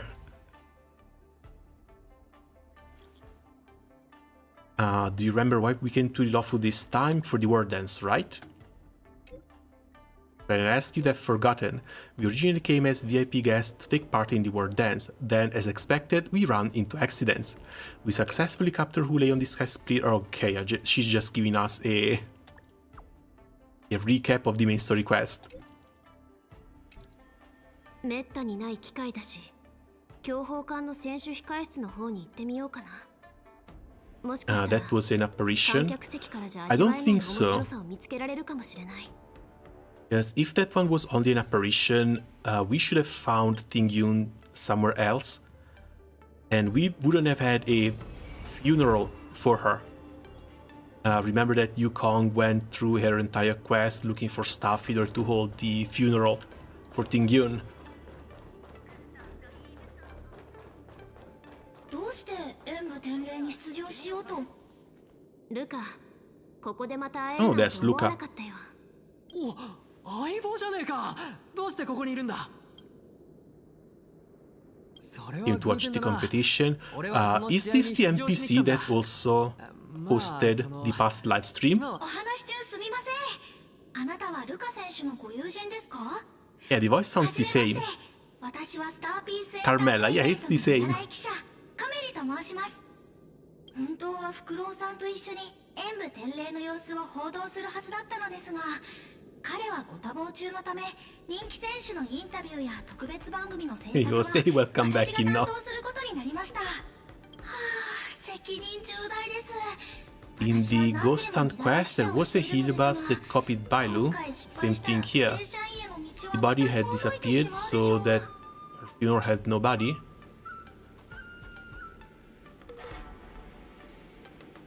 Ah, that's true. Yeah, sadly it's a little bit difficult to tell what's real and what's not when you start introducing all these mechanics. カンパニーって本当に厳しい。いえ、これもすべて上司が私に与えてくださった試練です。私が人の心を揺さぶるようなものを取れれば、今年こ Just そ made きっと ramen 正 with 社員にな vinegar れるは and ずですから。 poached an egg with soup stock. Oh, that sounds good. ルカ選手がそういう番組にしてくれるって可能性を感じてるんですよ。本当か？俺はあんま自信ないんだが。 So why is Luca even here? 出場の理由？それは話すと長くなるな。二人とも散歩でもしねえか。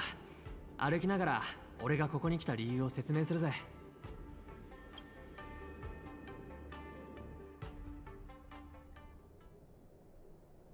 Several weeks ago, Boulder Town, Bellabog.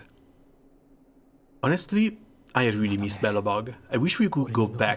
時間はあとどんくらいだ。そうね。そんなに多くはないわ。心の準備をしなさい、ルカ。Not to mention, entire Bellabog. How many 5-star characters did we get? Like Bronya, Sele, and Gepard, right? Everyone else was just a 4-star. I think it might be time for another Bellabog and 5-star. じゃあ、俺にできることはまだあるか。そうね。ここまで来たらもう好きなものを食べることくらいかしら。それはできねえよ。こんな時にやけ食いなんかしたら体脂肪率が一気に上がっちまうじゃねえか。分かっているわよ。あなたは今すぐにでもベロブルグ予選大会の決勝に出場したいんでしょ。でもジェパードは手強いわよ。問題ね。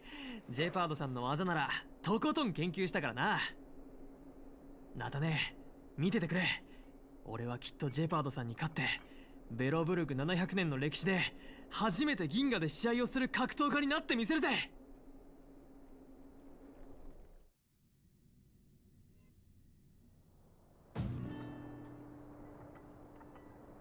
続きまして、大守護者とベロブルグの市民が見届ける中、歴史的な対決が幕を開けようとしています。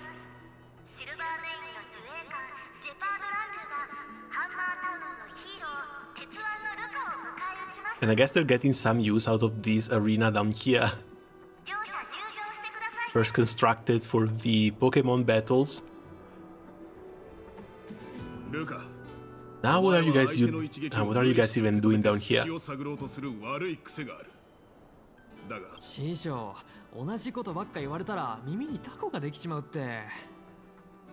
わかったが、最後にこれだけは言わせてくれ。 Because especially when it comes to the people down here, the Belobogians, I don't think they had the means to travel through space. 十分光栄なことだぞ。 So the only way he could have gotten to the Luofu is if someone came here to pick him up. 優勝して私も外の世界に連れて行ってくれるって。フック、考えが甘いぞ。安心してくれ、オレグ師匠、ドスクロのフック様。俺は必ず勝つからな。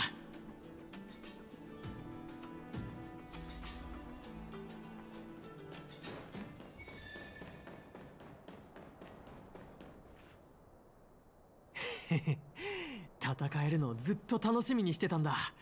ジェパードさん以上に挑む価値のある人なんて上層部のどこを探しても見つからないしな。光栄だ。僕も噂の鉄腕のルカとは一度手合わせしてみたいと思っていたんだ。俺はおしゃべりが得意じゃねえが、ラッキーなことに俺らは戦士だ。言葉で心を通わせ必要なんてねえよな。ああ、その通りだ。ルカ、勝利を渇望する君の思いをその拳で僕に伝えてみろ。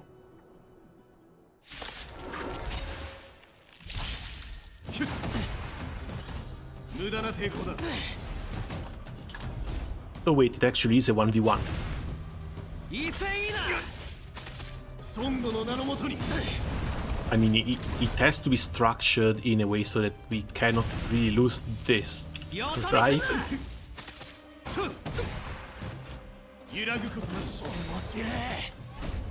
Okay, it's ready. Ah, that flag. Yeah, that's the second one already. これくらい。 Okay, we need to break him ワンパンで十分。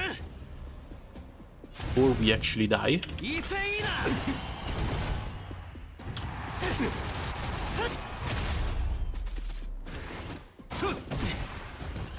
これで終わりだ。負けたよ。ジェパードさんの方が一枚上手だった。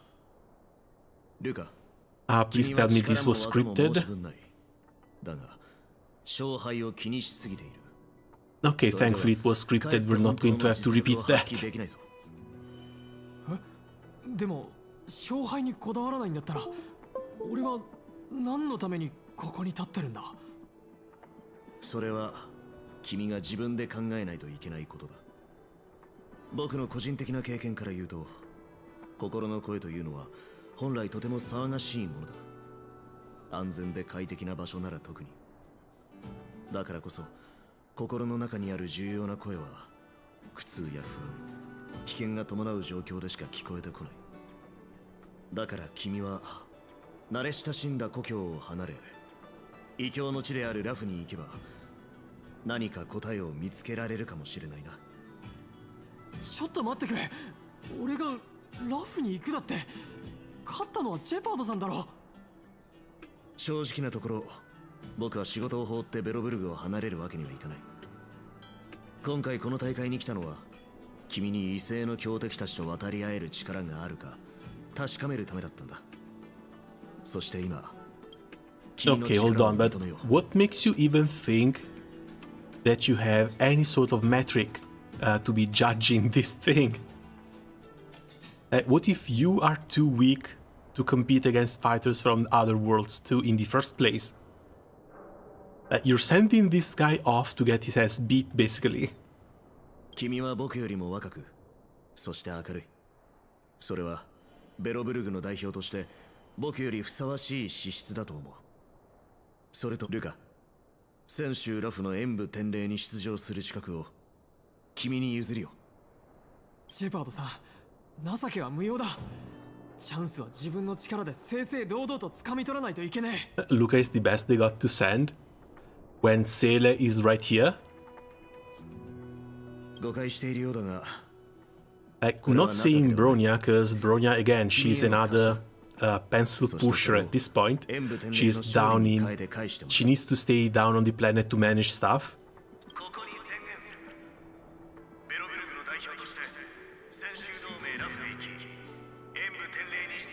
But if you're the strong representative from Belobog, there's always Sela.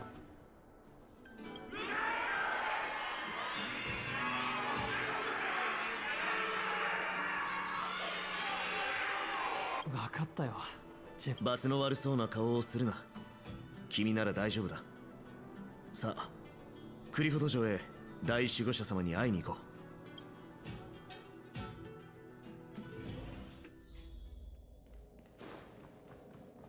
Ah, Bernia, it's been so long since we've last seen these characters, man. ブローニャ様、はじめまして。すみません。仮想部育ちで礼儀ってもよく分かってなくて。If they send Sela, they will just assume it's a Galaxy Ranger anyway. But yeah, no good reason not to send her.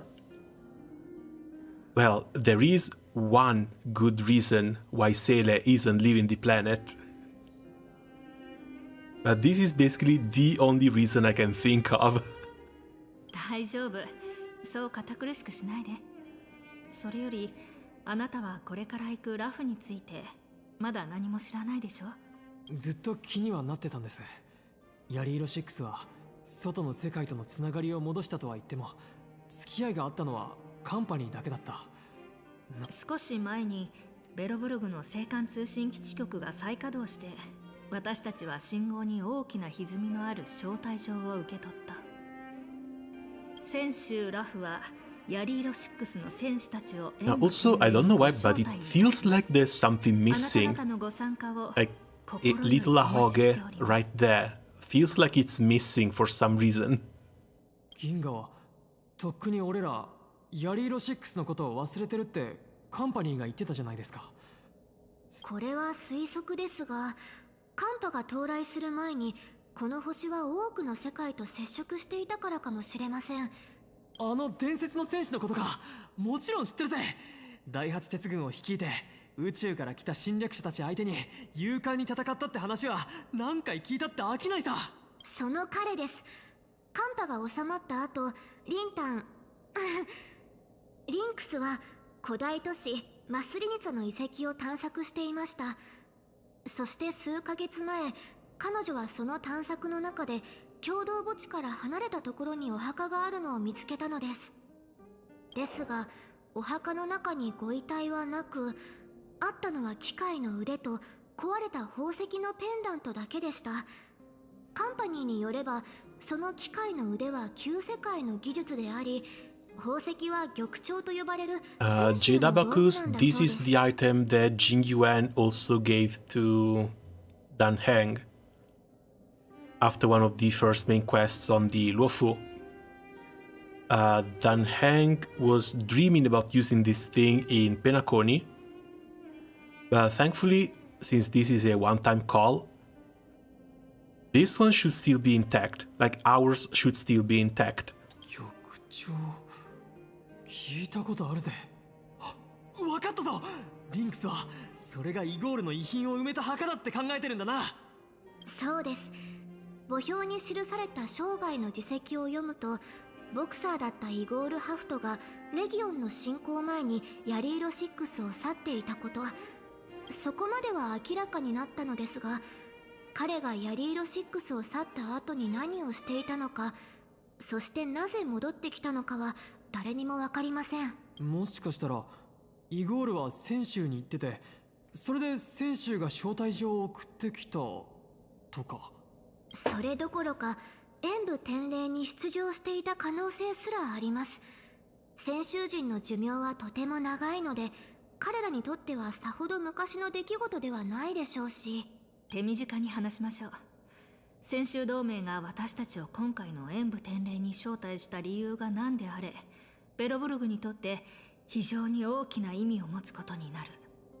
それは私たちのことをレギオンとカンパの中で強く生き抜いた英雄の国であるということを、そしてこれを機に泉州同盟とのつながりを少しでも築くことができれば、今後カンパニーを相手にする時の交渉材料を増やせるでしょう。ブローニャ様、俺は学校に行ってないからそんな難しいことはよくわかりませんが、Well, you don't need to be educated to be able to punch good. ベロブルグのために栄誉を勝ち取らないといけないってことだけは分かりました。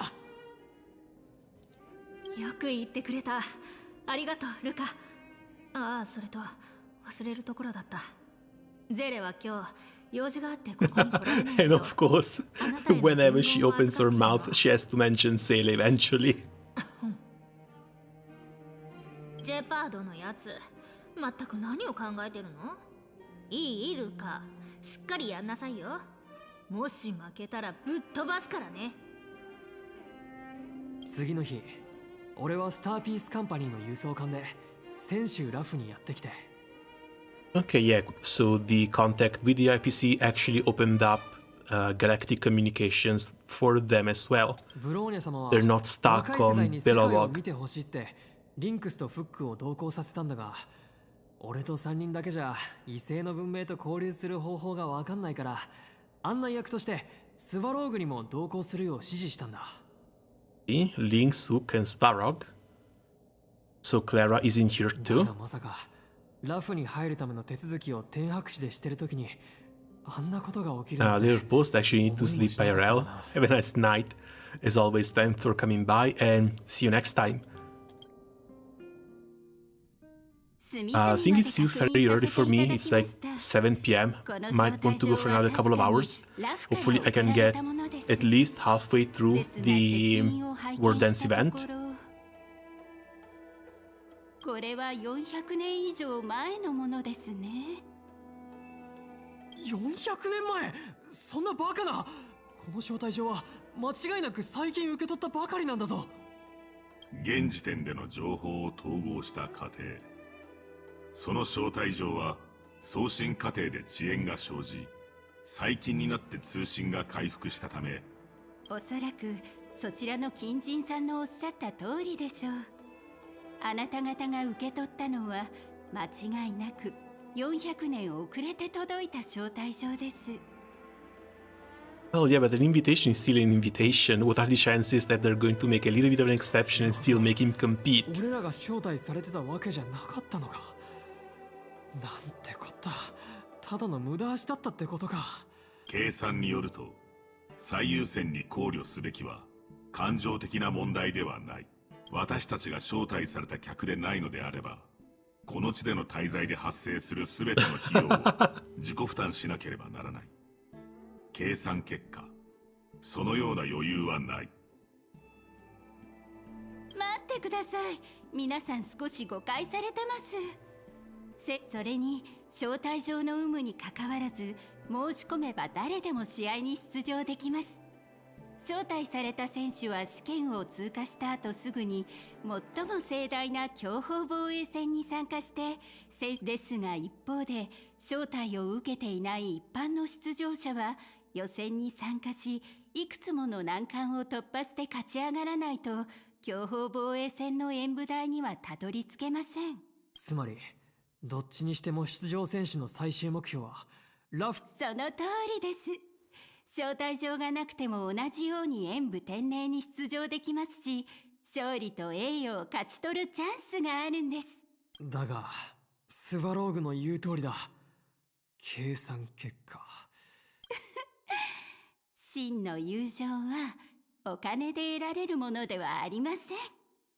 皆さんがお持ちの400年遅れの招待状はきっと何かの不思議な縁です。そして上層部に掛け合って招待されたベロブルグの代表選手として滞在できるよう手配しますのでご安心ください。ですがルカさんには予選から始めていただき、最後の演舞台まで一歩ずつ勝ち進んでいただくことになります。ああ、もちろんだ。 Right, so this is just going to be another standard fighting event, right? 礼には及びませんよ。Maybe we get some temporary units. Maybe we get some different buffs for different stages. ありがとな、ユキさん。このチャンス、俺 That 大切にする。 sounds like your standard combat event deal. ユキさんの行為で水死未だ勝たざるに見まず死数みたいにならずに演武天礼の出場選手として正式に登録されることになったんだ。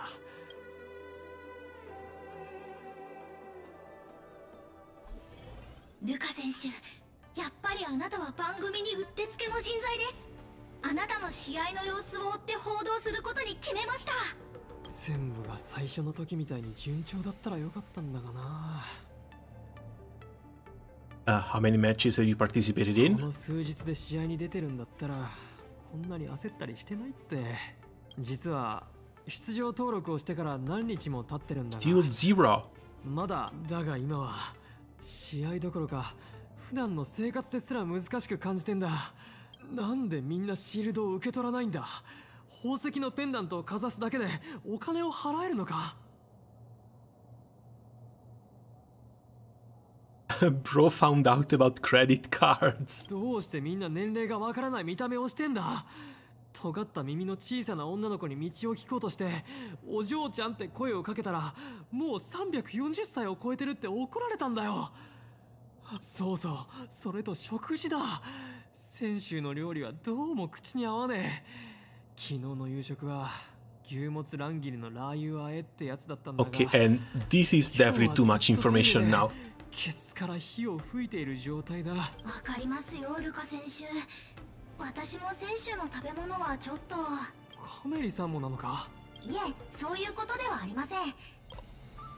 申し訳ありません。続けてください。とにかく自分がこんなに無能だって感じたのは初めてだ。It's your first time away from home, so it must be hard to get used to things. It's an alien civilization after all. 慰めてくれてありがとな。実際心の準備はできてたんだ。外の世界を初めて見るからカルチャーショックは避けられないだろうなって。そういえばルカ選手、ベロブルグの仲間たちはどちらに？リンクスは考古学の研究をしに行ったよ。あの宝石のペンダントを通じてイゴールがヤリーロ6に戻ってくる前の出来事を知りたいって言ってたな。でスバローグはフックを連れてどっかへ遊びに行っちまった。動揺してんのかな。もうすぐ最初の試合が始まるってのに。確か運気軍の兵士が数人だな。あ、つまりここでいうシルバーメインのことでって俺が説明する必要はないか。ほらルカ選手、 Oh god, this poor guy is completely like a fish out of water. ここで座って考えてるだけでは不安が募る一方ですよ。そうだな。Probably should have arranged for at least a guide, or at least someone to help a little bit with the culture shock that he's going to experience here. ルカ選手に元気が戻りました。完全復活ですね。イエ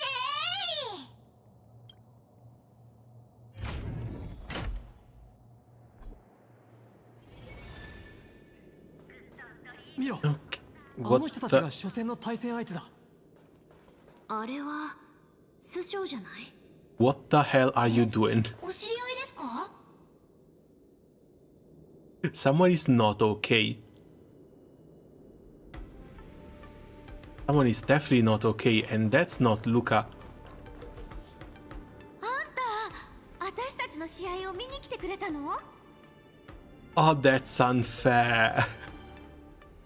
Starting off against Sushang, that's actually unfair. こちらは次の対戦相手であるルカ選手よ。はじめまして。俺はベロブルグから来たルカってんだ。これからリング上で戦うことになるが、この機会に武術を通じて交流を深めたいとも思ってる。A breaker designed as a breaker against a DPS that wasn't designed as a breaker but became one. Interesting. Oh, hey X, how's it going? 覚えてないや。どんな場所なんだっけ？ Have you been feeling Acheron slowly creeping up behind you, trying to take you out lately? ああ、想像できないよ。選手養成だと人工的な雪景色さえ見る機会なんてないから。知らないのも無理ないぜ。でも大丈夫だ。俺がこれから銀河中にベロブルグの名前を知らしめてやるからな。4,000 year out Shinjanso martial art you're looking at? じゃあ、刮目して相対す I る mean, Luca is going to have to win mostly for story purposes, but if it were an actual fight, I would not bet a single coin on him. 私はルカ選手を密着取材している記者です。お気になさらず Who? 話を続けてください。 Oh, nobody, don't worry about it. 素材になりそうなものを撮影しているだけですから。あんたもルカと一緒に試合に出るの？ I'm his coach?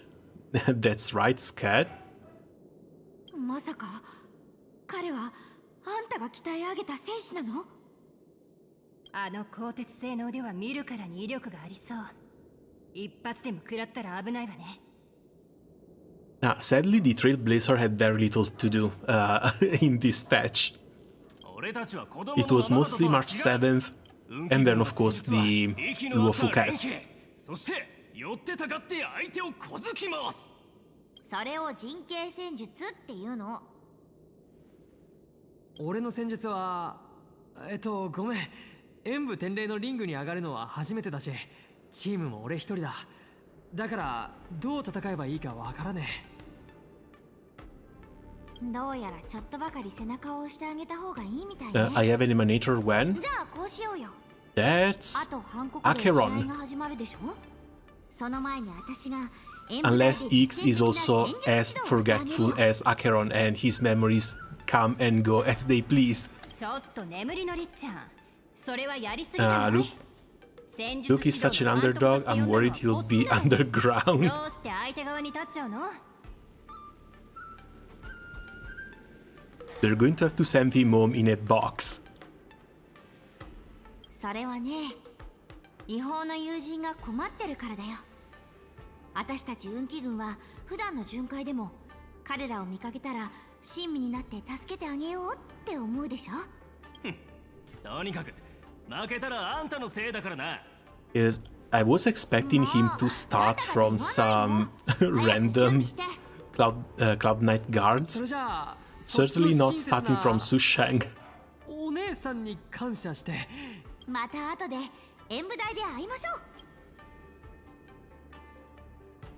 う。まさか最初の対戦相手が俺のコーチになって戦術の指導をしてくれるなんてな。未だに選手陣の優しさが信じられないよ。ああ、本当にいい人だな。さて、これがルカ選手の初陣。きっと大勝利を収めてくれるでしょう。Bound to win only if the plot demands to. 運気軍、シルバーメインみたいなもんだろ。ルカ、お前が一番だ。ルカ、試合の準備はできた？大体できたと言ってもいいかもしれねえな。ルカ選手、もっと自信を持ってくださいよ。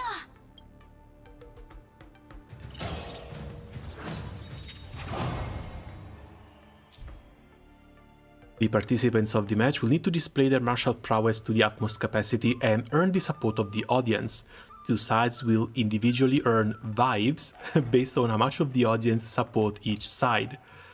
Complete designated combat actions and achieve highlights during the matches to gain a massive amount of vibes.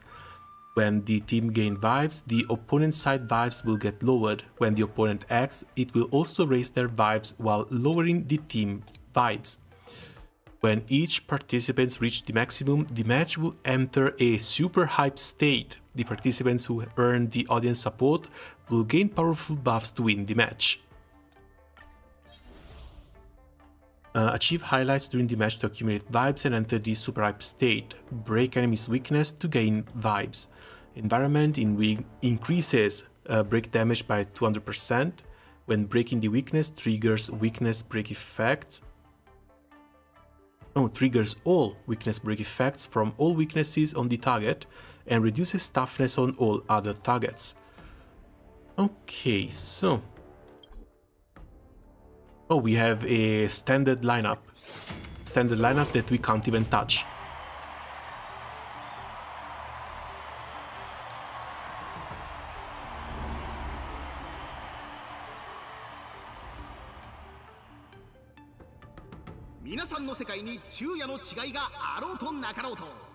This scared the crap out of me for a second.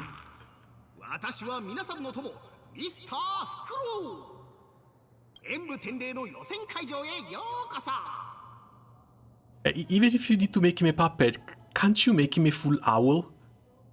This looks unsettling, honestly. 今回試合に出場するのはラフ運気軍のケイちゃん応援会。そして対するはベロブルグ代表の鉄腕のルカ。果たしてどちらが勝利を手にするのか期待しながら見守ろう。さあルカ、私の仲間たちが運気軍の凄さを思い知らせてあげるよ。私は出ないよ。怪我するのは嫌だからね。 Oh, okay, so Shang is just the coach. So yeah, we're winning this one easy then. もちろん一番楽なのは観客だけどね。今頃ケイちゃんは観客 And Ginafan isn't even participating. 私たちは必死に戦っているのに本当にひどいよね。ねえ聞いた？今観客席のどこかでケイちゃんが私たちを見てるって。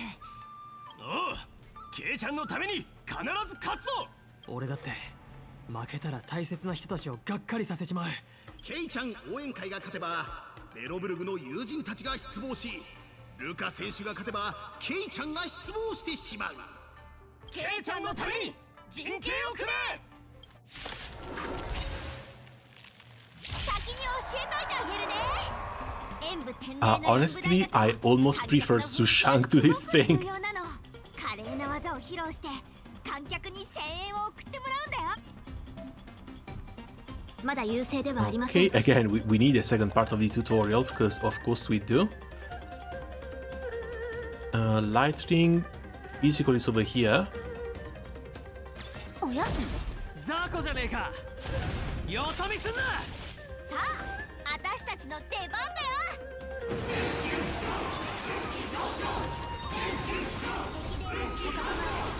愉快な反撃の時間です。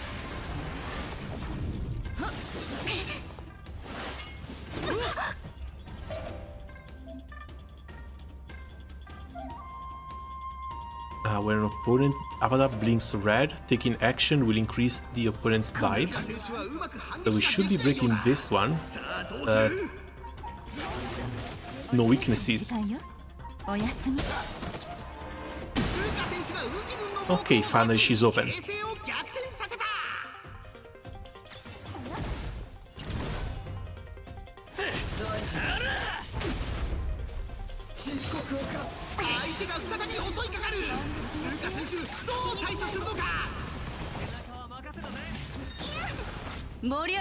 Oh, she regains protection every time she moves. That's troubling.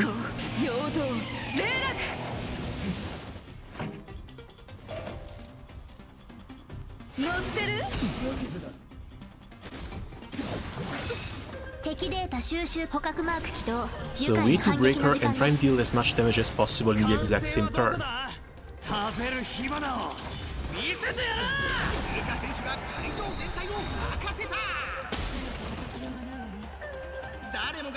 Super hype. 4 times damage increase. Okay, cool. 捕獲マーク起動。愉快な反撃の時間です。己を解き反抗、陽動、霊落。みんな、ケイちゃんが見てるんだからしっかりして。なんだ。なんで急に劣化造物が出てきたんだ。俺は幻覚でも見てんのか。Yeah, this doesn't make any sense. If I knew I had a second wave, I probably would have saved saved the ultimate from Serval. 完成はどこだ？食べる火花を見せてやら！新人なる力。支援開始いたします。ルーカ選手はウキ軍の猛攻をかわせない。再び押されてしまった。相手はルカ選手に全く隙を与えない。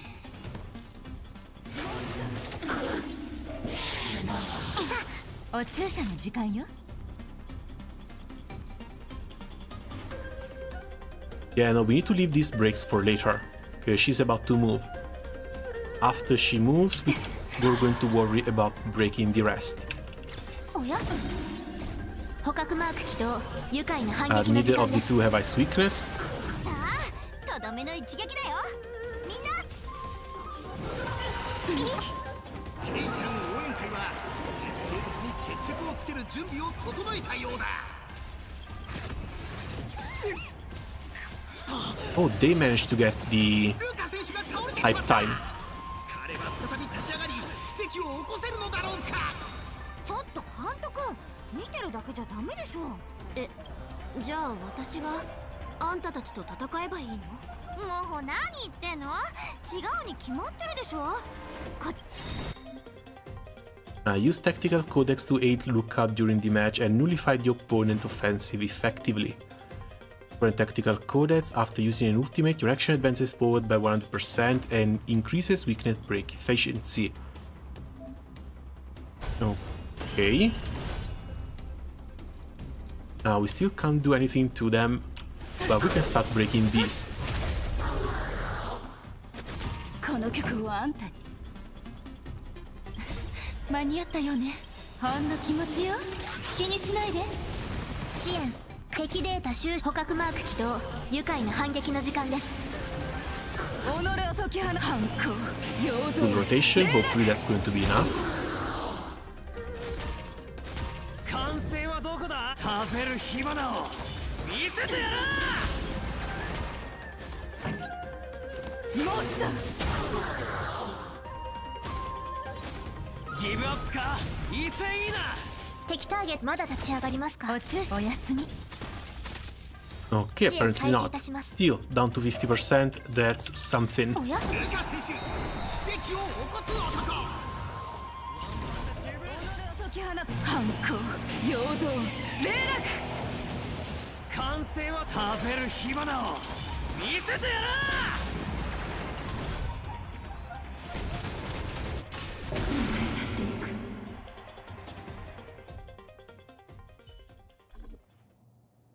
勝者は鉄腕のルカ。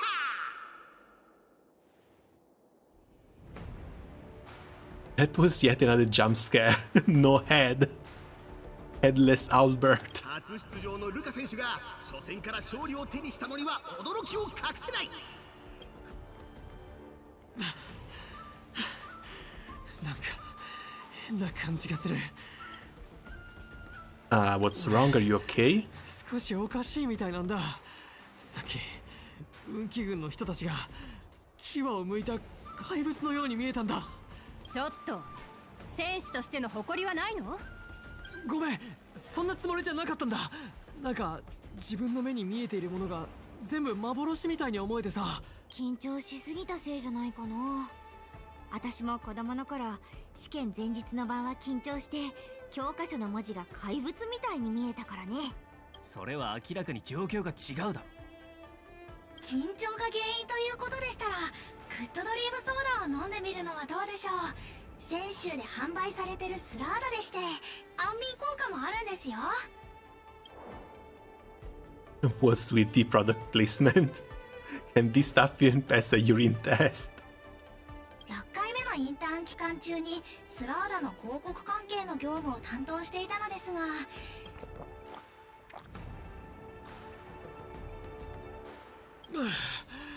過度な謙遜はかえって嘘くさく聞こえるよ、兄弟。いや、格闘技術だけなら俺の故郷の精鋭部隊とも互角にやり合えるレベルだぜ。そんなに褒めてくれる。Come on, enough with the glazing. Let's move on to the second round. 俺たちって本当にすごいのか？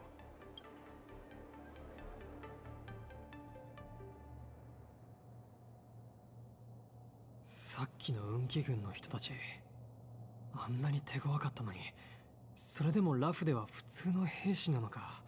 槍色6が異性との交流から長いこと離れてたせいで、みんなが当たり前だと思っていることを俺は何一つ知らないんだな。それに戦うための能力はともかく、認識の差ってのは短時間で埋められるもんじゃない。だがそこにどんだけ差があろうと、俺は拳を振るって戦いに勝たないといけねえ。今この瞬間にもブローニャ様、オレグ師匠、それからゼーレ、残ってる人たちが頑張ってベロブルグを支え続けてくれてんだ。ジェパードさんだってあんなに俺のことを信じてくれて、デロブルグの代表として出場するチャンスをくれた。だから頼む、正式にお前にコーチになってもらいたい。When did I come into the picture? I've never done this before, why me? どうしてって、それはお前が強いからだ。他にもすげえ奴らと顔見知りだしさ、俺は世界との差を埋めたいんだ。I mean, sure. 全力を尽くして真剣にトレーニングに励むぜ。熱い友情、そんなのを見せられたら私のレンズにオイルが入って画面がぼやけてしまいます。Alright, she doesn't even have a face and she manages to be this cute. ルカ選手、私が Damn 全 it. 力でサポートしますよ。あなた方は最も素晴らしいコーチと格闘家になれると思います。なんかカメリさんの夢を聞いてたら、私のことはいいですから、まずは試合のルールを説明しますよ。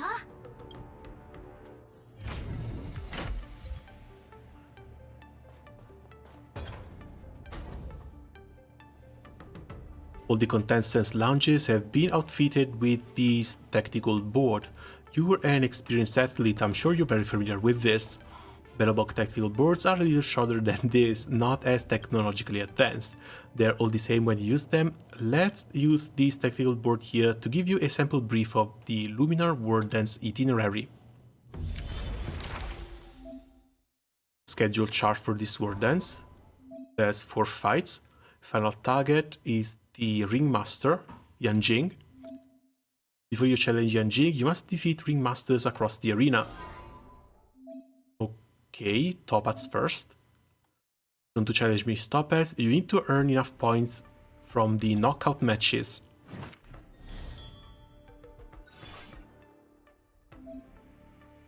Obtain knockout points, the goal is to go challenge Topats.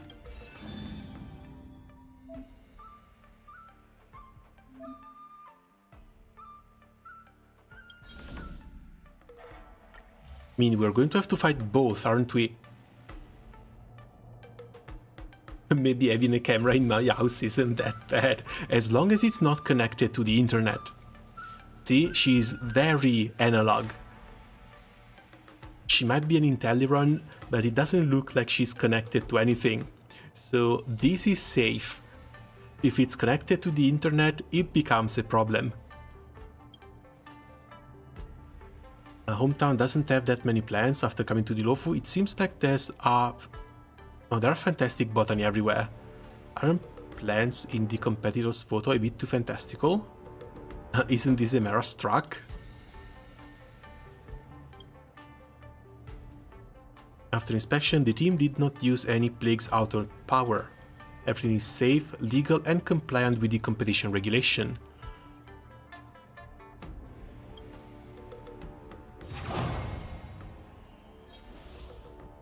Okay, defeat enemies to gain vibes. Enemy summons continuously refresh. Destroying summons will make the enemy boss lose HP. Follow-up attack damage increased by 100%. 10 enemies hit. Raging Wildfire. Okay, so we are going in with... Oh, they are trial. Triple trial.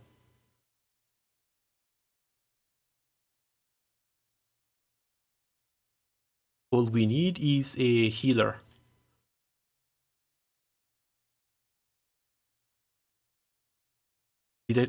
I do keep losing Bailu.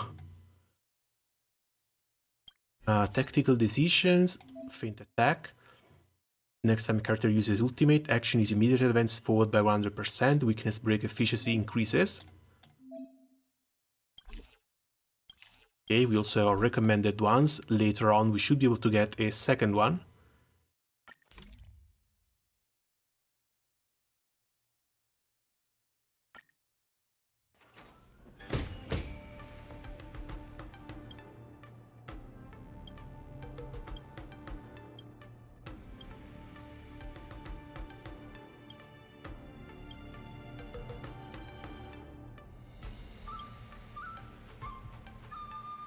Hey, you so insistent on talking to the plants.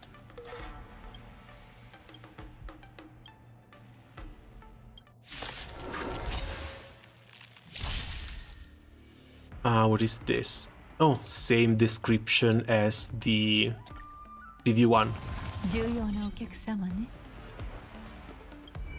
Can we see your stats? 418. These are not that great. There might be a little bug with effect resistance though. 1000 effect resistance, what the hell is this?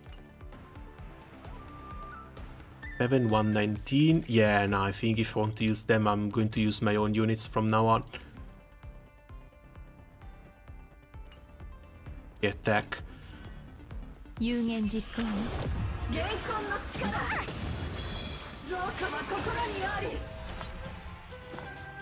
全てが共鳴する。トリア！何見てるの？はっと！沈黙よ。つまらないわね。生死の変化。わしをいじめるな。 And yeah, probably should have brought someone who can clear. また借りができたわね。何かを得たら何かを捨てるの。教育の時間は。 ぐるりん契約制これでもう後戻りはできないわまだ苦しみ足りないようねくるくる私がこんな大きなダイヤモンドあげるね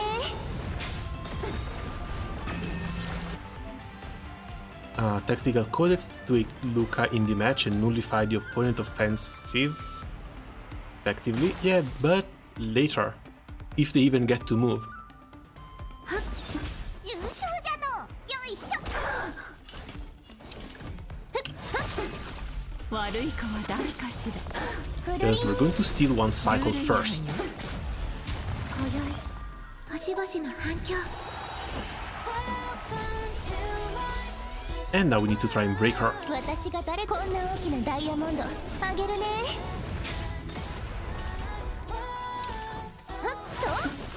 教育の時間くるくる直してやろうか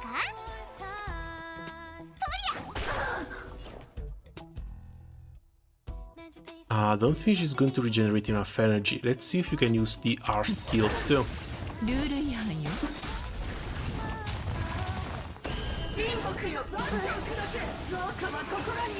契約制これでもう後戻りはできないわくるりんまだ苦しみ足りないよ私が誰だこんな大きなダイヤモンドあげるねくるくる Okay, almost there. Abs are at max, the match has entered the super hype state. 400% increased damage. 私が誰だか知ってる And thankfully these summons just keep coming, even when the enemy is already weakness broken. 契約成立ねこれでもう後戻りはできないわくるくる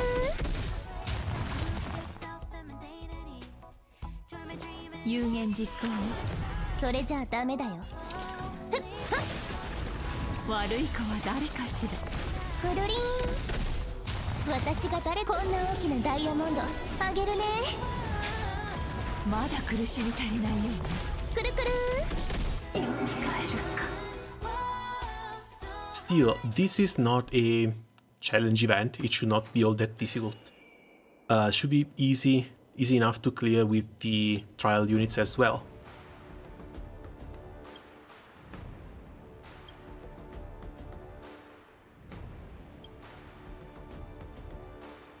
Hope you get your wish and grant to be a plant soon. What the hell are even these?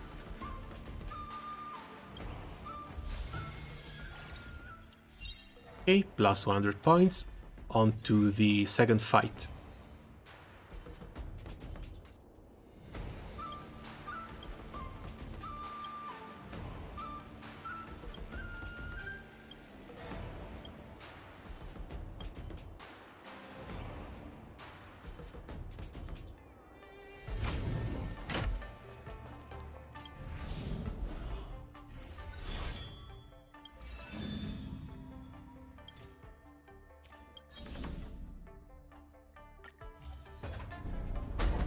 Next opponent, Gigantus Shieldus. Maybe it's a fake name. But yeah, this is another one that coming straight from Bellobog.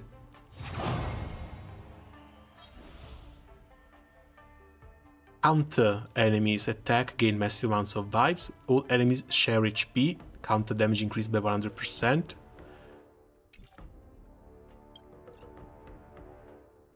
Oh, they're actually running both. And Tingyun. If I run Tingyun in here though, she's going to be the main target of most of the attacks.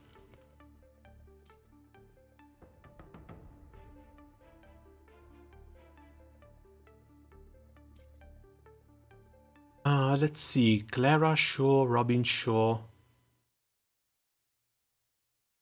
And yeah, I guess a single target buffer.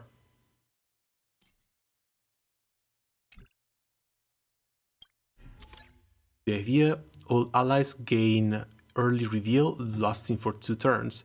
After every attack, all enemies that have been one hit be inflicted with this turtle debuff, increase damage taken.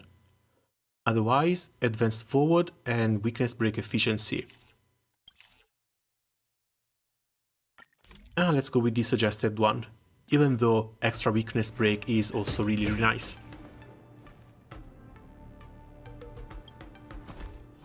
Did the soldier arrive from Monty Python? I wouldn't put it out of the question.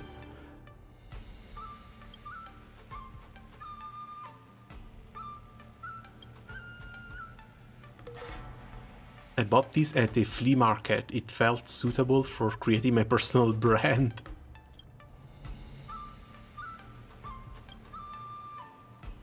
So your name is actually a pun? That's awkward.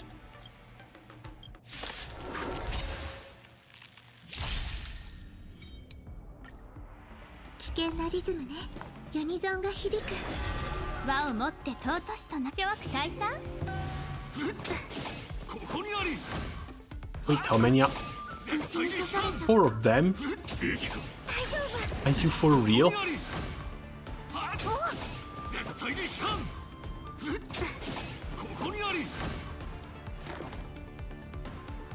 Okay, it doesn't even matter who we touch. Let's go buff HP instead.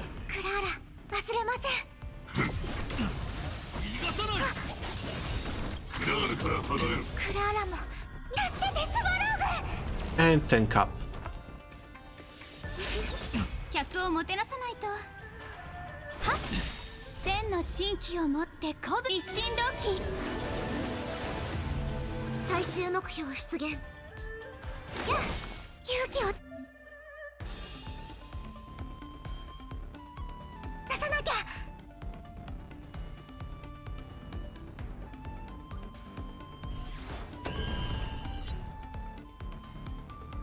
Okay, I should be able to use her skill and then give everyone a second turn. After all the counters, of course.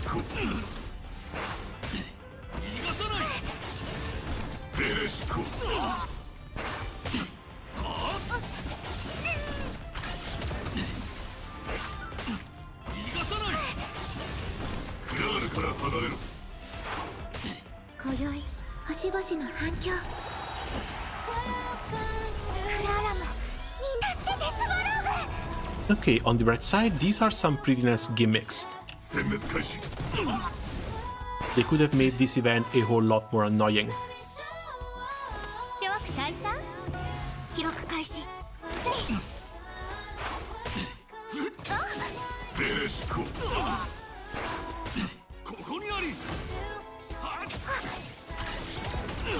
Still halfway convinced I should have gone for the extra break effect.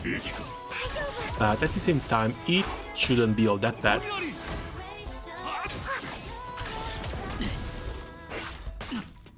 She still has regen, I still have my AoE heal.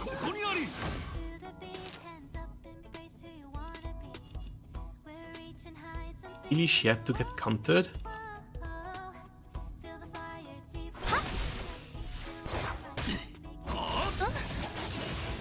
At least they don't even deal that much damage back to you. Like, when you catch them in the simulated universe, they are a whole lot more dangerous.「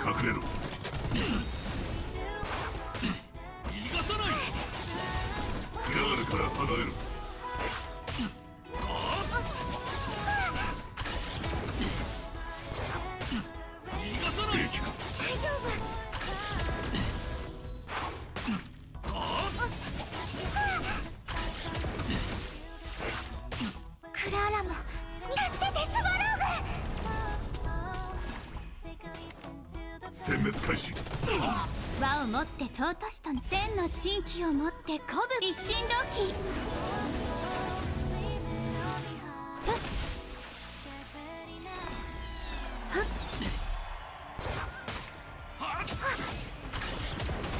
クララも助けてスワローグ Okay, 30% HP left. Well, 24 already.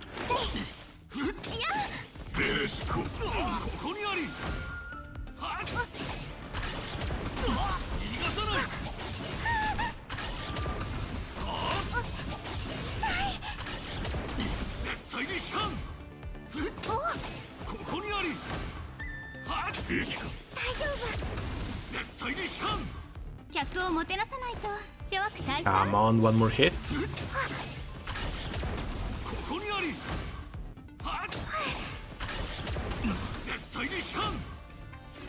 ララも助けてスワロー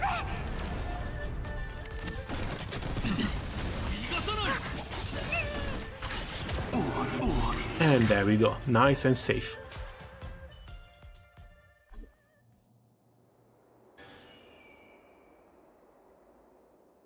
I spent one whole year conceptualizing my personal branding Gigantus Shieldus, and I even sacrificed my training. I can't believe I lost to your iron arm.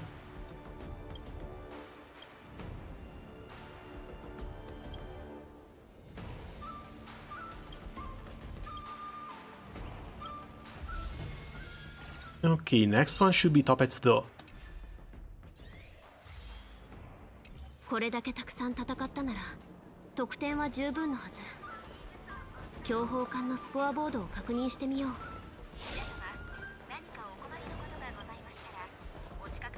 Oh, chest. I didn't even see that one.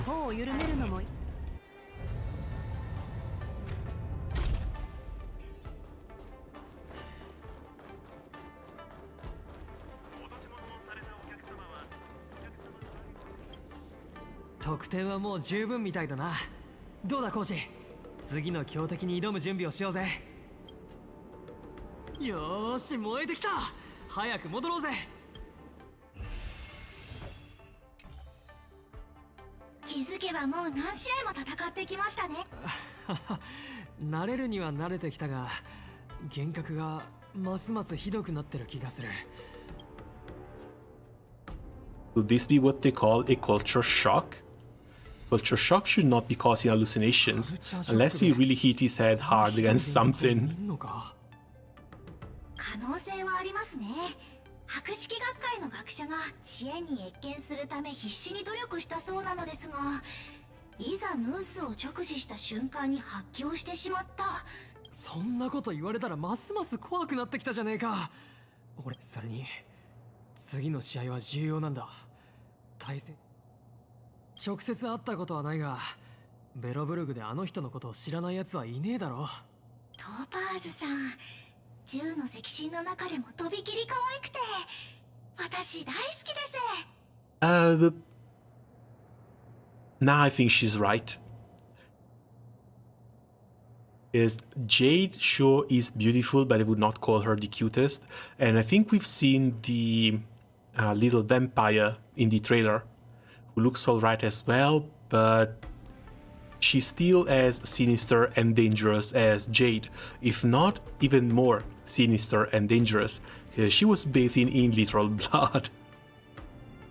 So yeah, this checks out. Toppets is the cutest.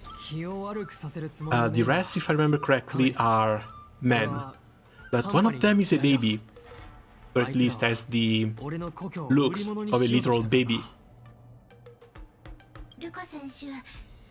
Speaking of, That should be diamond. I hear from the grapevine diamond should be the next 10 stone heart that we get in contact with, and might even become playable before the others. 私だってカンパニーの一員ですが、ルカ選手は私のこともお嫌いですか？いや、変なこと言って悪かった。ごめん、カメリさん。確かにその通りだ。トパーズがどんな人なのか、実際にこの目で確かめないとわからないしな。Vampire is crazy. Yeah, she's likely the next one I'm going to save some rolls for, but we have no idea if or when she's going to come out even, so very far in the future. And the best I can do is look like 3 to 5 patches ahead. トパーズ、今回カンパニーの代表として出場してるみたいだ。実際俺はあの人を嫌ってるわけじゃない。でもどうやら俺はカンパニーの幹部に対して本戦うからには俺らベロブルグの凄さを思い知らせてやる。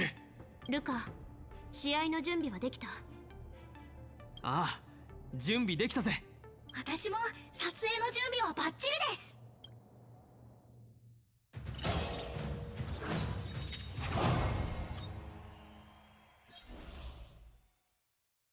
Inflict weakness, break, or defeat enemies to seize performance performance points. So we're going to have a Himeko fight here. Every 3 performance points received by a single character action immediately advance forward by 100%. Every performance point boosts damage dealt by ultimates by 30%. Not Himeko.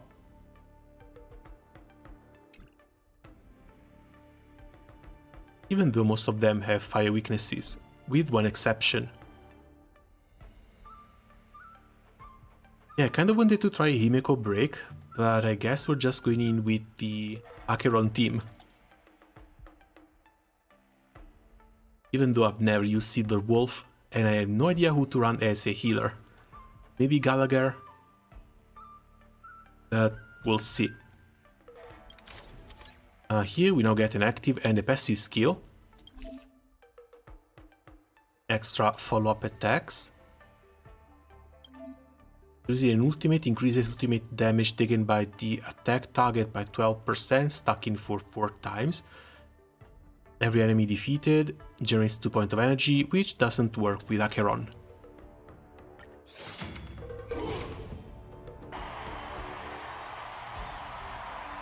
Now in before Acheron doesn't even have her light cone, which is going to slow us down tremendously. これから対峙する両者はただならぬ因縁があると言えるだろう。戦いが始まる前からすでに火花が散っている。青コーナーベロブルグ代表鉄腕のルカ。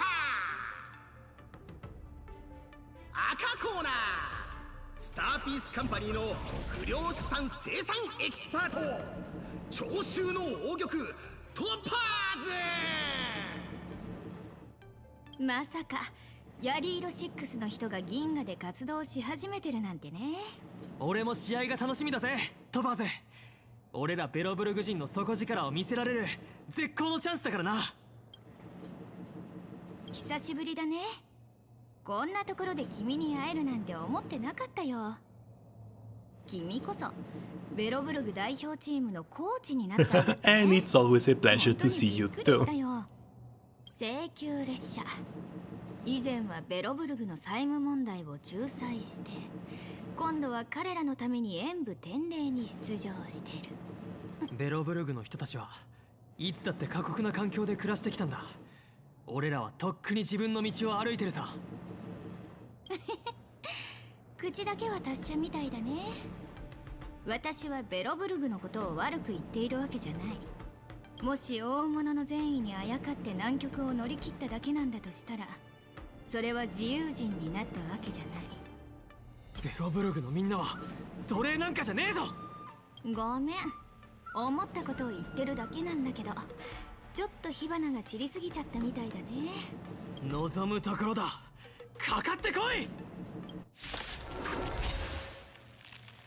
琥珀の王の力を借りるまでもないけど、私たちは手加減しないから。厄介そう。 Wait, just the one? ガツンとくるやつでいこう。よく見せてくれ。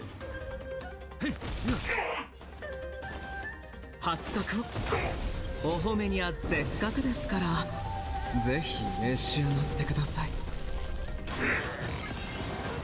彼を倒した社員には業績評価で高い評価をつけてあげる。涙触れてあふれる。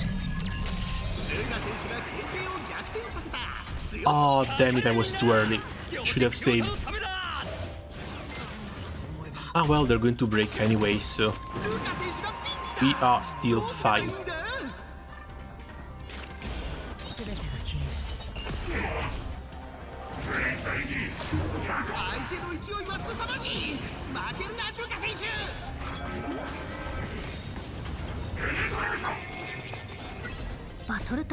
Okay, there are the performance points. 2倍速ってこんなもん？生命は美酒。さあ、存分に味わえ。Feels kind of bad having to steal them from, well, with Gallagher.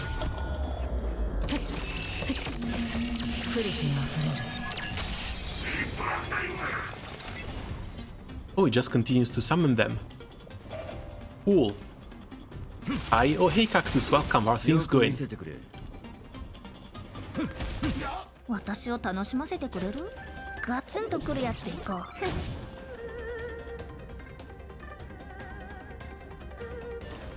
発覚をお褒めにせっかくですから。Might be a bit early for the ultimate, but at least this one breaks.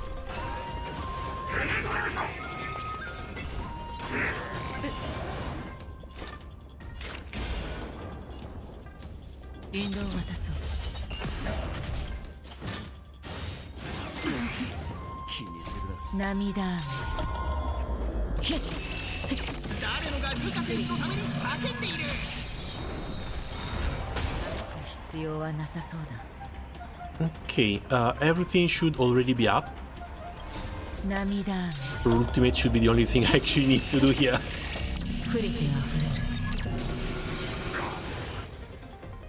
トーパーズ選手の部下が全員ダウンしてしまった。彼女はどうやら自ら参戦するようだ。 And yeah, for being just a trial team, they went fairly fast too. 自分でやらないといけないこともあるしね。カカリア様。今私のことなんて呼んだの？おや？どうしたんだルカ選手？急に固まってしまったぞ。 And we're going to have to go a little bit deeper to see what's wrong with Luca and his hallucinations. どう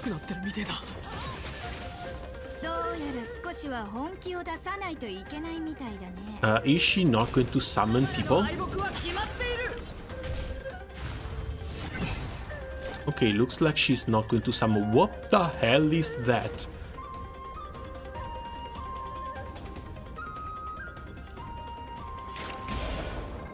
バトル体験を改善した2倍速ってこんなもん？お褒めにせっかくですからぜひ召し上がってください。全てが消える。よく見せてくれ。さあ、存分に味わえ。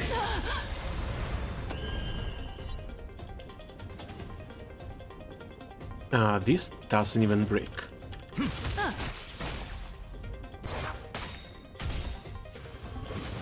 またか。涙雨。触れてあふれる。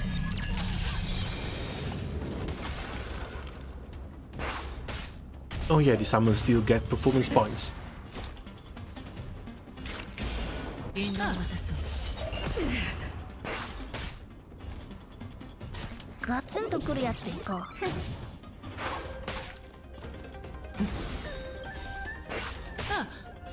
涙雨。触れてあふれる。誰もがルカ選手のために叫んでいる。あがく必要はなさそう。涙雨。触れてあふれる。全てがよく見せてバトル体験を開封2倍速ってこんなもん。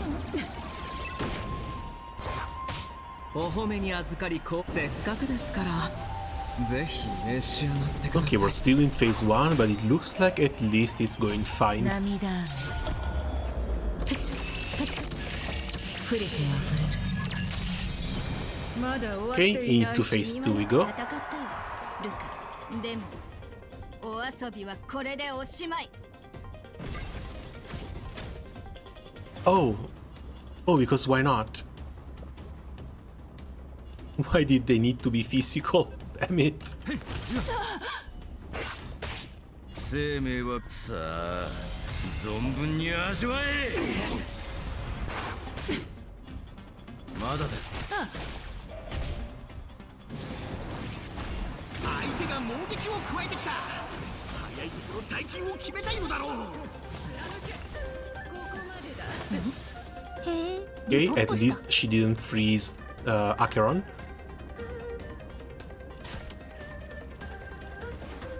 ガツンとくるやつでいこう。火力が足りない。涙 And this should be enough to clear at least the minions. 触れてあふれる。 One or two of the minions. 出発の時間だ。全てが消える。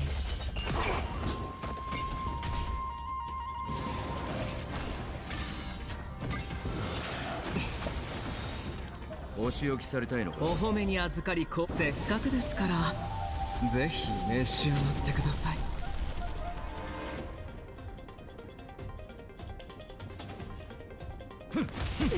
ごめんね。君の試合。寒波が貴様らを葬る。相手の勢いは凄まじい。負け。さっきまでは全力を出してなかったんだな。ルカ選手はトパーズ選手に完全に抑え込まれている。彼はこの局面を Are we seriously going to die in a single move? Because we don't have the energy for the R skill. ルカ、しっかり拳を突き出して、とにかく動いて。ルカ、ボルダータウンのボクシングチャンピオンがこのままやられるわけ Okay, にはいか apparently ないよ。 not. We still have some plot armor. 涙触れてあふれる。バトル体験を改善2倍速ってこんなもん。お褒めに預くせっかくですからぜひ召し上がってください。涙 Still, not gonna lie, that scared me a little bit.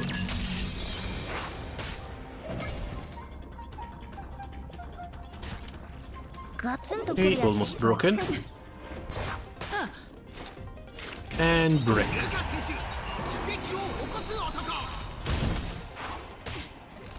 涙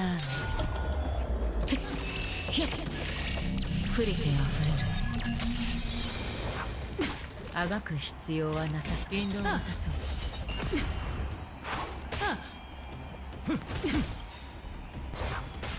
生命をさあ存分に味わえ。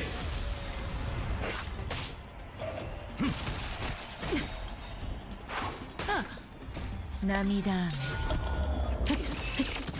触れてあふれる。世界 Okay, first match gone. I guess it's going to be like this, continuing forward. 鉄腕のルカ。ベロブルグの代表が実力で自らの矜持を守った。ちょっと、あの白フクロウはカンパニーの社員だよね。なんであんなに相手に感情移入しちゃってるの？ま、でもルカ、ナイスファイト。トパーズ全力を出してないだろ。誤解しないで。銃の赤心にとっていわゆる全力を出すのは命を懸けて戦う時だけ。これはちょっとした試合に過ぎない。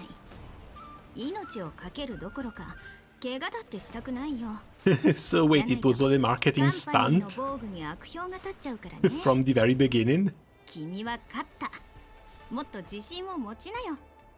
これはれっきとした勝利なんだから。それにはっきり言うけど軽んじてるのは君の方だよね。まさか俺にそんな真似できるはずねえだろ。いいえ、君はカンパニーの肩書きを持つ人を全てカンパニーの犬だと。そして私たちがお金のために魂を売り渡す奴隷だと思ってる。否定する必要はないよ。そんな目をたくさん見てきたからね。カンパニーは魂なんていう中身がないものは必要としてないんだよ。求めるのは利益だけ。私の故郷は Unless your name is Jade, 何も変わらない。 in which case, yeah, you are buying souls. この残酷な宇宙でもがきながら生きて幸せをつかもうとしてる。琥珀の王の使者たちが私にチャンスをくれたように、私もカンパニーを代表して同じようなチャンスを君たちにあげた。だからわかるんじゃないかな。君と私は違ってる部分よりも似てる部分の方がはるかに多いってこと。今君たちが故郷から出て銀河中の人たちに自分たちの姿を見せたいって考えてるのは素晴らしいことだと思うよ。でもこの冷酷な銀河でより大きな危機に立ち向かう準備はできてる？頑張ってもっと勝ち続けるんだよ。さて、十分楽しんだことだし、私もそろそろ行かないと。トパーズ、待ってくれ。俺はトパーズを軽視してるわけじゃねえ。懸命に生きてる人がすごいってことは気にしなくていいよ。相手に揺さぶりをかけるのは格闘技では当然のことでしょ。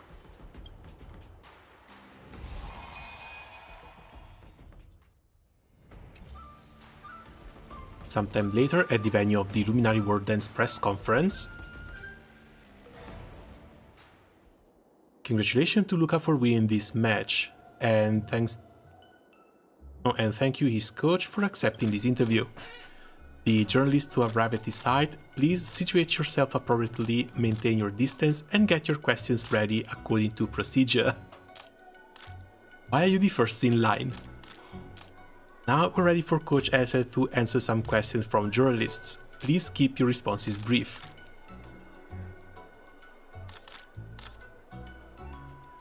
Let's start with the camera.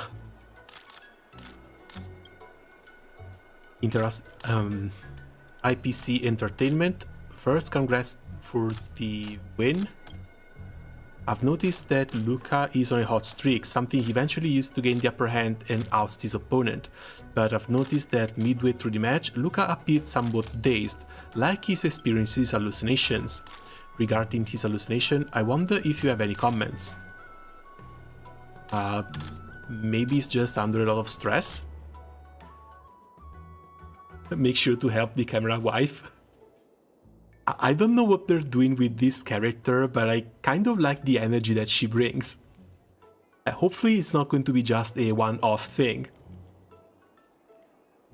Everyone knows that this is Luca's first time leaving his own planet Gerylos 6 to participate in the tournament here on the Xianzhou.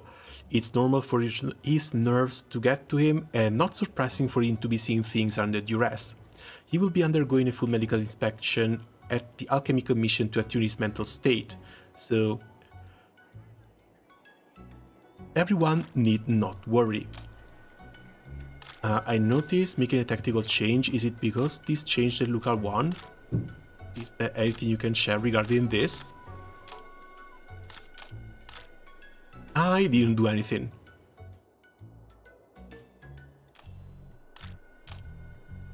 Inafen second.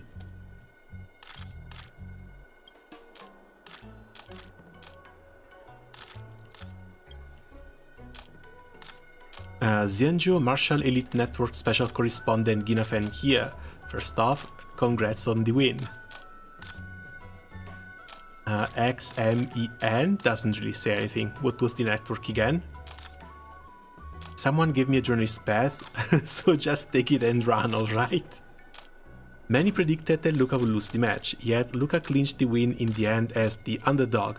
To those media outlets that didn't favor your odds, what do you have to say? Quit the media industry? Honestly, can't blame them, I'm speechless. What else is there to say? I don't think there's a need, it's quite clear in everyone's minds.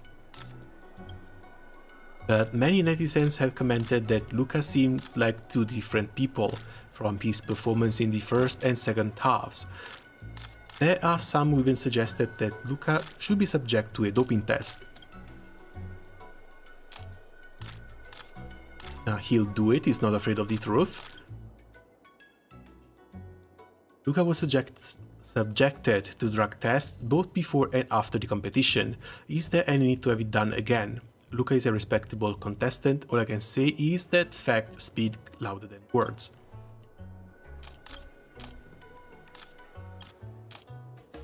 we left the third guy. We left the third guy behind. Latest edition of the Luofu Sports Illustrated is out. Let's see what exciting news is in this store. Revenge of the Rural Boy, 10 Stonehearts knocked out in surprise loss.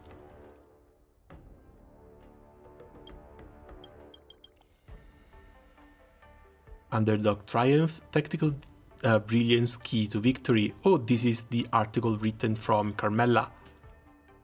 Rumor debunked, coach staff responds to the first time over the doping allegations. And that's from Gina.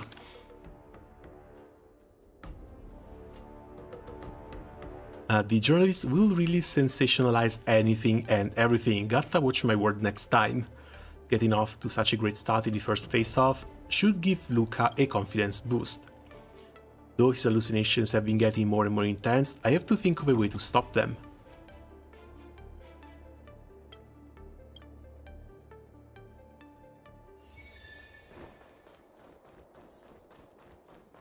Okay, but speaking of stopping, it's about 8 PM. I should really go get something to eat as well. Sadly, Lingsha didn't really have the energy to level her up.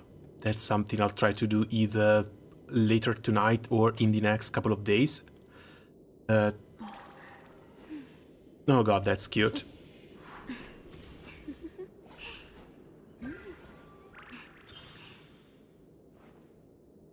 Yeah, we'll see if we can go on with the event tomorrow. For now, that's going to be it for the moment. As always, thanks a lot for coming by and keeping me company while playing the event. And see you guys around soon. Ciao!